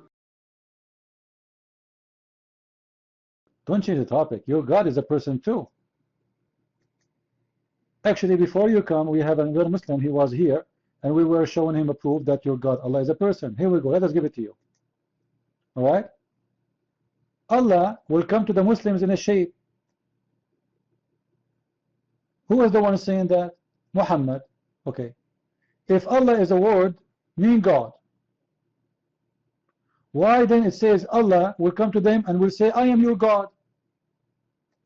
Isn't it funny that it says, you are saying that it's mean God, and then he will say, the God will come to them and he will say, I am God?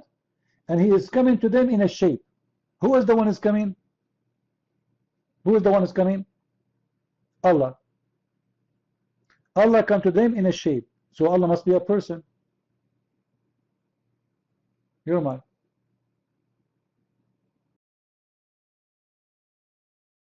I don't know, because I'm not scholar in that. I'm not, I just don't know about this, to be clear. But Jews believe that Moses talked to God. So God. Here we go. Let us blame the Jews. Well, no, not the Jews believe in that only. You Muslims took it from the Jews. It's in your Quran. Musa Kalimullah. You forgot? Musa, he spoke to Allah. This is what the Quran says. But this has nothing to do with the topic. Allah will come to you in a shape. That Allah is a person or not? The one who will come. Allah will come to them in a shape. He have a shape. You have a physical shape, you have body, you have two arms on the right side, alright? And he will come to you. So that Allah who will come to you, he is a person or not? Your mind. I don't know. I have no idea, to be clear.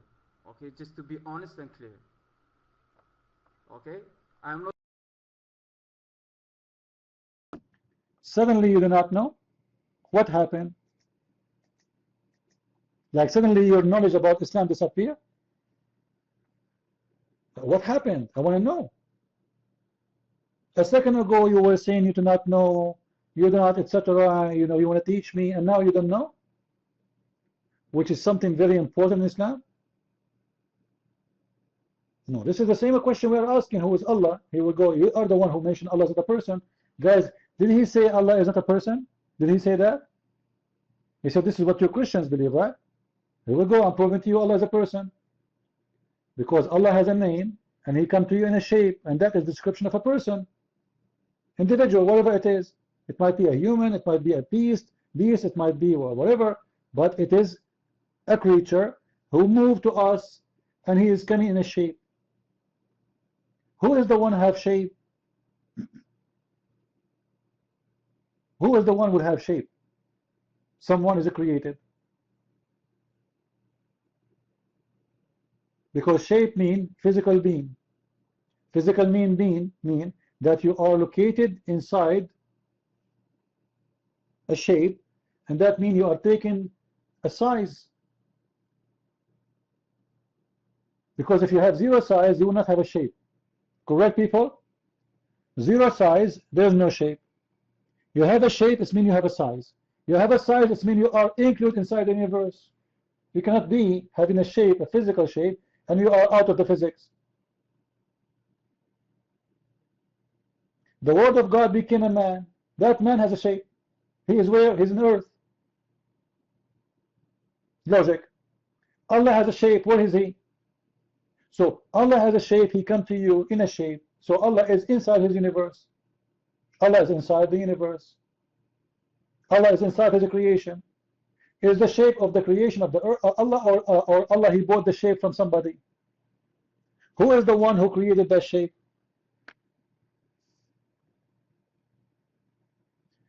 Your mic, Mr. London. Maybe Mr. London, you have an answer. Go ahead, Mr. London.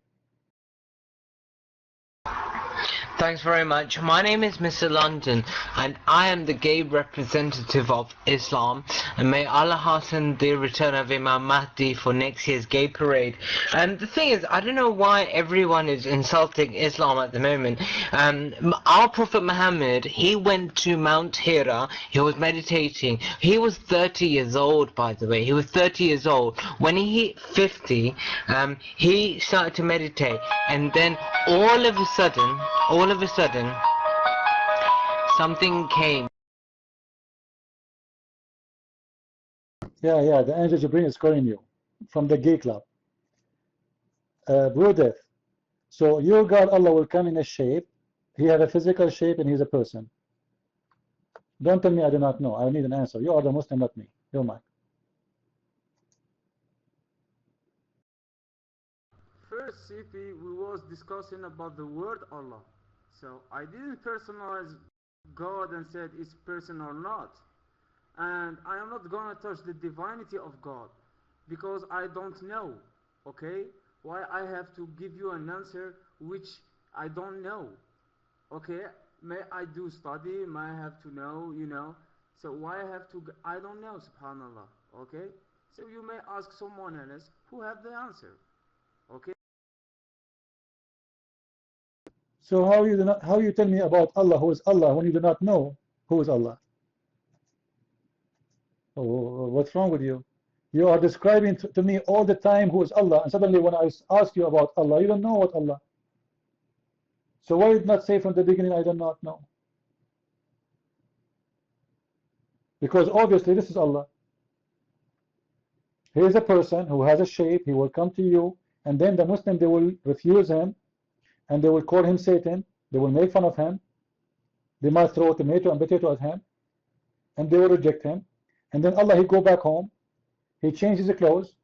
he changed his uniform, he changed his shape, and he come to the Muslims, and then the Muslims they say, hey, you are Allah. Why? Because they like the shape.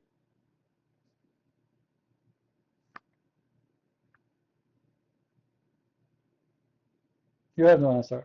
Let us hear what Gabara, your mind.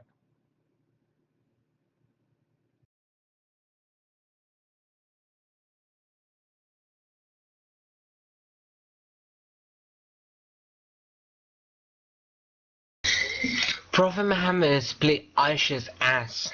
My brothers and sisters,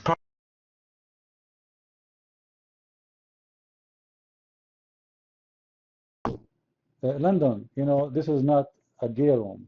All right, you can speak about those things in this way in different place. You want to speak in our room, you are welcome, but don't go filthy. Gabora, your mic.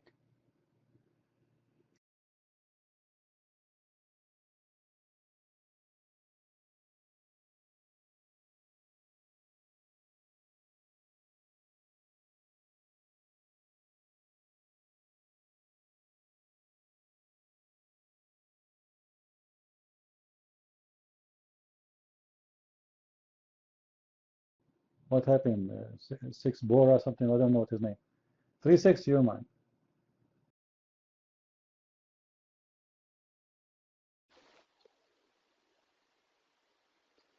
Assalamu alaikum. Can you hear me now? Yes. The issue is you try to talk about Allah. In the Quran, Allah said there is not such a thing like Him, like Allah. There is no such a thing. Now, if He mentioned that He has a hand, He has adjectives like others. Now, this doesn't mean that His Allah hand is like our hands, because there is nothing such a thing like Allah.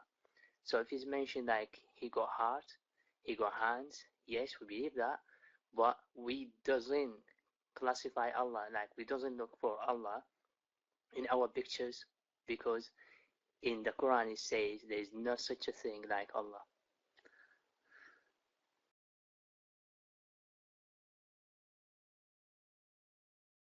You see, guys, the amazing answer of Muslims. Okay, Allah have hands, Allah have legs, but there's nothing like Allah. Well, how come Allah then He is saying I have hand when the hand is a hand? When Allah He used the word hand, listen to me carefully, people. If I say to you I have hand, I mean that I have hand, right?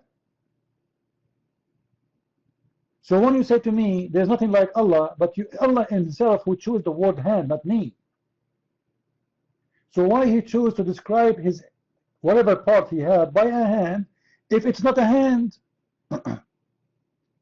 Or you want to say to me that Allah hand is a leg and Allah leg is a neck?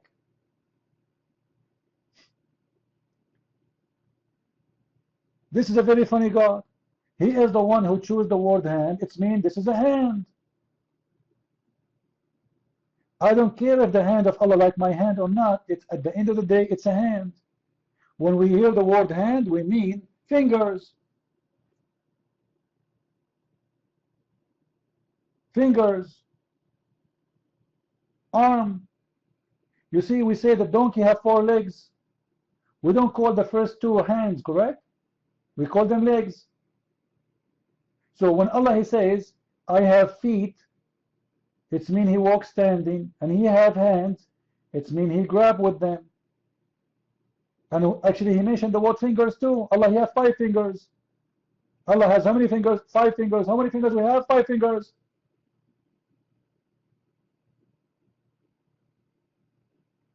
So your God have a face, Allah have a lips, Allah have eyes, Allah have fingers, Allah have a hand, Allah have a foot.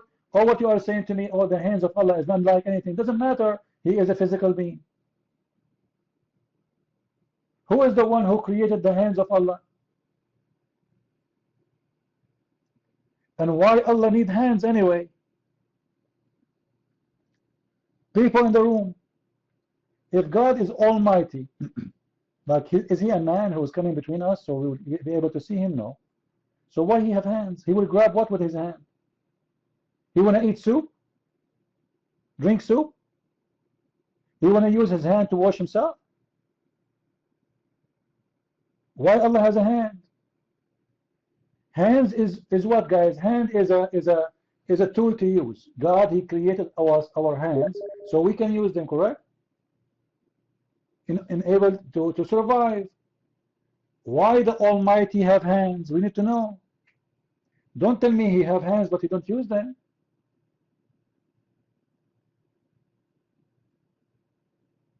So I want to give you the mic back, Mr. What his name was? Bora? Is that the name? It was him talking? Okay, Bora. Bara. The mic, Bara. Mic yours. Why Allah has hands and feet and fingers? 5 fingers. Your mic. Why He have them?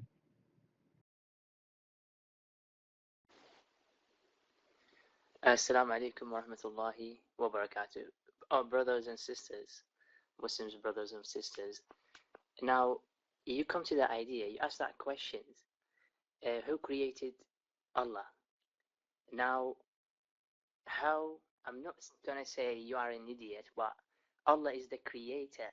You have to think about it logically. If he's the creator, how? Mr. Bara, I'm not asking you who created Allah. I'm saying who is the one who created the hands of Allah. You said everybody heard you. Allah have hands. Allah have legs. Allah have fingers. Right? Okay, who is the one who created the hand of Allah? I'm not asking you who created Allah. The hands of Allah, who created them? The fingers of Allah, who created them? Your mind.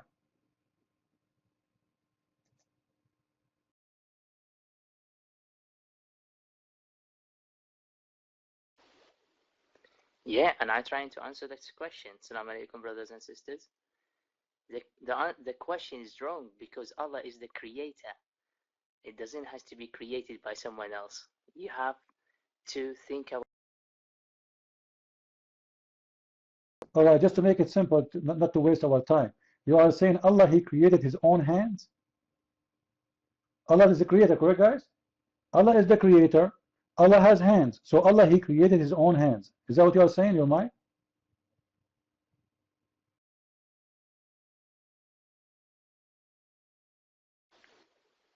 You waste of time. You are such a waste of time. An idiot, fool and idiots. And you are trying to run, that's all. Take the mic and answer me.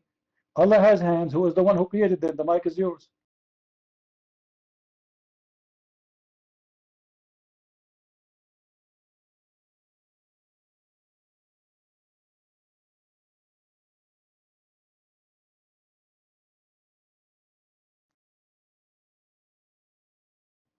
I don't know, I keep taking the dot off and it's not moving. Let me say Allahu Akbar. That will make it work maybe. It's not working. Come out of the room and come back. Bara. I challenge you not to run and to come back and to tell me who is the one created the legs of Allah and the hands of Allah. You have no answer. He's still dotted, correct, guys? He's still dotted. I think he left the room maybe, but his name is stuck here. This is why I cannot take it off. Yeah. You see, guys, how they play games? It's gone? No, for me, I see it still. Oh, he's gone, you are saying.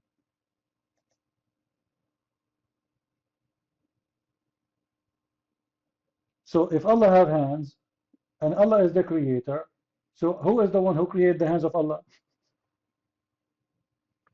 Allah. If there's other option, if there is any other option, you see how funny those Muslims are? He's lucky I cannot take the red dot. I keep trying, click at remove the dot, but man, no, maybe Allah made him a Hindu. It's not working.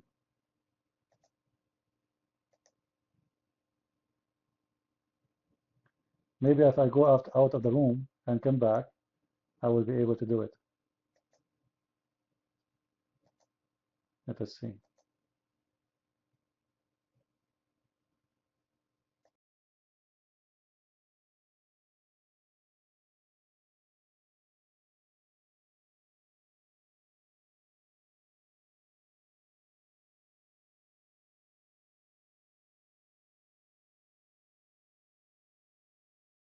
All right. Is he still in the room? See, he's not here. Not for me. Something wrong in Paltalk. You see, for me, he's not here.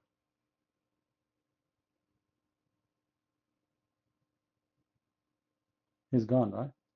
Yeah. So you see, guys, the logic? They can't answer. Allah has hands, Allah has feet, Allah has fingers. Why Allah has them? And who created them for him? What for? 360 your mind.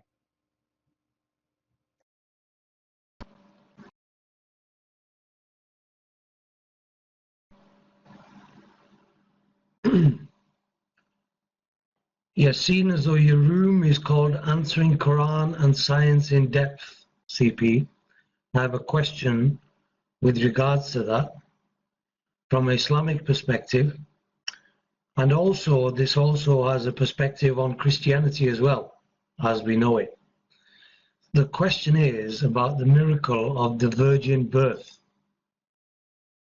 My research and reading of the Bible as well indicates that the virgin birth is something that was adopted from the pagan Roman era, and even prior to that, pre-pagan, with the virgin birth, such as the Egyptian Mithras and the Horus, etc.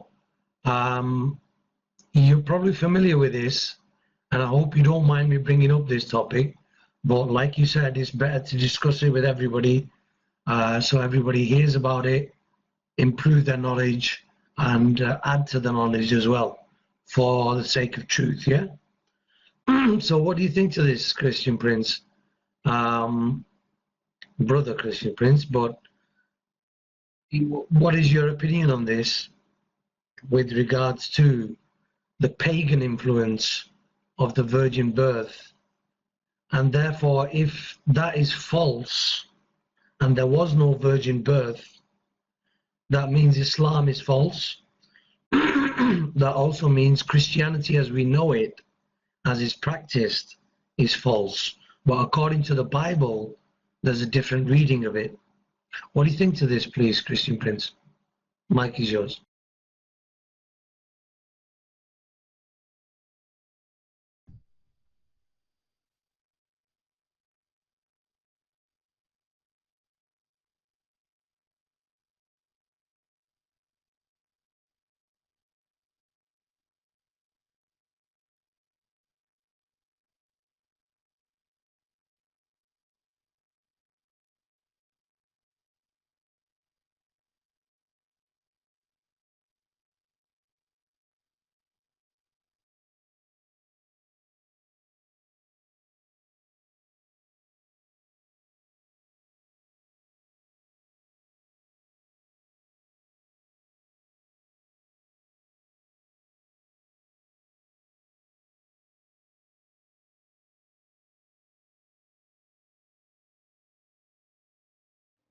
All right, maybe Steve here a problem. Anyway, uh, you see, when you talk about the virgin birth of other mythology, we need to take first story by story, and you will see that there is no match between them.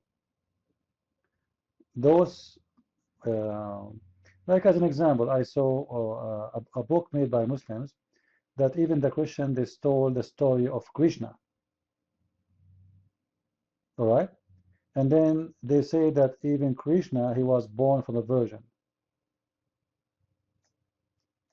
But when you go and search and study, you will see that this story is not accurate, it's false.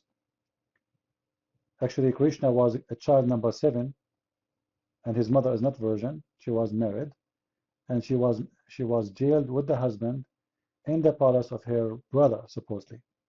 So there's many people, they come with false stories in order to make you suspect the belief. However, for us, the virginity of Mary, it is not only something happening for real, it is something proven to be true. Why? Jesus, through his life, as a man between us, he never committed sin. Never. And we challenge anyone to come to us with anything against Jesus. That is what the virginity is about. Otherwise, what the benefit of a woman she has been a virgin or not? So what if she is a virgin? Like, what a big deal? Virgin or not, who cares? You know?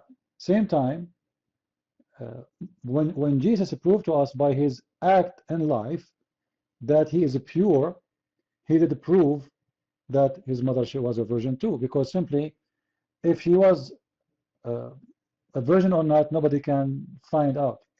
My mother, she can come to you and says, I gave birth to my son and I was a virgin. Can you prove it? Can you disapprove it? Nothing. Anyone, your mother can claim the same. So what's the point of this virginity thing? It's about the purity. So let us see the fuel of this, the fruits of this virginity, which is Jesus. Who is Jesus, the one we are talking about? If the mother of Muhammad said, I was a virgin and I gave birth to Muhammad, so look how faithful Muhammad is. So what's the point of your mother being virgin? There's no point. So we need to ask ourselves why the Christians, let us say they are claiming such a thing. Let us say it's not true. Why the Christians claim that Mary, she was virgin? And can they support that with any evidence? For sure, nobody can support it as an evidence with Mary because, as I said, this is something private, nobody can know. However, the son of this woman, he proved to us that he is unique. He is not like any man. He was pure. He was without sin, without guilt. He was a great teacher. He was an amazing person. He healed people. He made miracles. He had a unique power. So everything about him is unique. So why we will not accept that his mother, she was unique too? The unique is coming from the unique. Everything about him is unique.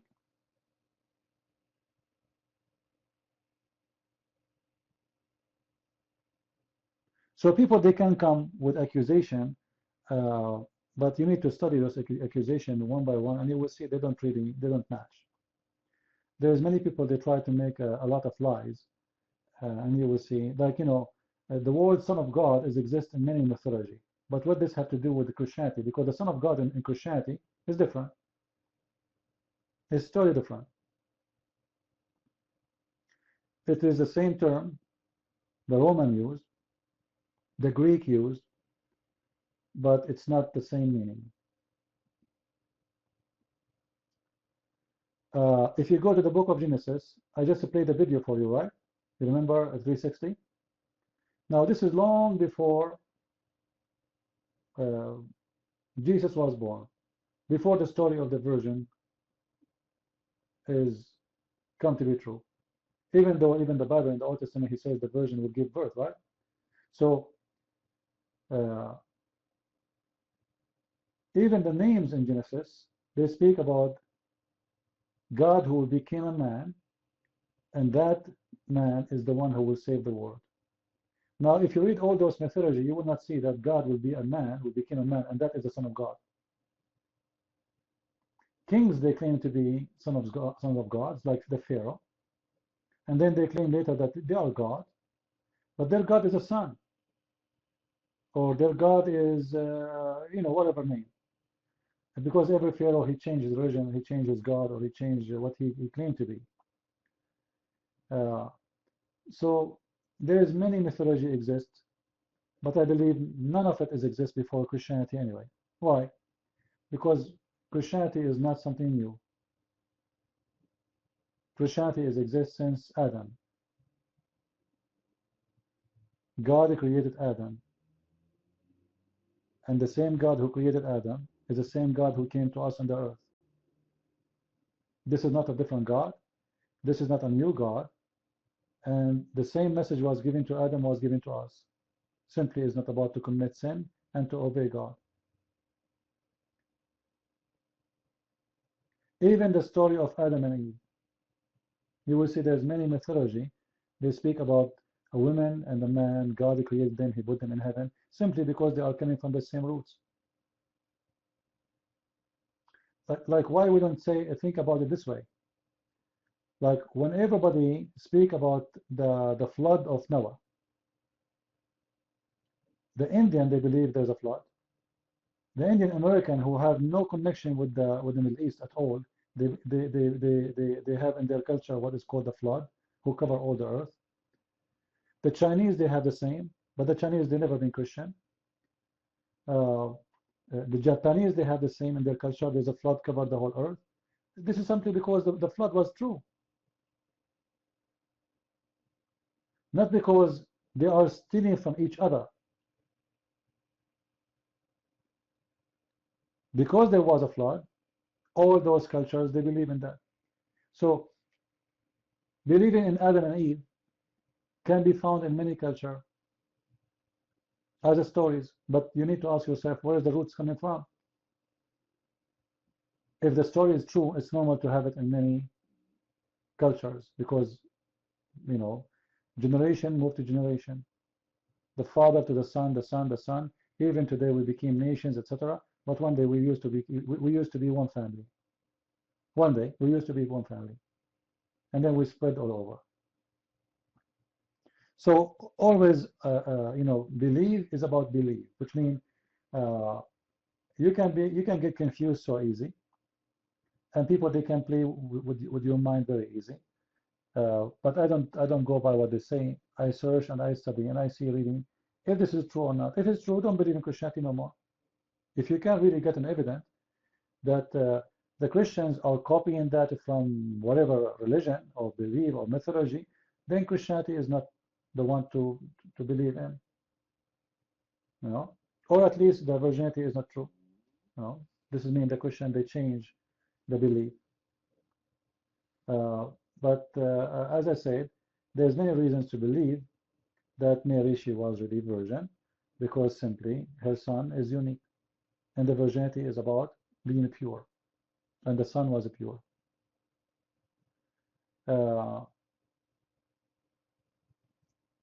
You know, people always they concentrate in certain things to debunk who is the Messiah. Like they say how God can be a man, so they remember only that he is a man, but they don't remember that this man can raise people from death. They remember that he used to sleep, but they don't remember that he can control the storms even when he's asleep. They remember that he have an eyes and hands, but they don't remember that this guy who have, or the person who have a hands and eyes, he can, people by touching him, they can be healed. He can walk in water. So either you remember everything about him or don't remember anything. And Mary is just one of many amazing things about Jesus. The question is, how those all things became exist? Either Jesus' story, all of it is fake, and then we need to ask ourselves, then how come those who came after Jesus, they can do miracles? Okay, Jesus is fake. Mary is fake. They are not holy, they are not, etc., whatever. And then we see that even their apostles, they are doing miracles. What happened? Until now, there's people, they can do miracles in the name of the Messiah. Until now. What happened? You don't see those miracles happening in Islam. You don't see in the Shia. You don't see in the Sunni. You don't see those things. You see it only with the Christians. Then we need to ask ourselves why.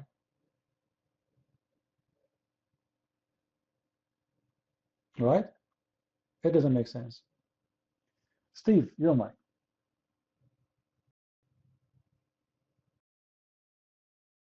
Thanks, CP.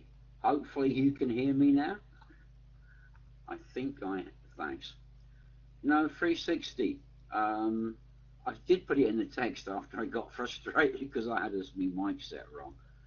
If you Google a video, it should still be around, called Zeitgeist Exposed.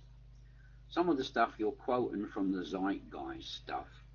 But as the guy shows, not only did they get their facts, well, basically the Zeitgeist stuff, he quoted various so-called gods or Egyptian stuff, and actually they actually twisted which god it was that did what. But you know, there's a very simple way if you have a heart for the truth. There is. Oops, I've got to put something in front of the link. Hang on, sorry. There's a list there of 365 different prophecies going back thousands of years in the Old Testament. Who Jesus would be, that he would be God with us, where he would be born, the things he would do, how he would die, written, some of them thousands of years in advance. One or two of them coming true by coincidence? Maybe. All of them? No. But you see, the thing is, 360, the sinful nature is real. And actually, it will fight against turning to God. And the more sinful and corrupt a person is, the more they will want to believe God isn't real because of the fear of judgment. And people will believe lies in order to help them believe God isn't real. In other words, a person is prepared to lie and fool themselves rather than find out they're wrong and admit it and turn to God. What you do with that link's up to you. Ex-Muslim pro-choice.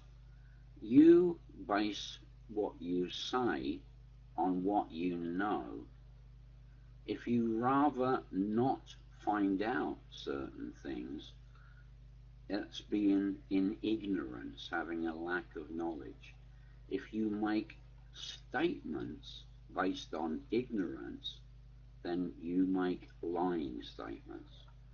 As I put in the text, demons are still cast out in the name of Jesus Christ. And there are lots of Muslims that are tormented by the things that are going on in their mind, and Allah can't do anything. A lot of Muslims are going to Christians to get the demons they got from Islam cast out. And does anybody believe that they remain Muslims after only the power of Jesus Christ can cast out demons? Abu Hassan is Muslim shoot fighting. Ex-Muslim pro-choice. What sort of person has to ignore everything that proves they're wrong so they can think they're right? Mike 3. Thanks, CP.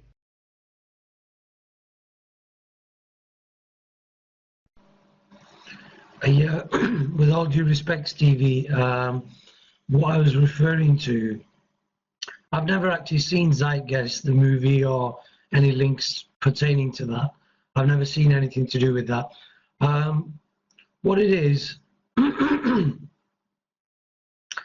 basically the situation that we're talking about is causing a lot of concern to all people, really. And the virgin birth story, like I say, is pertaining to other myths in the past histories. Well, what I read in the Bible, and you'll have to excuse I haven't given you the reference, but I'm sure readers of the Bible will know this. It talks about Christ coming from the seed of David, and just like we use the tafsirs for the Quran to give explanation, the Strong's Concordance on the word of seed comes as semen, which is to do with male reproduction. So the birth would come through male reproduction rather than a miraculous birth. I wonder what your comments are now on this. And this is in the Bible. It says that Christ will come from the seed of David, and the Strong's Concordance word for seed comes as sperma. in the Latin. I wonder what you think on this. Thank you.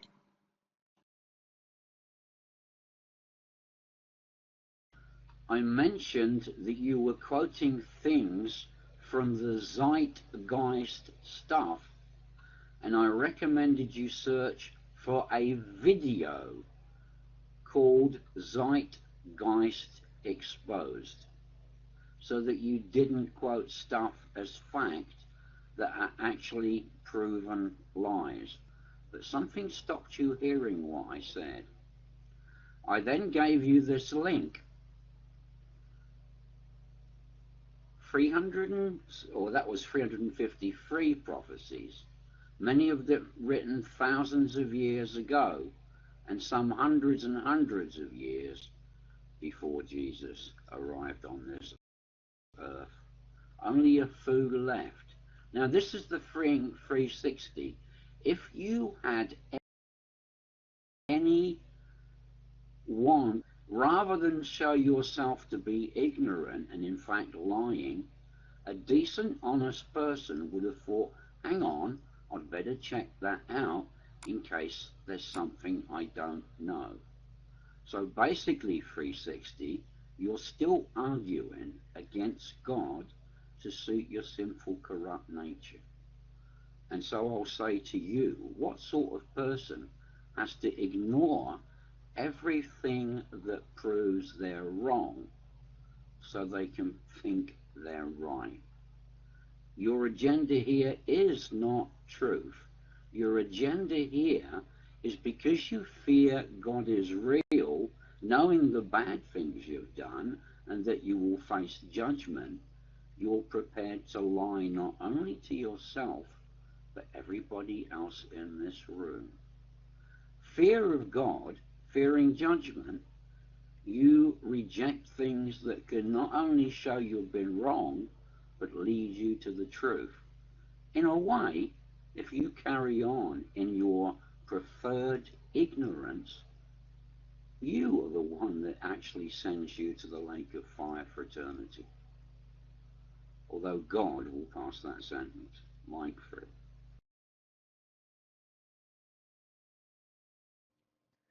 All right. Let us not to go hard on 360. He's just asking questions, and he want to know. All right. Now, 360. When you say that the Bible says that Jesus is from the seed of David, simply what about Mary? Is she from the seed of David?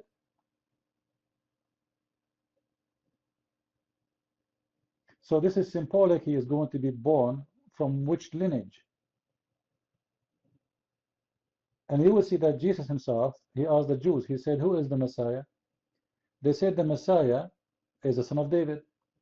Then Jesus, he said, if he is son of David, how come David called him my Lord? So the Messiah himself, he refused to be called the son of David. However, to be called the son of David for the Hebrew people is the most honorable thing to have. It's a big honor to any Jewish to call him the son of David. But still the Messiah, he refused that. So yes, the Messiah, he is from the seed of David by birth. Because by marriage, Mary, she is married to Joseph, by the way. Engagement in the Judaism is marriage. So both of them, they belong to the same lineage. So by birth, he is from the seed of David. According to the Jews, actually, Jesus is the son of Joseph. You know that?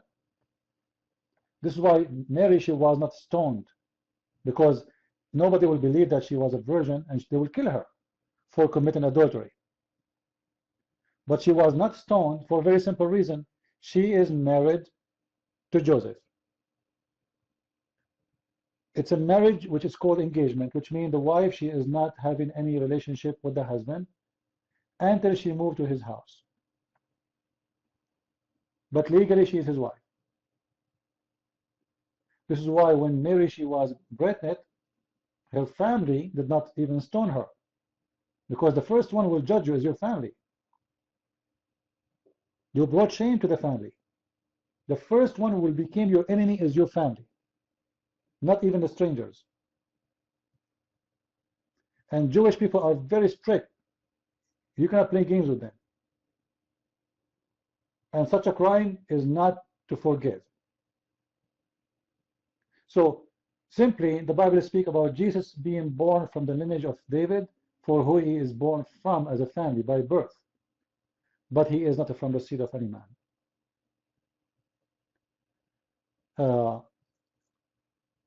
Same time, actually, he is not from Mary. He is not from Mary. So what the seed there, actually, this is a wrong translation, by the way. It's the lineage of David, not the seeds. From the lineage. There's many translation, like a translation always they come with translation. Everyone have his own way to express the meaning. So the one who translates the word seed is trying to give the meaning, not exactly the seeds. Jesus is not coming from the seed of anyone. Same time, Jesus himself, he refused to be called the son of David. This is why, for me, when some Christians, they say Jesus was a Jew, I laugh. Because he's not. He's the king of the Jews. He's the king of everybody, the king of the kings. Then how you say Jesus was a Jew? That's a very naive statement, actually. I do not need to convince Mr. Lord. The Lord himself is the one who convinces by himself, by his power, by his miracles. Not like Allah, who could not do anything. You see, more than 3,000-4,000 people, they get killed around the Kaaba. Allah could not do anything. People are seeking Allah and they find death in Mecca. What is their cult? They want to go around the black stone. Anyway, 360, your mind.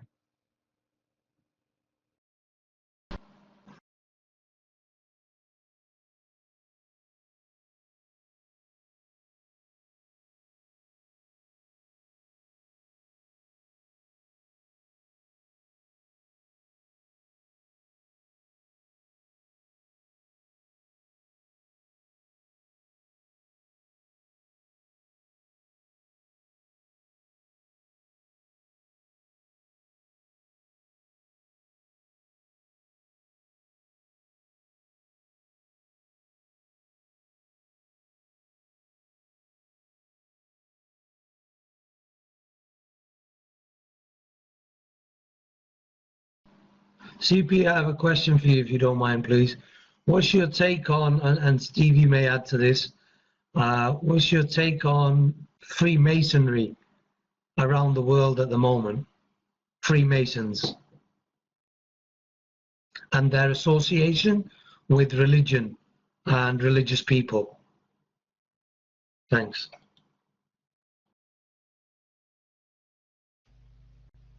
With respect, I'm wondering what's that got to do with finding out enough information so you can make a rational decision about whether God is real or not.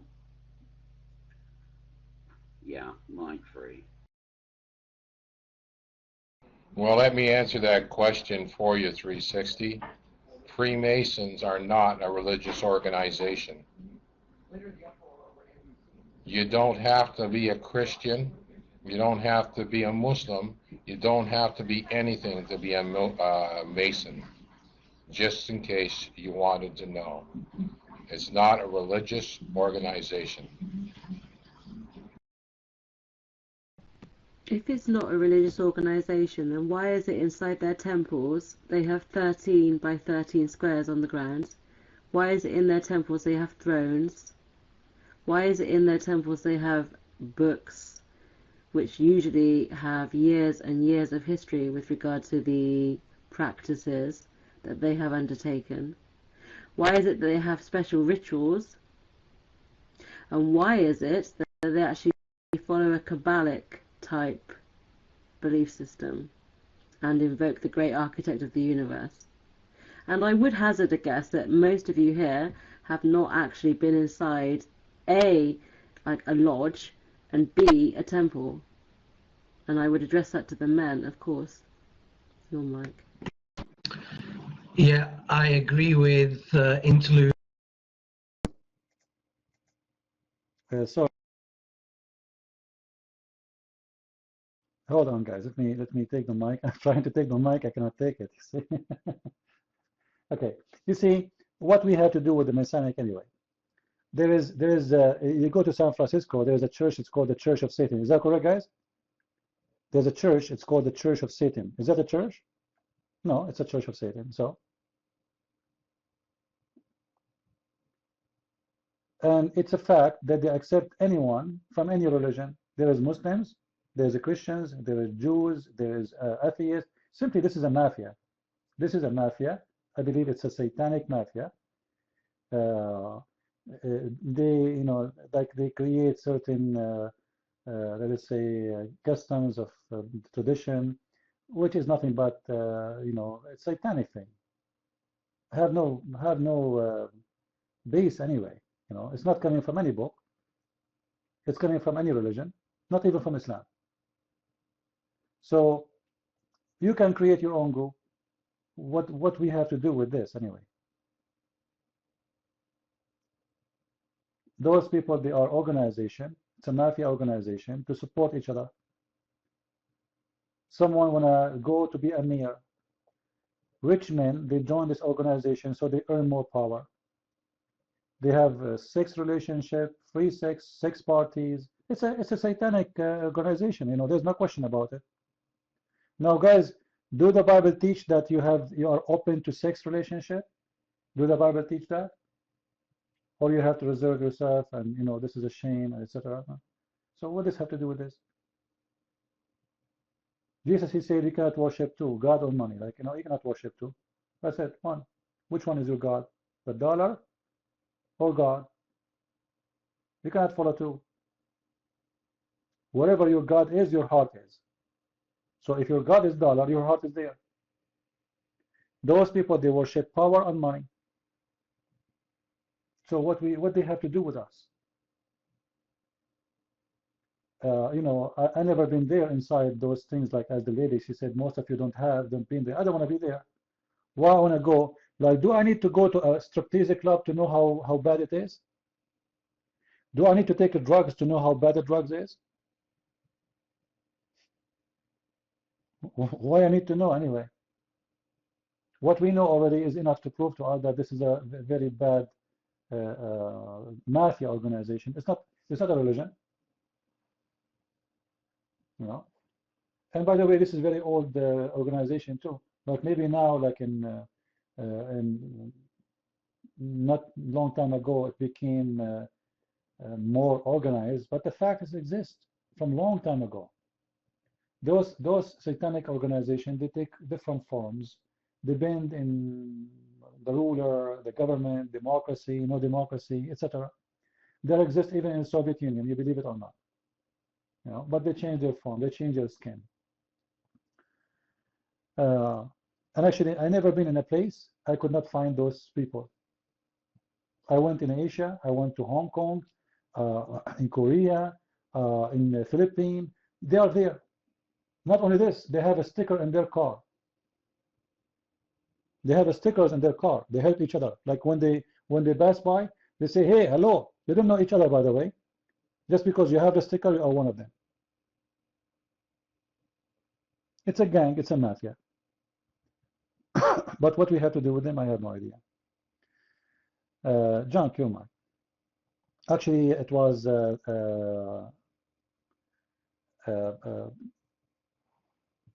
36. It was your turn, right? Yeah, 360. You're mine.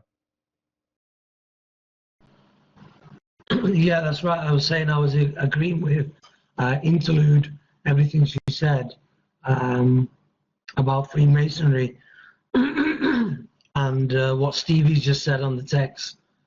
That I'm surprised to see Muslims involved in the hierarchy of Freemasonry at the higher levels.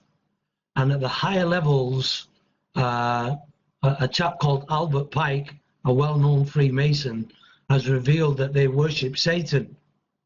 This is revealed in their books, in the Freemasonic Lodges books, a book called Morals and Dogmas and Morals, or something along those lines. So, these things are important, CP. and we need to discuss these as well to make people aware to stay away from these faculties which are satanic in origin and causing mass problems around the world. I mean, most of these politicians and the government elite are part of these free Masonic lodges, and hence you will know them by their fruits. And what have we got? Warfare everywhere, and deceit and lies. So it's important that we touch on this topic, and I hope that's accepted by all. Thanks. Well, first of all, the religious aspects of Freemasonry are to the individual, but yes, there are rituals in the Masons. But what we have is we have a bunch of anti-Zionists running around the world and running around a Paltalk, trying to link Freemasonry, okay, with Zionism. Okay, that's why you bring up Alfred Pike. Alfred Pike was nothing but a nut bar and a crazy, and I don't care what you want to say. The thing is you do not have to be of any religion to be a Mason. Now, interlude. You are talking to a gentleman that was first level Mason. His father was a Mason. My relatives in Glasgow, Scotland are Scottish Rite, okay? At the highest levels. I know about Masons, okay? I know about the lodge and I know about the temple. I can even show you that there's Qurans in the temple. I can show you connections between Hitler and many muftis in Islam that were Masons. I can show you a Messianic lodge that is Islamic. But what the issue here is anti-Zionists. That's what it's about. That's what you people are about. Right? Now, the thing is what's that got to do with Islam and what CP has brought to the table when it comes down to Islam? Right?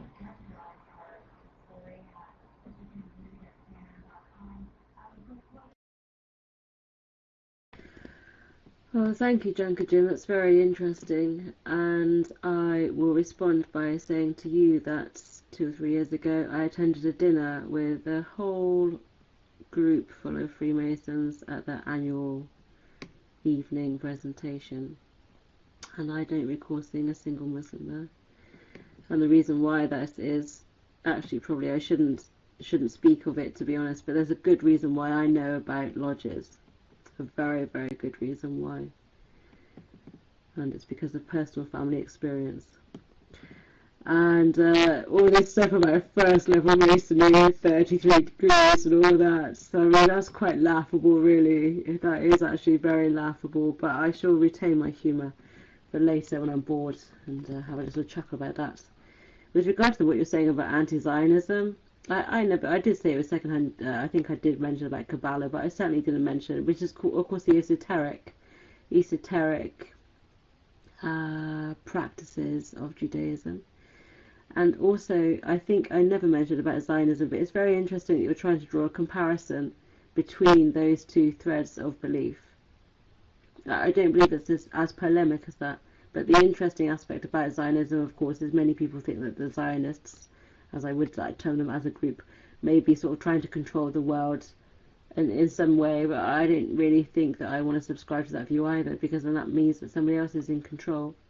I don't really like that. I don't really like the thought, and I won't accept it. Why should I? Who's going to be like puppeteering me? I don't want to be a puppet. But going back to Stevie, you didn't say. I don't think I said. I saw your word, Stevie, with regard to the satanistic aspect of Freemasonry. I'd very much like to hear what you think about that. Thank you. Islam for Dummies, your mic.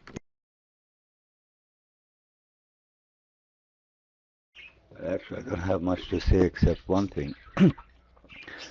Zionism is anti-Christianity. So what is the problem with that, Junker Jim? Ask anybody. Zionism of today is anti-Christianity. The Zionism that you talk about has nothing to do with Zionism in the Bible or of the Bible. Okay? So if somebody says again, I'm against Zionism, that doesn't mean he's against Jews. You have to understand what the term Zionism refers to and how it is used today for you to understand why Zionism is anti-Christ. And if you are supporting anti-Christ, you cannot be a Christian. Simple as that. Mic free.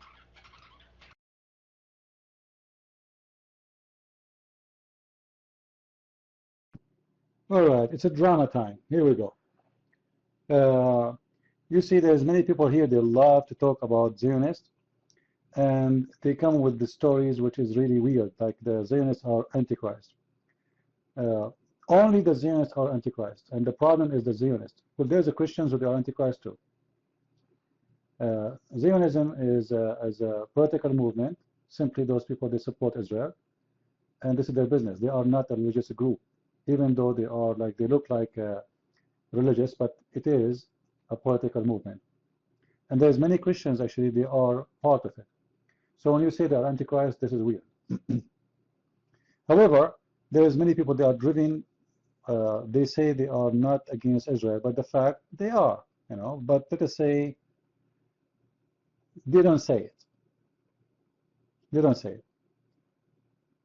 it. For me, what I care for, do those Zionists, they want to destroy the Christians and kill the Christians? Do they want to take their land? Do they want to destroy our churches? Are they going to send suicide bombers? Are they going to put bombs in the church? Are they going to kidnap Christians and ask for ransom? If they are not, well, there is many movement around this earth, right or wrong. Correct? Well, but I don't know why people they hate a specific one, simply because they try to give a title for those, and they try to make them look like they are the most ugly, disgusting, scary. If I am a Jewish, I believe in Israel. What is my problem to be a Zionist? Everyone knows that every Jew don't believe in Christ. Is that correct, people? Every Jew don't believe in Christ. Okay, so here we go. We should hate the Jews too, because you just said those Zionists are antichrist. Well, the Jews don't believe in Christ anyway, so they must be antichrist. And then we should maybe go and crusade against them. Can somebody give me some stones so we start throwing rocks at the Jews? Don't use that logic, Mr. Islam. All right? There's many antichrists around. No. There's a Christian Zionist too. I think you do not know much. Actually, the ones who support Zionism from the Christians is a lot more than those who they are Jews. Anyway, this is not my room. I mentioned many times, my room is not about this topic. I don't like it. And please stay away from my room if you want to go for this. All right? There's some people, they have a problem and they cannot get away from it. Zionists. They are people like us, and they have a dream. As long as their dream is not an ugly one, it's not my business. As simple as that. They want to build their Israel, good for them. You know, better than the Arab Christians who they lost their land and they don't, they forgot even the name of their God. You go in the Middle East right now, you will see the Christians in their Bible, they are using the word Allah. How they got this word Allah, I have no idea. But yet we want to teach the Jews who is their God and what to worship. We cannot even teach our own family in the Middle East how much they are lost.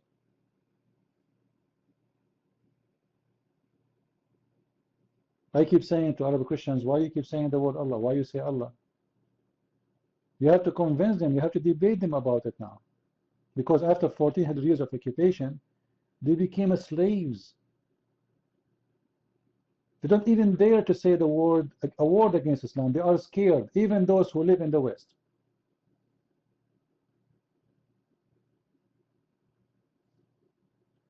Juku, don't put your camera, please. We know that you are handsome. I am the only handsome in the room is allowed to put his camera on. Sorry for that. You believe it or not, my mother, she believes I am handsome. You believe it? Amazing. Anyway, mothers. Can I give Vu attention? Who is Vu? Who is Vu?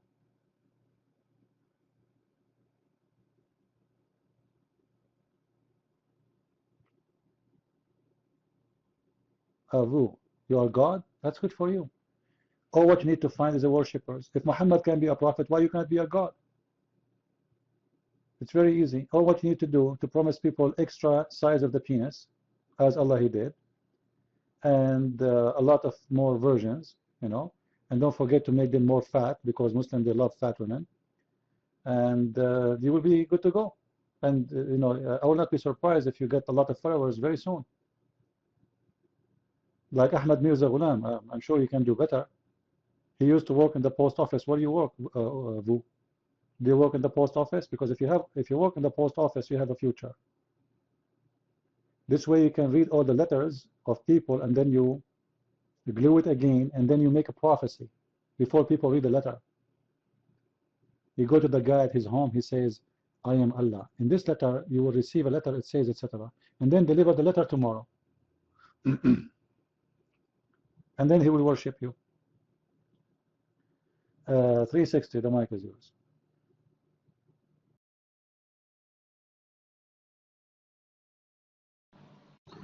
Yeah, just touching on the Freemasonry aspects again. Interlude was saying that they have esoteric and exoteric teachings. And this is same as Islam, which is al-taqiyya. You know, they can lie, they can manipulate, deceit is all over. And this is shocking. Yet they're charitable people. They're well-respected people in the society. You know, they're well high-ranked people. And yet undercover, esoterically, these things are happening. And they're under an oath where they won't reveal these things, but things get out. And again, I encourage people to check on all these things and not just take my word for it. But I'm sure a lot of people are aware of this already. Mike's passed over to Jocko 50.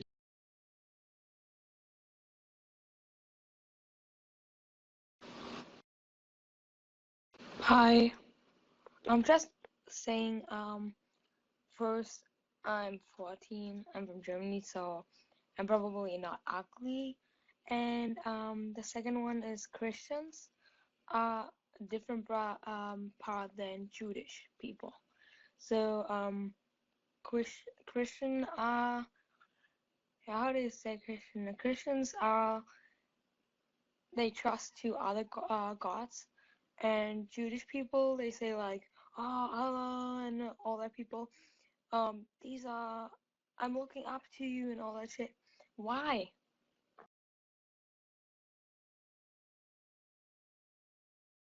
I think she's 14, she says. So I would like it if we could be gentle with her. I don't believe that Christians would consider themselves polytheists, Jocko, as you said. But I know that some other people might say that. But that's, I don't know. I'm not going to be getting into that. 360. you're right in a lot of the things you're saying, but unfortunately, you know, a lot of the information that comes from the sources that people have about Freemasonry is like Dan Brown and, you know, the Brotherhood books and things like that. And I think Freemasonry is quite interesting, but what about the Bilderbergers? Like the Bilderbergs, you know, what about, you could get into the Illuminati and stuff, couldn't you? You just get sort of conspiracy kind of BS, really, and I don't know, you can't say that the Freemasons don't exist because they do. You can't say that actually there is not an element of some kind of practices that they actually do undertake, which do appear to be somewhat ritualistic in nature. And I believe that there are many, you know, with regard to the correlations between Islam and Freemasonry, I can't really accept that, except for the one thing that they actually have with regard to the great architect of the universe, which they understand to be, as I understand it, to be the creational aspect. But then again, to carry out the practices they do in the way that they do, I wouldn't subscribe to that as anything like Islam. But maybe I'm wrong. I don't mind if you bring proof for that. I don't mind being corrected. But I don't believe that it's Islamic in basis or in nature. Your mic. Well, surprisingly, the temples and lodges are all faced east, and the prayers are all done in east, towards east in Islam as well. Also in Judaism, I must add. But I think either Stevie or Junker Jim was saying earlier, talking about Freemasons and how the rituals that they undertake, you know, are definitely satanic. And, you know, we just have to go back to the words of Christ. As he said, you will know them by their fruits. And the fruits around the world, what they're doing, and the false flags, the deception, the lies, there's so much hidden that they're not revealing, and they're causing panic and chaos amongst people and hatred, and we don't need that. Sir Stevie, I am Christian. I'm also Hebrew as well. I'm not playing no games, Mr. Stevie. Sorry about this. So yeah, it gets deeper and deeper, and I'm sure Christian Prince could add on this and tell us, you know, what he thinks with regards to the Freemasonry and lodges, and include, well, I must add, to spot a Muslim in a lodge doesn't necessarily mean that you have to spot the coloured person. A Muslim could be any colour. I agree. Mic 3.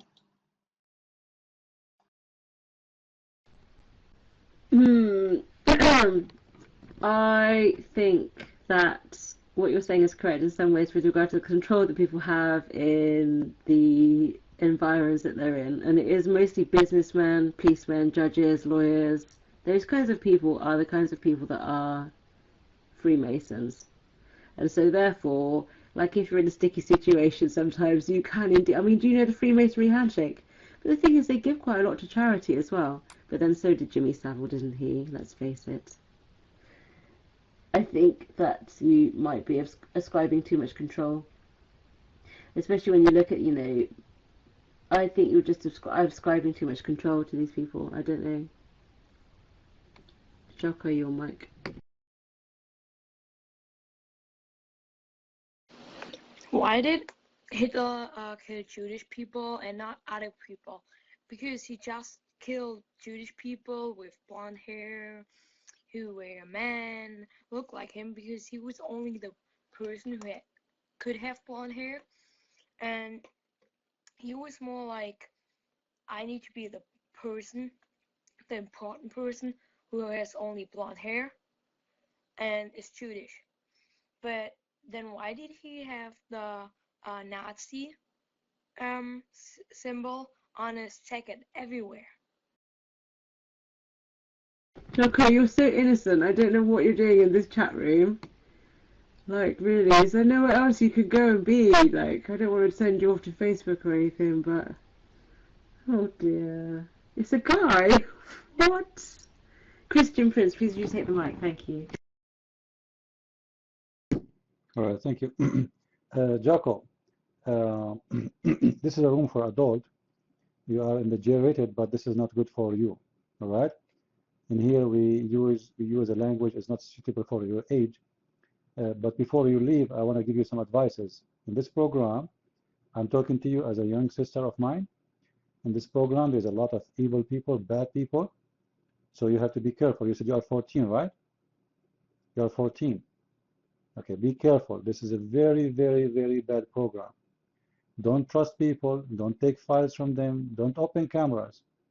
Don't give your real name. I'm giving you advice. I don't care if it's a Joko is a girl or a boy. However, you don't fit in my room. So Joko, I'm asking you to leave the room nicely, if you don't mind. All right? This is not a good room for you. And here we speak about topics doesn't fit with your age. All right? I'm waiting you for to leave. Now, about the Masonic, simply, they are just an organization. Islam actually is the same organization. It's a gang system. You support me, I support you. We have one target is to seek power. All of them they seek power, correct? They seek money, they seek power, they seek sex, etc. So simply it's the same as Islam. The difference between them and those they accept anyone want to join, especially if you are rich. However, even if you are not, they can join, and you'll be obedience to their rules, and as a return, they support you when you need them. All right, it's Islam. Muslim they support Muslims everywhere. Muslims have a duty to support the Muslim even if he's wrong.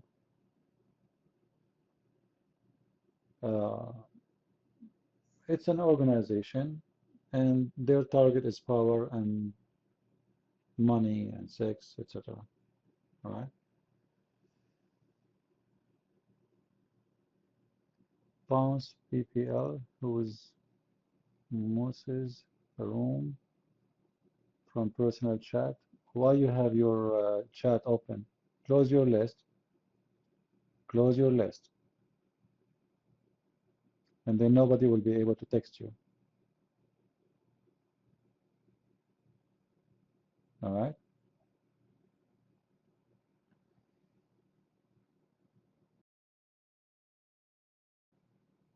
Please.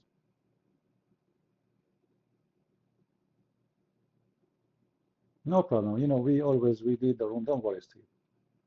But you see, there's something always. We start judging. If somebody he says something we don't agree with, we start assuming that he is playing games. Just wait. Have some patience.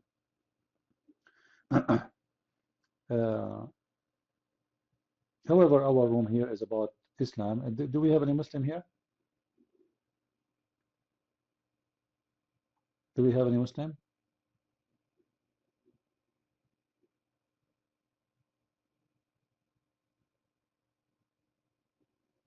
Anyone? Steve, you do not know people. People, they have questions. Why you assume that everybody have the answer like you? Why you assume that everybody is smart like you? Like you know the answer. You are educated. Some people don't. They have questions. It's okay. All right. By time you can tell about people who they are, what they're trying to accomplish. However, they ask the question, we can give the answer, right? You see, questions is a threat to religion like Islam. Questions for us is not a threat. Correct? Sex and drugs in Western world. So why you live in the Western world, Nefertiti? Why you don't go to Somalia? Take your bag, buy a ticket, and go back. Why you live in this dirty world? Because why you stay here? You are being hypocrite. It sounds like you like it.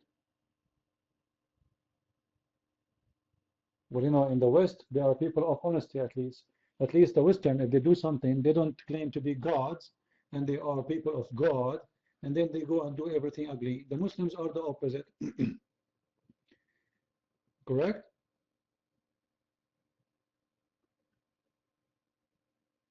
If a Western man, he cheating his wife, he's a cheater. A Muslim man, he can go marry legally for a woman, which means he's cheating 4 times legally. He can start dating women even when he's married legally. According to Islam, he's not a cheater. Western men are dirty. So how you explain to me, Nefertiti, that your people are the most people who attend jail? If we go right now to jail, we will find most of the people who they are in jail, they are from your countries and like the Middle East, Somalia, etc. How come #1 pirate in the world they are Somalia? By the way, guys, I have a scholarship to Somalia in case anyone of you would like to go. They send me a scholarship from pirate school. They will teach you how to be a pirate for free, and you will attack ships and you will make a lot of money very fast. So if you're interested, just send me your resume. All right. Or what you need to do, by the way, you need the recommendation from Nefertiti. She have to sign your application because we need a recommendation from someone from Somalia. You see the hypocrites who come to the West and they speak against the West, but yet they kiss the shoes to come to America. They kiss the shoes to come to Canada. Go back to your heaven. Hypocrites, false people, very false. They come to America to wash dishes. Go live like a king in your country.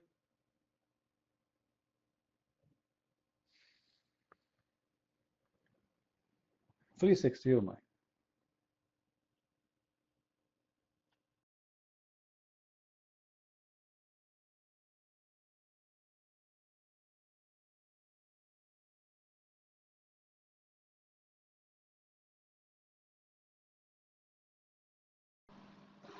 Yeah, CP just had a message to keep the topic Quran related.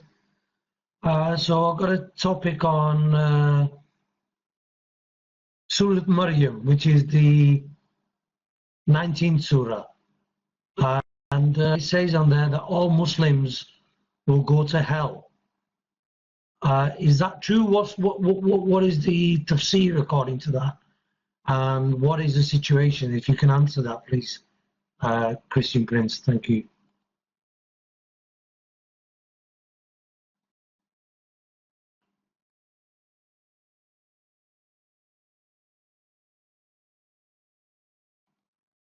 Mike. Your mic stuck. I will answer you after we hear those. Their hand is up. I will go back to you. Jam your mic. Just curious, have you always hated Islam? It's just a religion. If you don't like it, just leave it alone. Okay, well, I have a question for you. If we leave Islam alone, do Islam leave us alone? Your mic? It leaves me alone. It matters more with political stuff.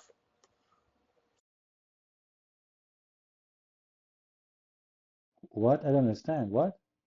What he said, guys? What he said? Can you explain yourself to me? Don't worry, I will give you time. If we leave Islam alone, do Islam leave us alone?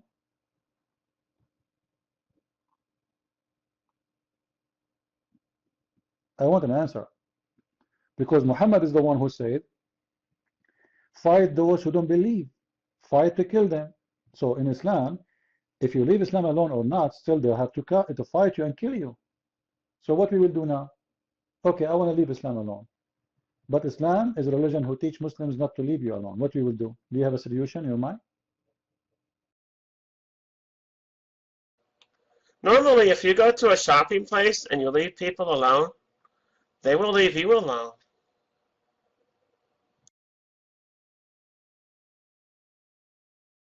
If I go where?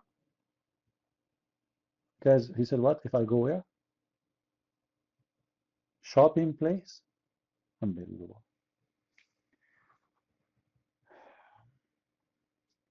You see, Jan, I think I'm going to make you an admin because all my life I was waiting for someone like you. I'm waiting for someone very educated, very intelligent, and I could not really waste my time to make an admin.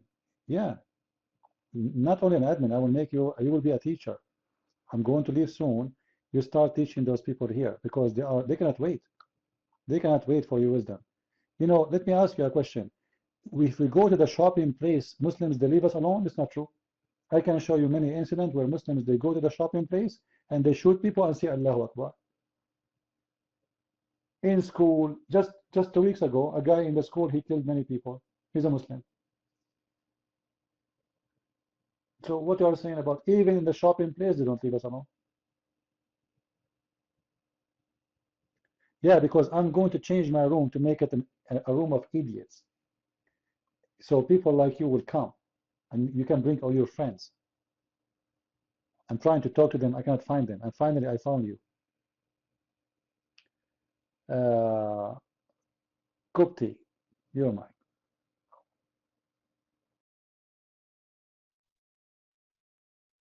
According to Christian Prince's false god, he is a god of unspeakable terror and genocide.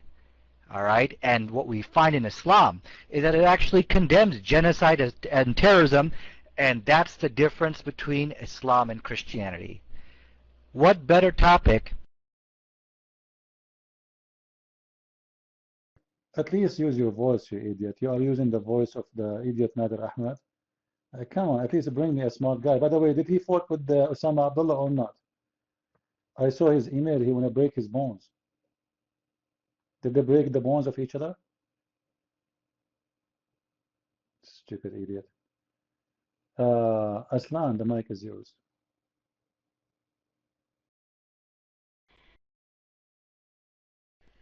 All right, thank you. Can I have a one, please? Yeah, yeah, to the person who was saying, well, why don't you leave Islam alone and they'll leave you alone? Doesn't happen, okay? I'm English, you can tell from my accent.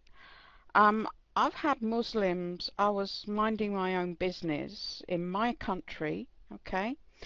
And I've had Muslims threaten me because they knew I was a believer. Now,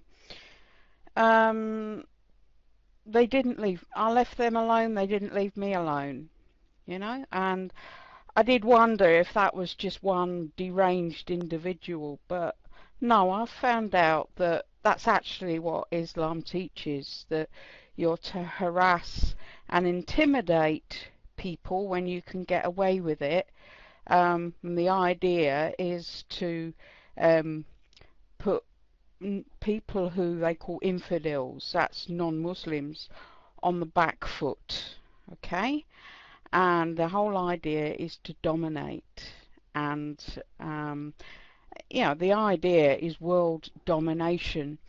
People who say Islam is a religion of peace, well, firstly, that's not what Islam means, and secondly, read any newspaper with international news in it, and you tell me that Islamism is a religion of peace. Of course it isn't. So, you know, for people to say, oh, leave them alone, they'll leave you alone. Doesn't work. Ain't gonna happen. And when there are Muslims threatening my people, then I'm not gonna sit down and shut up. I'm sorry, but, you know, Muslims started it. I'm not gonna just roll over and leave them to it. Okay, right, next on the mic.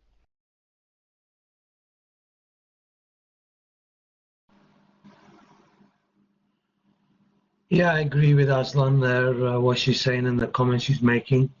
I take it from the accent you're from UK, so am I.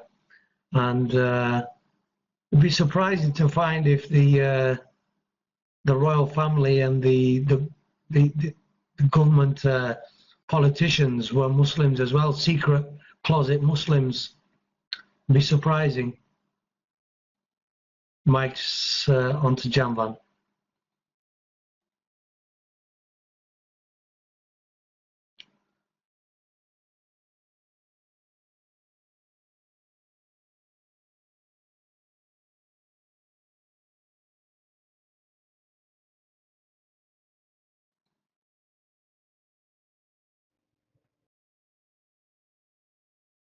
We lost your voice.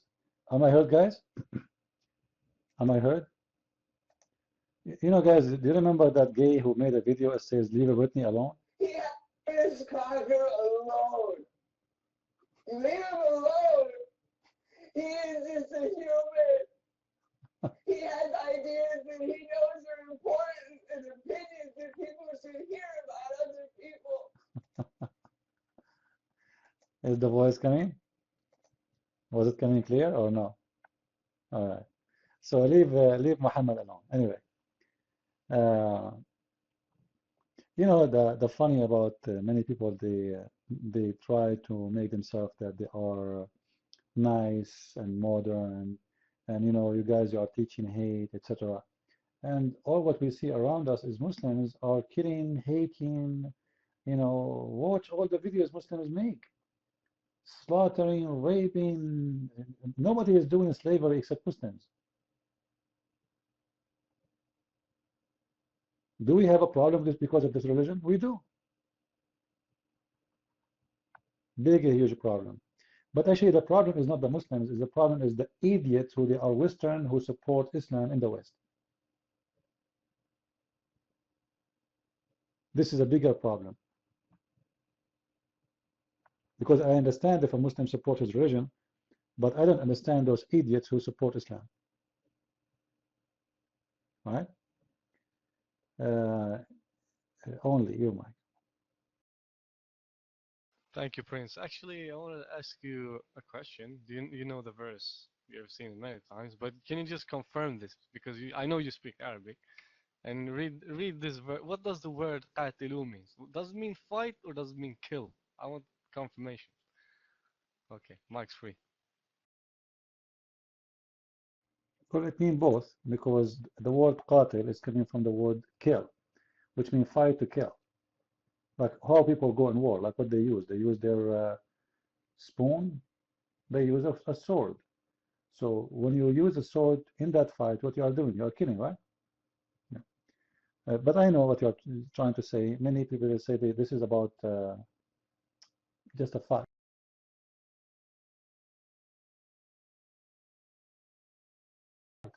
You know.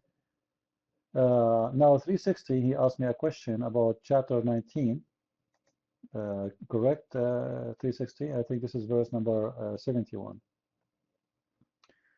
وَإِن مِّنكُمْ إِلَّا وَارِدُهَا. Simply, the Muslim, they say, there's many, you know, as always, the Quran have many interpretation. And most of the interpretation, they need interpretation. You see, the Quran is the book which is very clear. The Quran, it says that Allah, He gave the Quran with the great details. And this great details book, it's really clear to the point. The interpretation need interpretation, and then the interpretation of the interpretation of the interpretation still need interpretation, and then the interpretation need explanation, and then the explanation of the interpretation of all the interpretation need explanation for the explanation. Like as an example, there's the interpretation of Ibn Kathir, right? But there's tons of books to explain and give interpretation for Ibn Kathir interpretation. Same for Al-Qurtubi, Al-Tabari, Al-Jalalain. And still Muslims cannot understand anything. So the Quran says, وَمَا مِنْكُمُ إِلَّا وَارِدُهَا, simply saying clearly, none of you but he is going to enter hell. Now some Muslims, they say, Muslims, they will go to hell, but they will not stay there for long.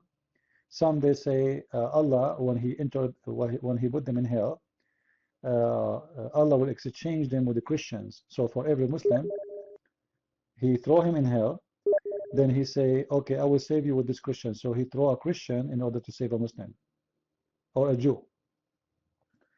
So there's many interpretation for this, but however, the verse is very clear, says there's no exception, but all of you will enter hellfire, you know, and you know, we can show the interpretation of it. However, this is not really a problem, because at the end of the day, there's no hell and heaven in Islam. It's just something fabricated, you know. Actually, what is hell in Islam? Anyone knows? Anyone knows? What is the word hell in Islam? It is Jahannam. Jahannam. Okay, all of us, we know that Jahannam is a word stolen from the Bible, which is not really hell. This is the valley of death. And this is exposed Muhammad. What Jahannam have to do with the hellfire?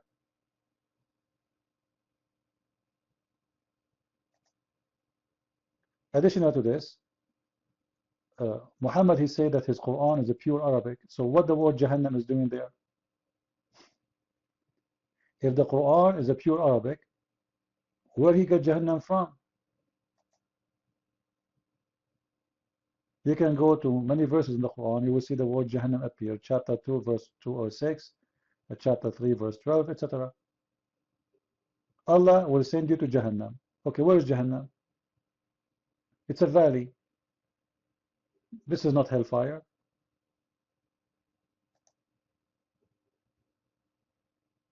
Right? ISIS present Islam? No, ISIS don't present Islam because ISIS are very nice. Islam is more aggressive actually. So ISIS need to do more aggression in order to really represent Islam. As an example, ISIS, they burn people alive, but ISIS did not split people alive yet. You see, Muhammad, he used to tie people by 2 camels and he split them alive. Until now, ISIS did not do that. So I think ISIS is still missing the point. They need to do more aggression and more ugly crimes. Then we can say they represent Islam.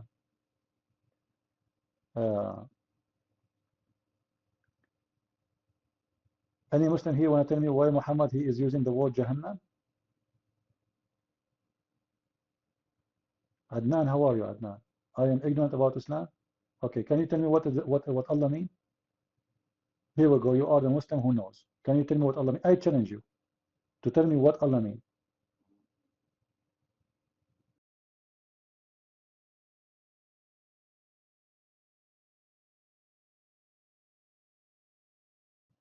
Can you? I'm asking him what Allah mean. He says only one God. This is what Allah mean? Are you sure?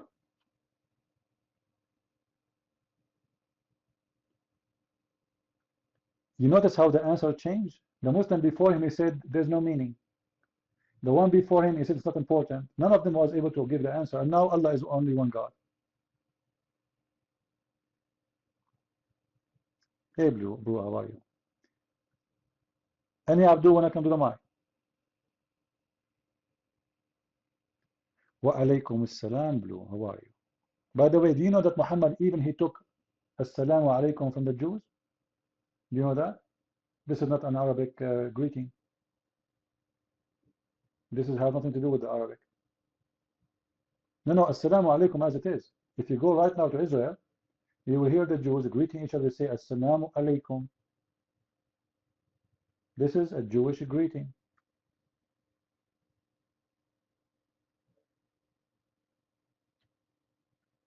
Muhammad, he took it from the Jews. He's a thief.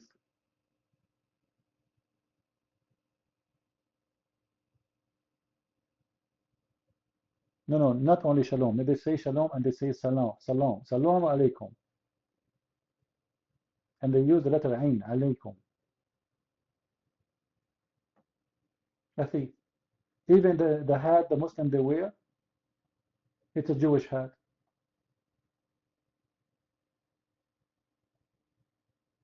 He stole a lot of things from the Jews.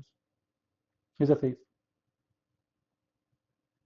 What do you mean where I got this from? Can you tell me where you got the hat from? When you go to Hajj, you wear a small hat in the top of your head. Where do you got this from? Do the Arab wear hats? Since when? Correct, guys? Since when the Arab they wear hats?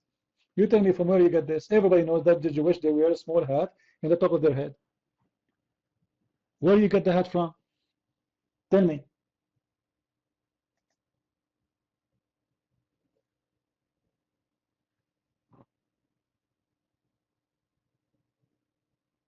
Can you?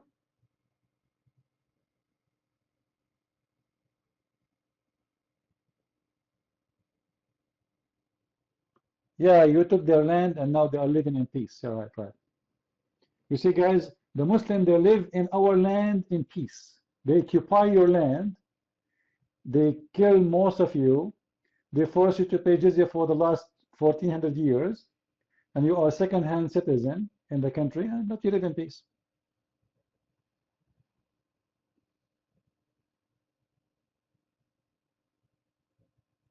How many churches the Muslims they burned last year in Egypt?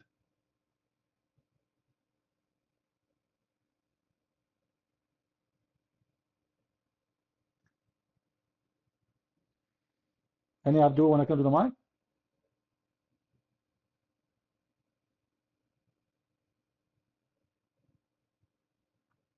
Any Abdul want to come to the mic? Your mic, Mr. Blue. You go ahead. السلام عليكم ورحمة الله وبركاته. Christian Prince, كيف حالك حبيبي? I would like to say one simple thing. The Quran says that the closest people to the Muslims are the Christians. The Quran loves the Christians. Muhammad sallallahu alaihi wasallam, he loved the Christians. The Christians are our friends. They are our brothers. They are our brothers in the Abrahamic religion. We love them. We do not hate Christians. You have Christians living in peace in Masr, in Egypt, in Yemen, in Oman, in Saudi Arabia. We love Christians. They are our brothers and we love them. Even the Quran says the closest to the Muslims are the Christians. We love the Christians. Okay? But I'll pass the mic back to you.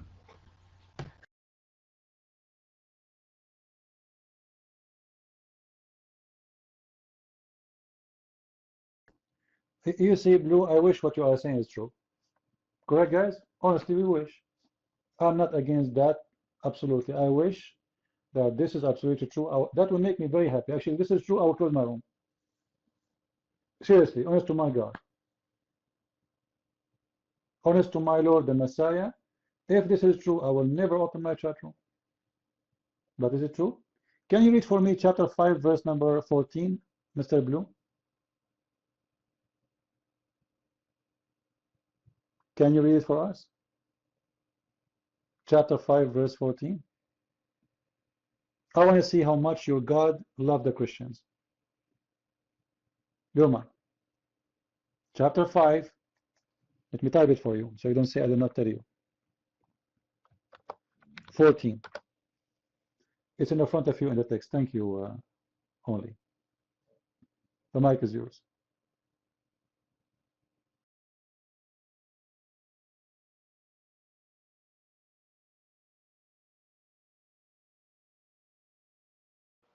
How long have you been at this? I'm just curious.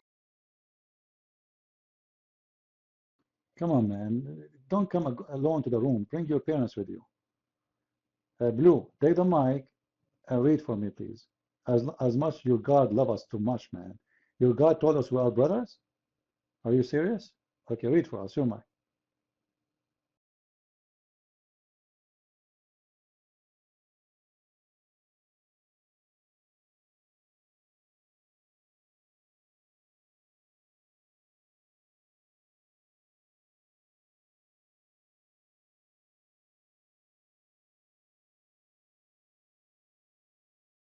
What happened, Blue?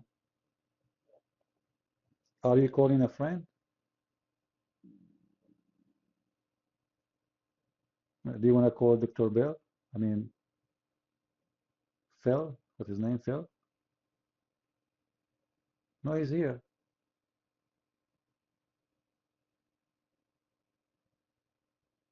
Christians, Muslims, they love you. Even the verse he is saying to us, by the way, the Quran says that the most close people to you is the Christian. Well, the Christians are the close to you, not you closing to them, which means the Christians are very nice. And even that verse is teaching hate. It's saying the most ugly one you hate or they hate you is the Jews.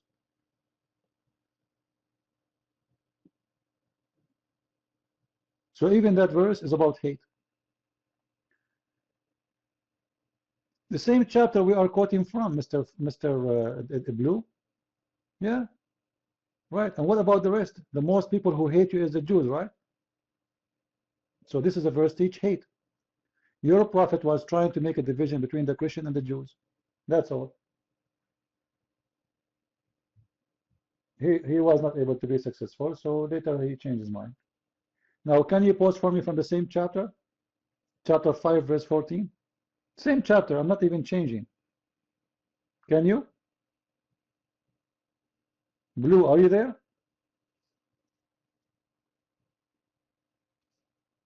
Blue, are you there or not? Okay, so why don't you want to read it for us? Chapter 5, verse 14. The mic is yours. Go ahead.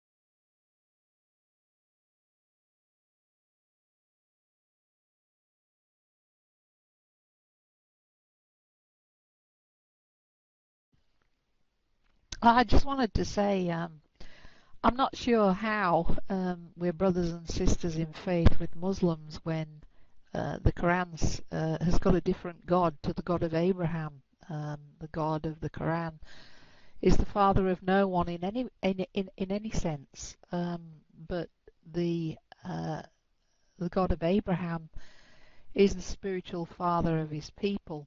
So I'm not really sure how we're of the same faith and brothers and sisters in faith with the Muslims. Not sure how when we worship a different God. And I'm also not sure how we're brothers and sisters in faith when the Quran says, fight those who believe not in Allah nor the last day, nor hold that forbidden which has been forbidden by Allah and his messenger, nor acknowledge the religion of truth from among the people of the book until they pay the jizya with willing submission and feel themselves subdued. So I'm not sure how we are brothers and sisters in the faith when the God of the Quran orders that Muslims are to fight us. Free mic.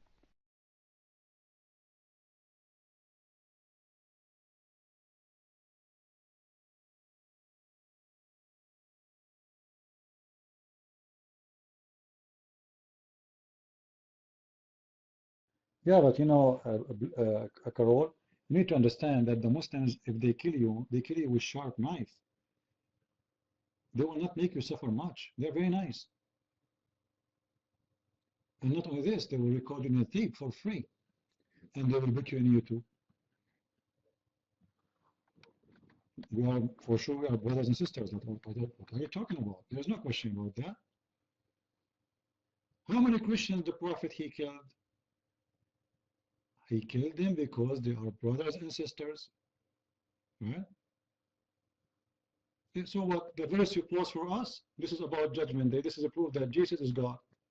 Don't you believe that in Judgment Day people be judged by God? This is about God in Judgment Day, which is the Messiah. He is going to judge you. He will tell who? He will tell the angels. He will tell who? The angels. Read it. The angels will bring people to him and he will judge them. The verse you posted to prove the Quran to be false. This is number one. Number two, Jesus never killed anyone. Did Jesus say to his apostle, bring anyone and slaughter him? No. It's about Judgment Day. So now we explain to you. Can you explain to us why your prophet was killing people left and right? Can you explain to us why your God says will spread hate and enmity between the Christians? You don't have explanation, right? I want actually every Christian to remember the verse he posted. This is a verse proof. Muslim, they ask you, do you have a proof that Jesus is God? Well, the verse you posted is a proof, because the one who will bring the people in front of the Messiah is the angels.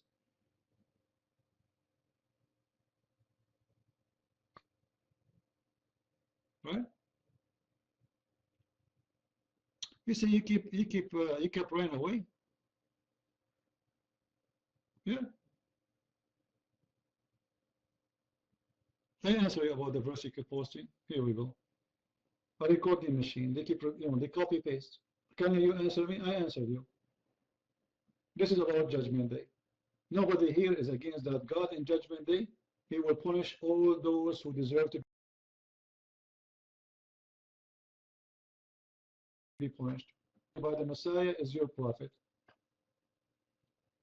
The Messiah, he will order the angels to bring Muhammad from his grave.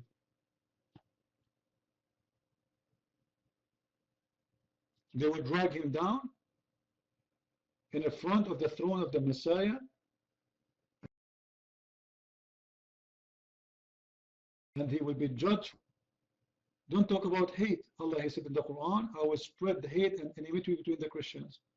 So even if you say I have hate, it's coming from Allah. Shame on your God to put hate in my heart.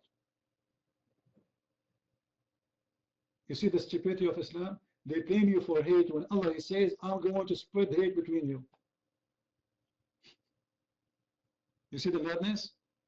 Allah the one who spread hate, and then we are the one who claim to it. You can't even love your family, Abdul. Can you read for me chapter 9, verse 23? Where your God, Allah, he says, you cannot take your father and your brother as a friends? Your father, your brother from your blood, you cannot take them as a friends. You are coming to the room to tell us, we love your Christian, when you cannot even love your father? What kind of religion teach you should hate and consider enemies those who they are your family? Very faithful religion. Right?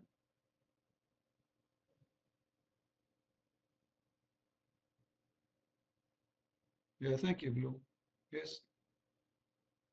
We pray for ISIS, who said we don't. We pray for everybody. Because Muslims, the same as ISIS, there is no difference. There's people who they have a knife in their hand. There's people who they wish to do it. There's people they are coward to do it. Very simple. But all of you believe in the same thing. All of you are ISIS. And you believe it or not, I believe strongly that ISIS is the best thing happened in the last century. It is the end of Islam. You will see after ISIS demolished how Islam will be shattered everywhere. It's gone. It's history.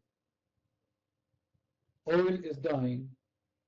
Wealth is gone. ISIS will be demolished and Islam will be history. Especially with our education for everybody. I advise you to read my books and see how many Muslims are reading them and leaving Islam. In the coming 5 years, Saudi Arabia might face bankruptcy. All this is over.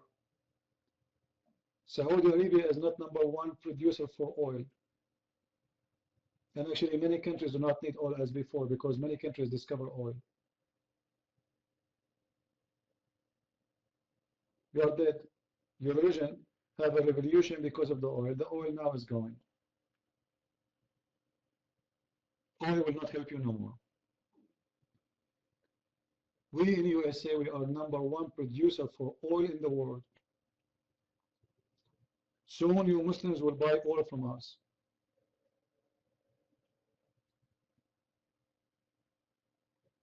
And not only this, soon you will buy water from us. According to scientific study, all the Islamic countries in the Middle East, they will be not countries to live in. They will be out of water. The temperature is increasing scary, and water became less and less because the idiot there, they are using the water in very stupid things. And now they can make the salty water fresh because they have oil, they have some money. But in the future, that is impossible because they cannot afford it. So Islam as a religion is gone, is history. And this is why you cannot answer us. You were so excited to come to the mic. We keep asking you to come to the mic to answer. You had no answer, right, guys? Did you know this? He was so excited, wasn't he? He was so excited. Now, when we showed him how faithful his religion, he didn't want to come to the mic. No, just wait. Show me where the Bible teach KKK. Show me. If you show me that, then you have right. That's false. But I can show you where the Quran teach that. Isn't it the Quran says, يَوْمَ تَبْيَضُّ وُجُوهٌ وَتَسْوَدُّ وُجُوهٌ? Allah in the judgment day will make all the Muslims white and all non-Muslim black. Do you want me to show you Al-Qurtubi, Al-Tabari, Ibn Kathir? Can you post for me the interpretation of Ibn Kathir for Al-Jassasa, chapter 27, verse number 82?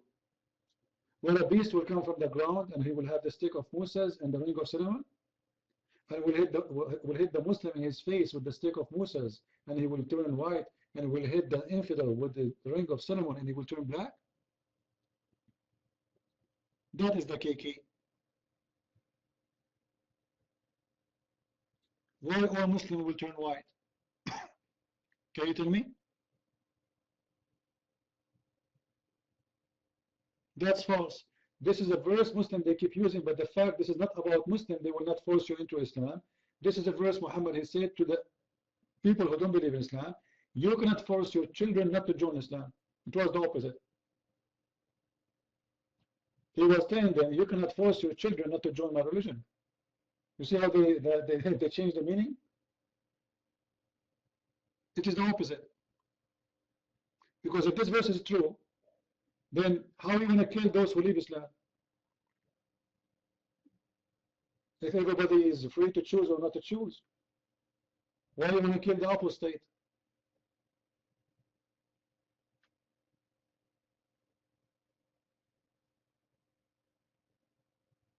Where? Can you show me? Isn't your prophet who said, who changed his religion, kill him? Man baddala dinahu faqtuluh? Or I'm making things up. Do you want to show you the hadith? Isn't Abu Bakr who made the world apostate? Or Abu Bakr must be a bad Muslim? You see, Blue, you see those American here? You see them? Honestly, seriously.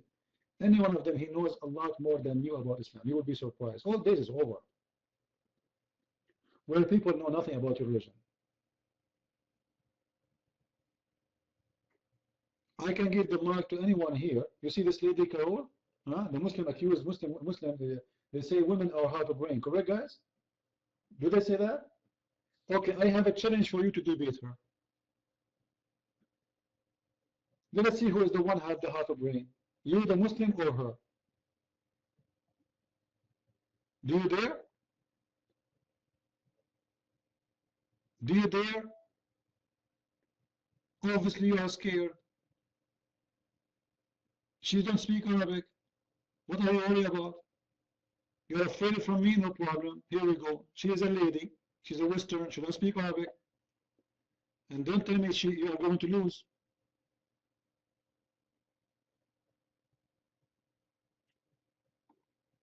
Do you notice, guys, how scared he is? Carol, with my respect to you, you have victory. You won the debate before we started. The guy is terrified.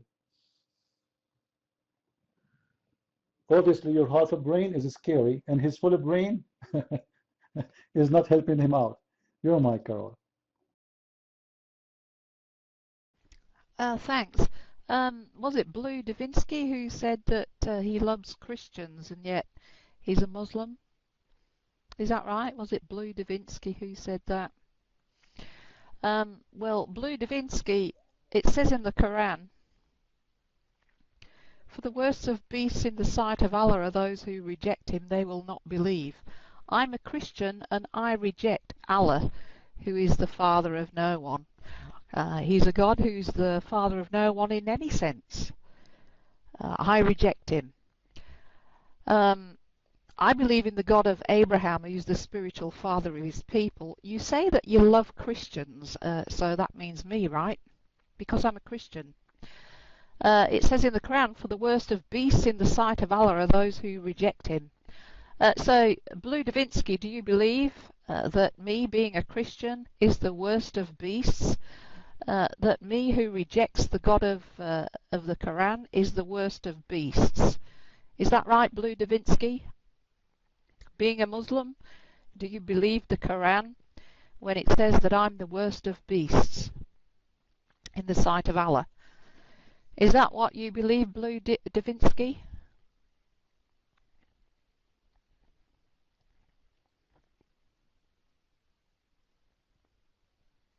Am I going to get an answer?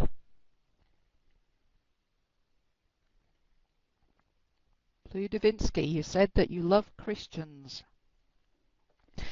So you believe the Quran when it says the Christians are closest to us. Do you believe Surah 8, verse 55, Davinsky?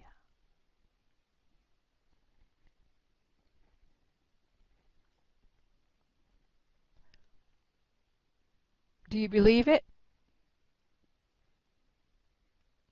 Or do you cherry pick the Quran, what you want to believe and what you don't want to believe?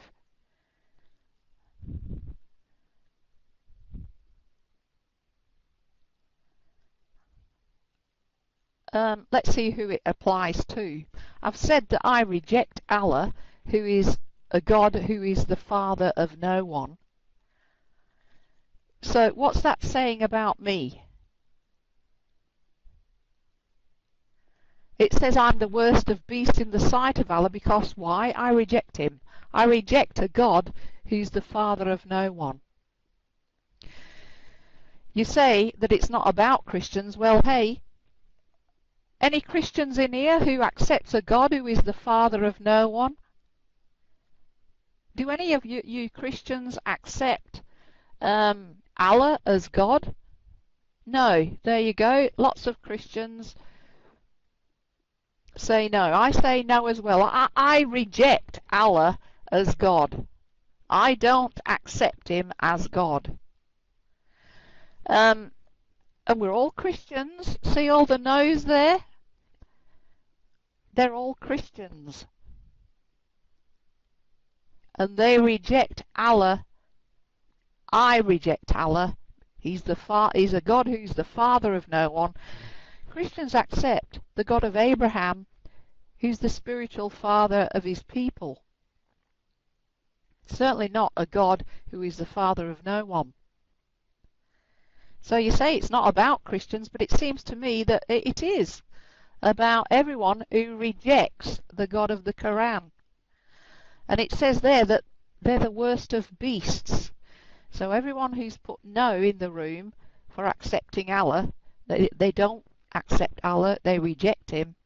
They're all Christians and they're all the worst of beasts. Do you think all the people, do you love all the people, the Christians in the room, who've answered no, they don't accept Allah as God? Do you love those, Blue Davinsky? Do you believe that they're the worst of beasts in the sight of Allah when they reject him?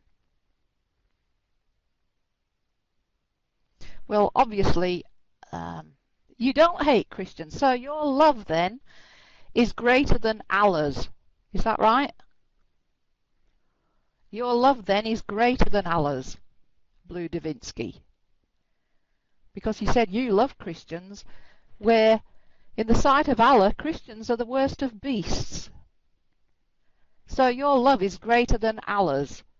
Great. Free mic.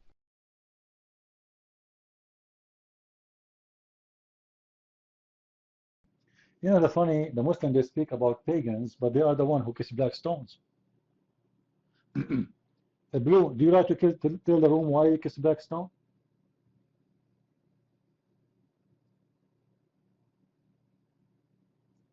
Isn't this what the pagans do? Why your prophet kiss the black stone?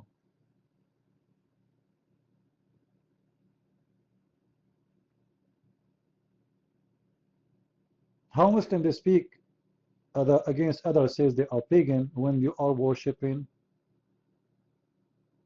a God who everything about him, the holiness about your God is a stone. The holy Kaaba, the holy stone. Can you tell me?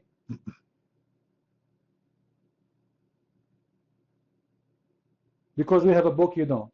As simple as that. The Satan have to admit that we are the truth.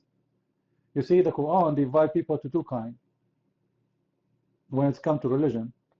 People who have a book, and that is us, which means we are the truthful one. You don't have a book. Can you tell me why Allah did not call you people of the book too? Why? If you are coming from Allah, and according to Allah, Allah is the one who sent the Torah and the Injil, so how come we are the people of the book, you are not? You are not. We are the people of the book. You are not. The Quran called the Muslims Ummiyin. Even Muhammad is Ummi. What Ummi mean? You don't have a book. Pagan. The pagan Muhammad and the pagan followers. The Muslim, they say to you, the word Ummiyin, it means you don't know how to write, how to read. This is false. Because how you say that the people of the book and the Ummiyin, all the Christians, they know how to write, how to read? No. Especially at that time. It's impossible. And all those who they are not Christians and Jews, all of them do not know how to write, how to read? No, it's impossible. So what the word Ummiyin mean? It means those who don't know God. Your prophet is one of them. Yeah, during the time of the prophet, after the prophet he came, everybody is dead. Thank you very much. So all the time the Jews, the Christian lived there. What happened after your prophet he came? He killed everybody. Thank you very much for saying that. Correct? Where is the Christian now in Saudi Arabia?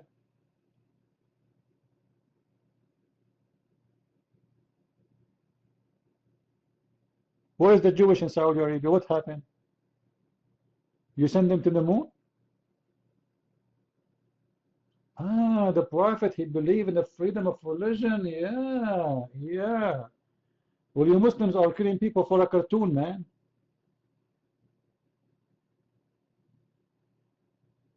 This is our land. What do you mean you have a Christian in Egypt, guys? They took our land, they stole it from us, and then you have a Christian in Egypt. He's doing us a favor. You have a Christian in Egypt. We killed most of them. There's only 10% left. Like, what do you want more? You have a Christian in Turkey. We killed most of them. There is now 5% left. You have a Christian in Syria. We killed most of them. There's 15% left. Amazing. Beautiful. They attack your land. They take your land, and then they say to you, you see, there's a Christian there. We did not kill them all. We killed the most of them.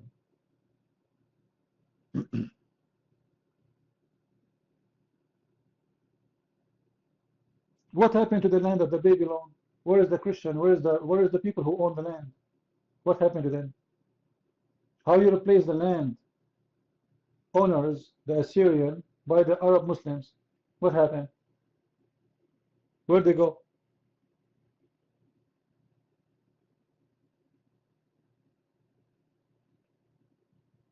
No, we don't see any light in Islam. What light, man? The only light I see in Islam is the hadith where it says that when the mother of Muhammad, she gave birth to him, a light came out of her vagina. Sorry for the language. Is that true? And this light reached all the way to Syria. However, I never saw anything like this. This is unbelievable. A light is coming from the vagina of Muhammad's mother. Why? She have a nuclear facility there? And why the light will come from a vagina of a woman? She don't believe in Allah anyway. Is Muhammad is God? Why the light is coming like this? Why it's so powerful like this? How come nobody even saw the light in Mecca?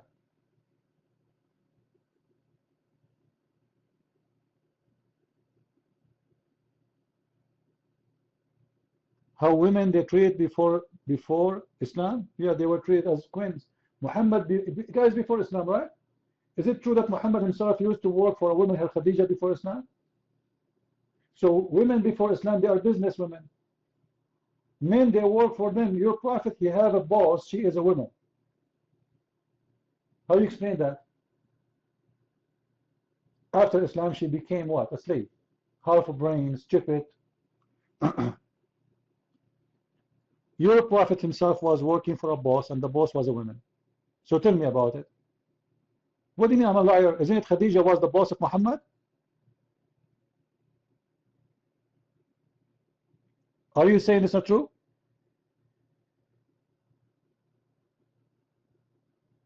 He married the old woman so he can get her money? He stood up for women? Oh, okay, you know what? Let us debate about this. Let us debate about this. Is it the Quran says that you can beat your wife? Is it or no? Yes or no? Is that how you stood for women? You beat them? That's a lot of protection, man. Yeah, Muhammad's wife was a businesswoman before Islam, not after Islam. After Islam, she became nothing. Can you name for me the businesswomen after Islam? Who are they? Beat them. How a businesswoman you can beat her? Do you like to come to the mic and explain the logic of beating your wife?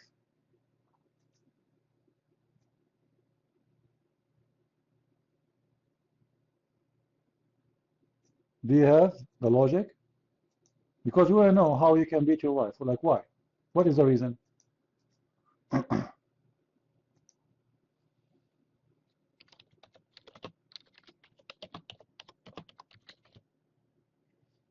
Any Abdul?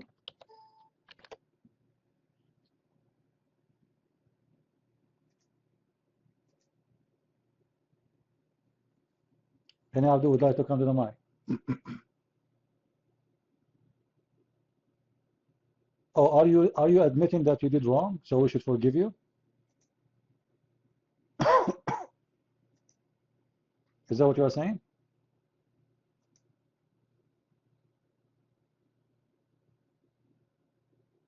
You know, we can forgive, but God, He will judge anyway. No, I'm not from Egypt. However, you Muslims occupy all those lands. None of them is yours.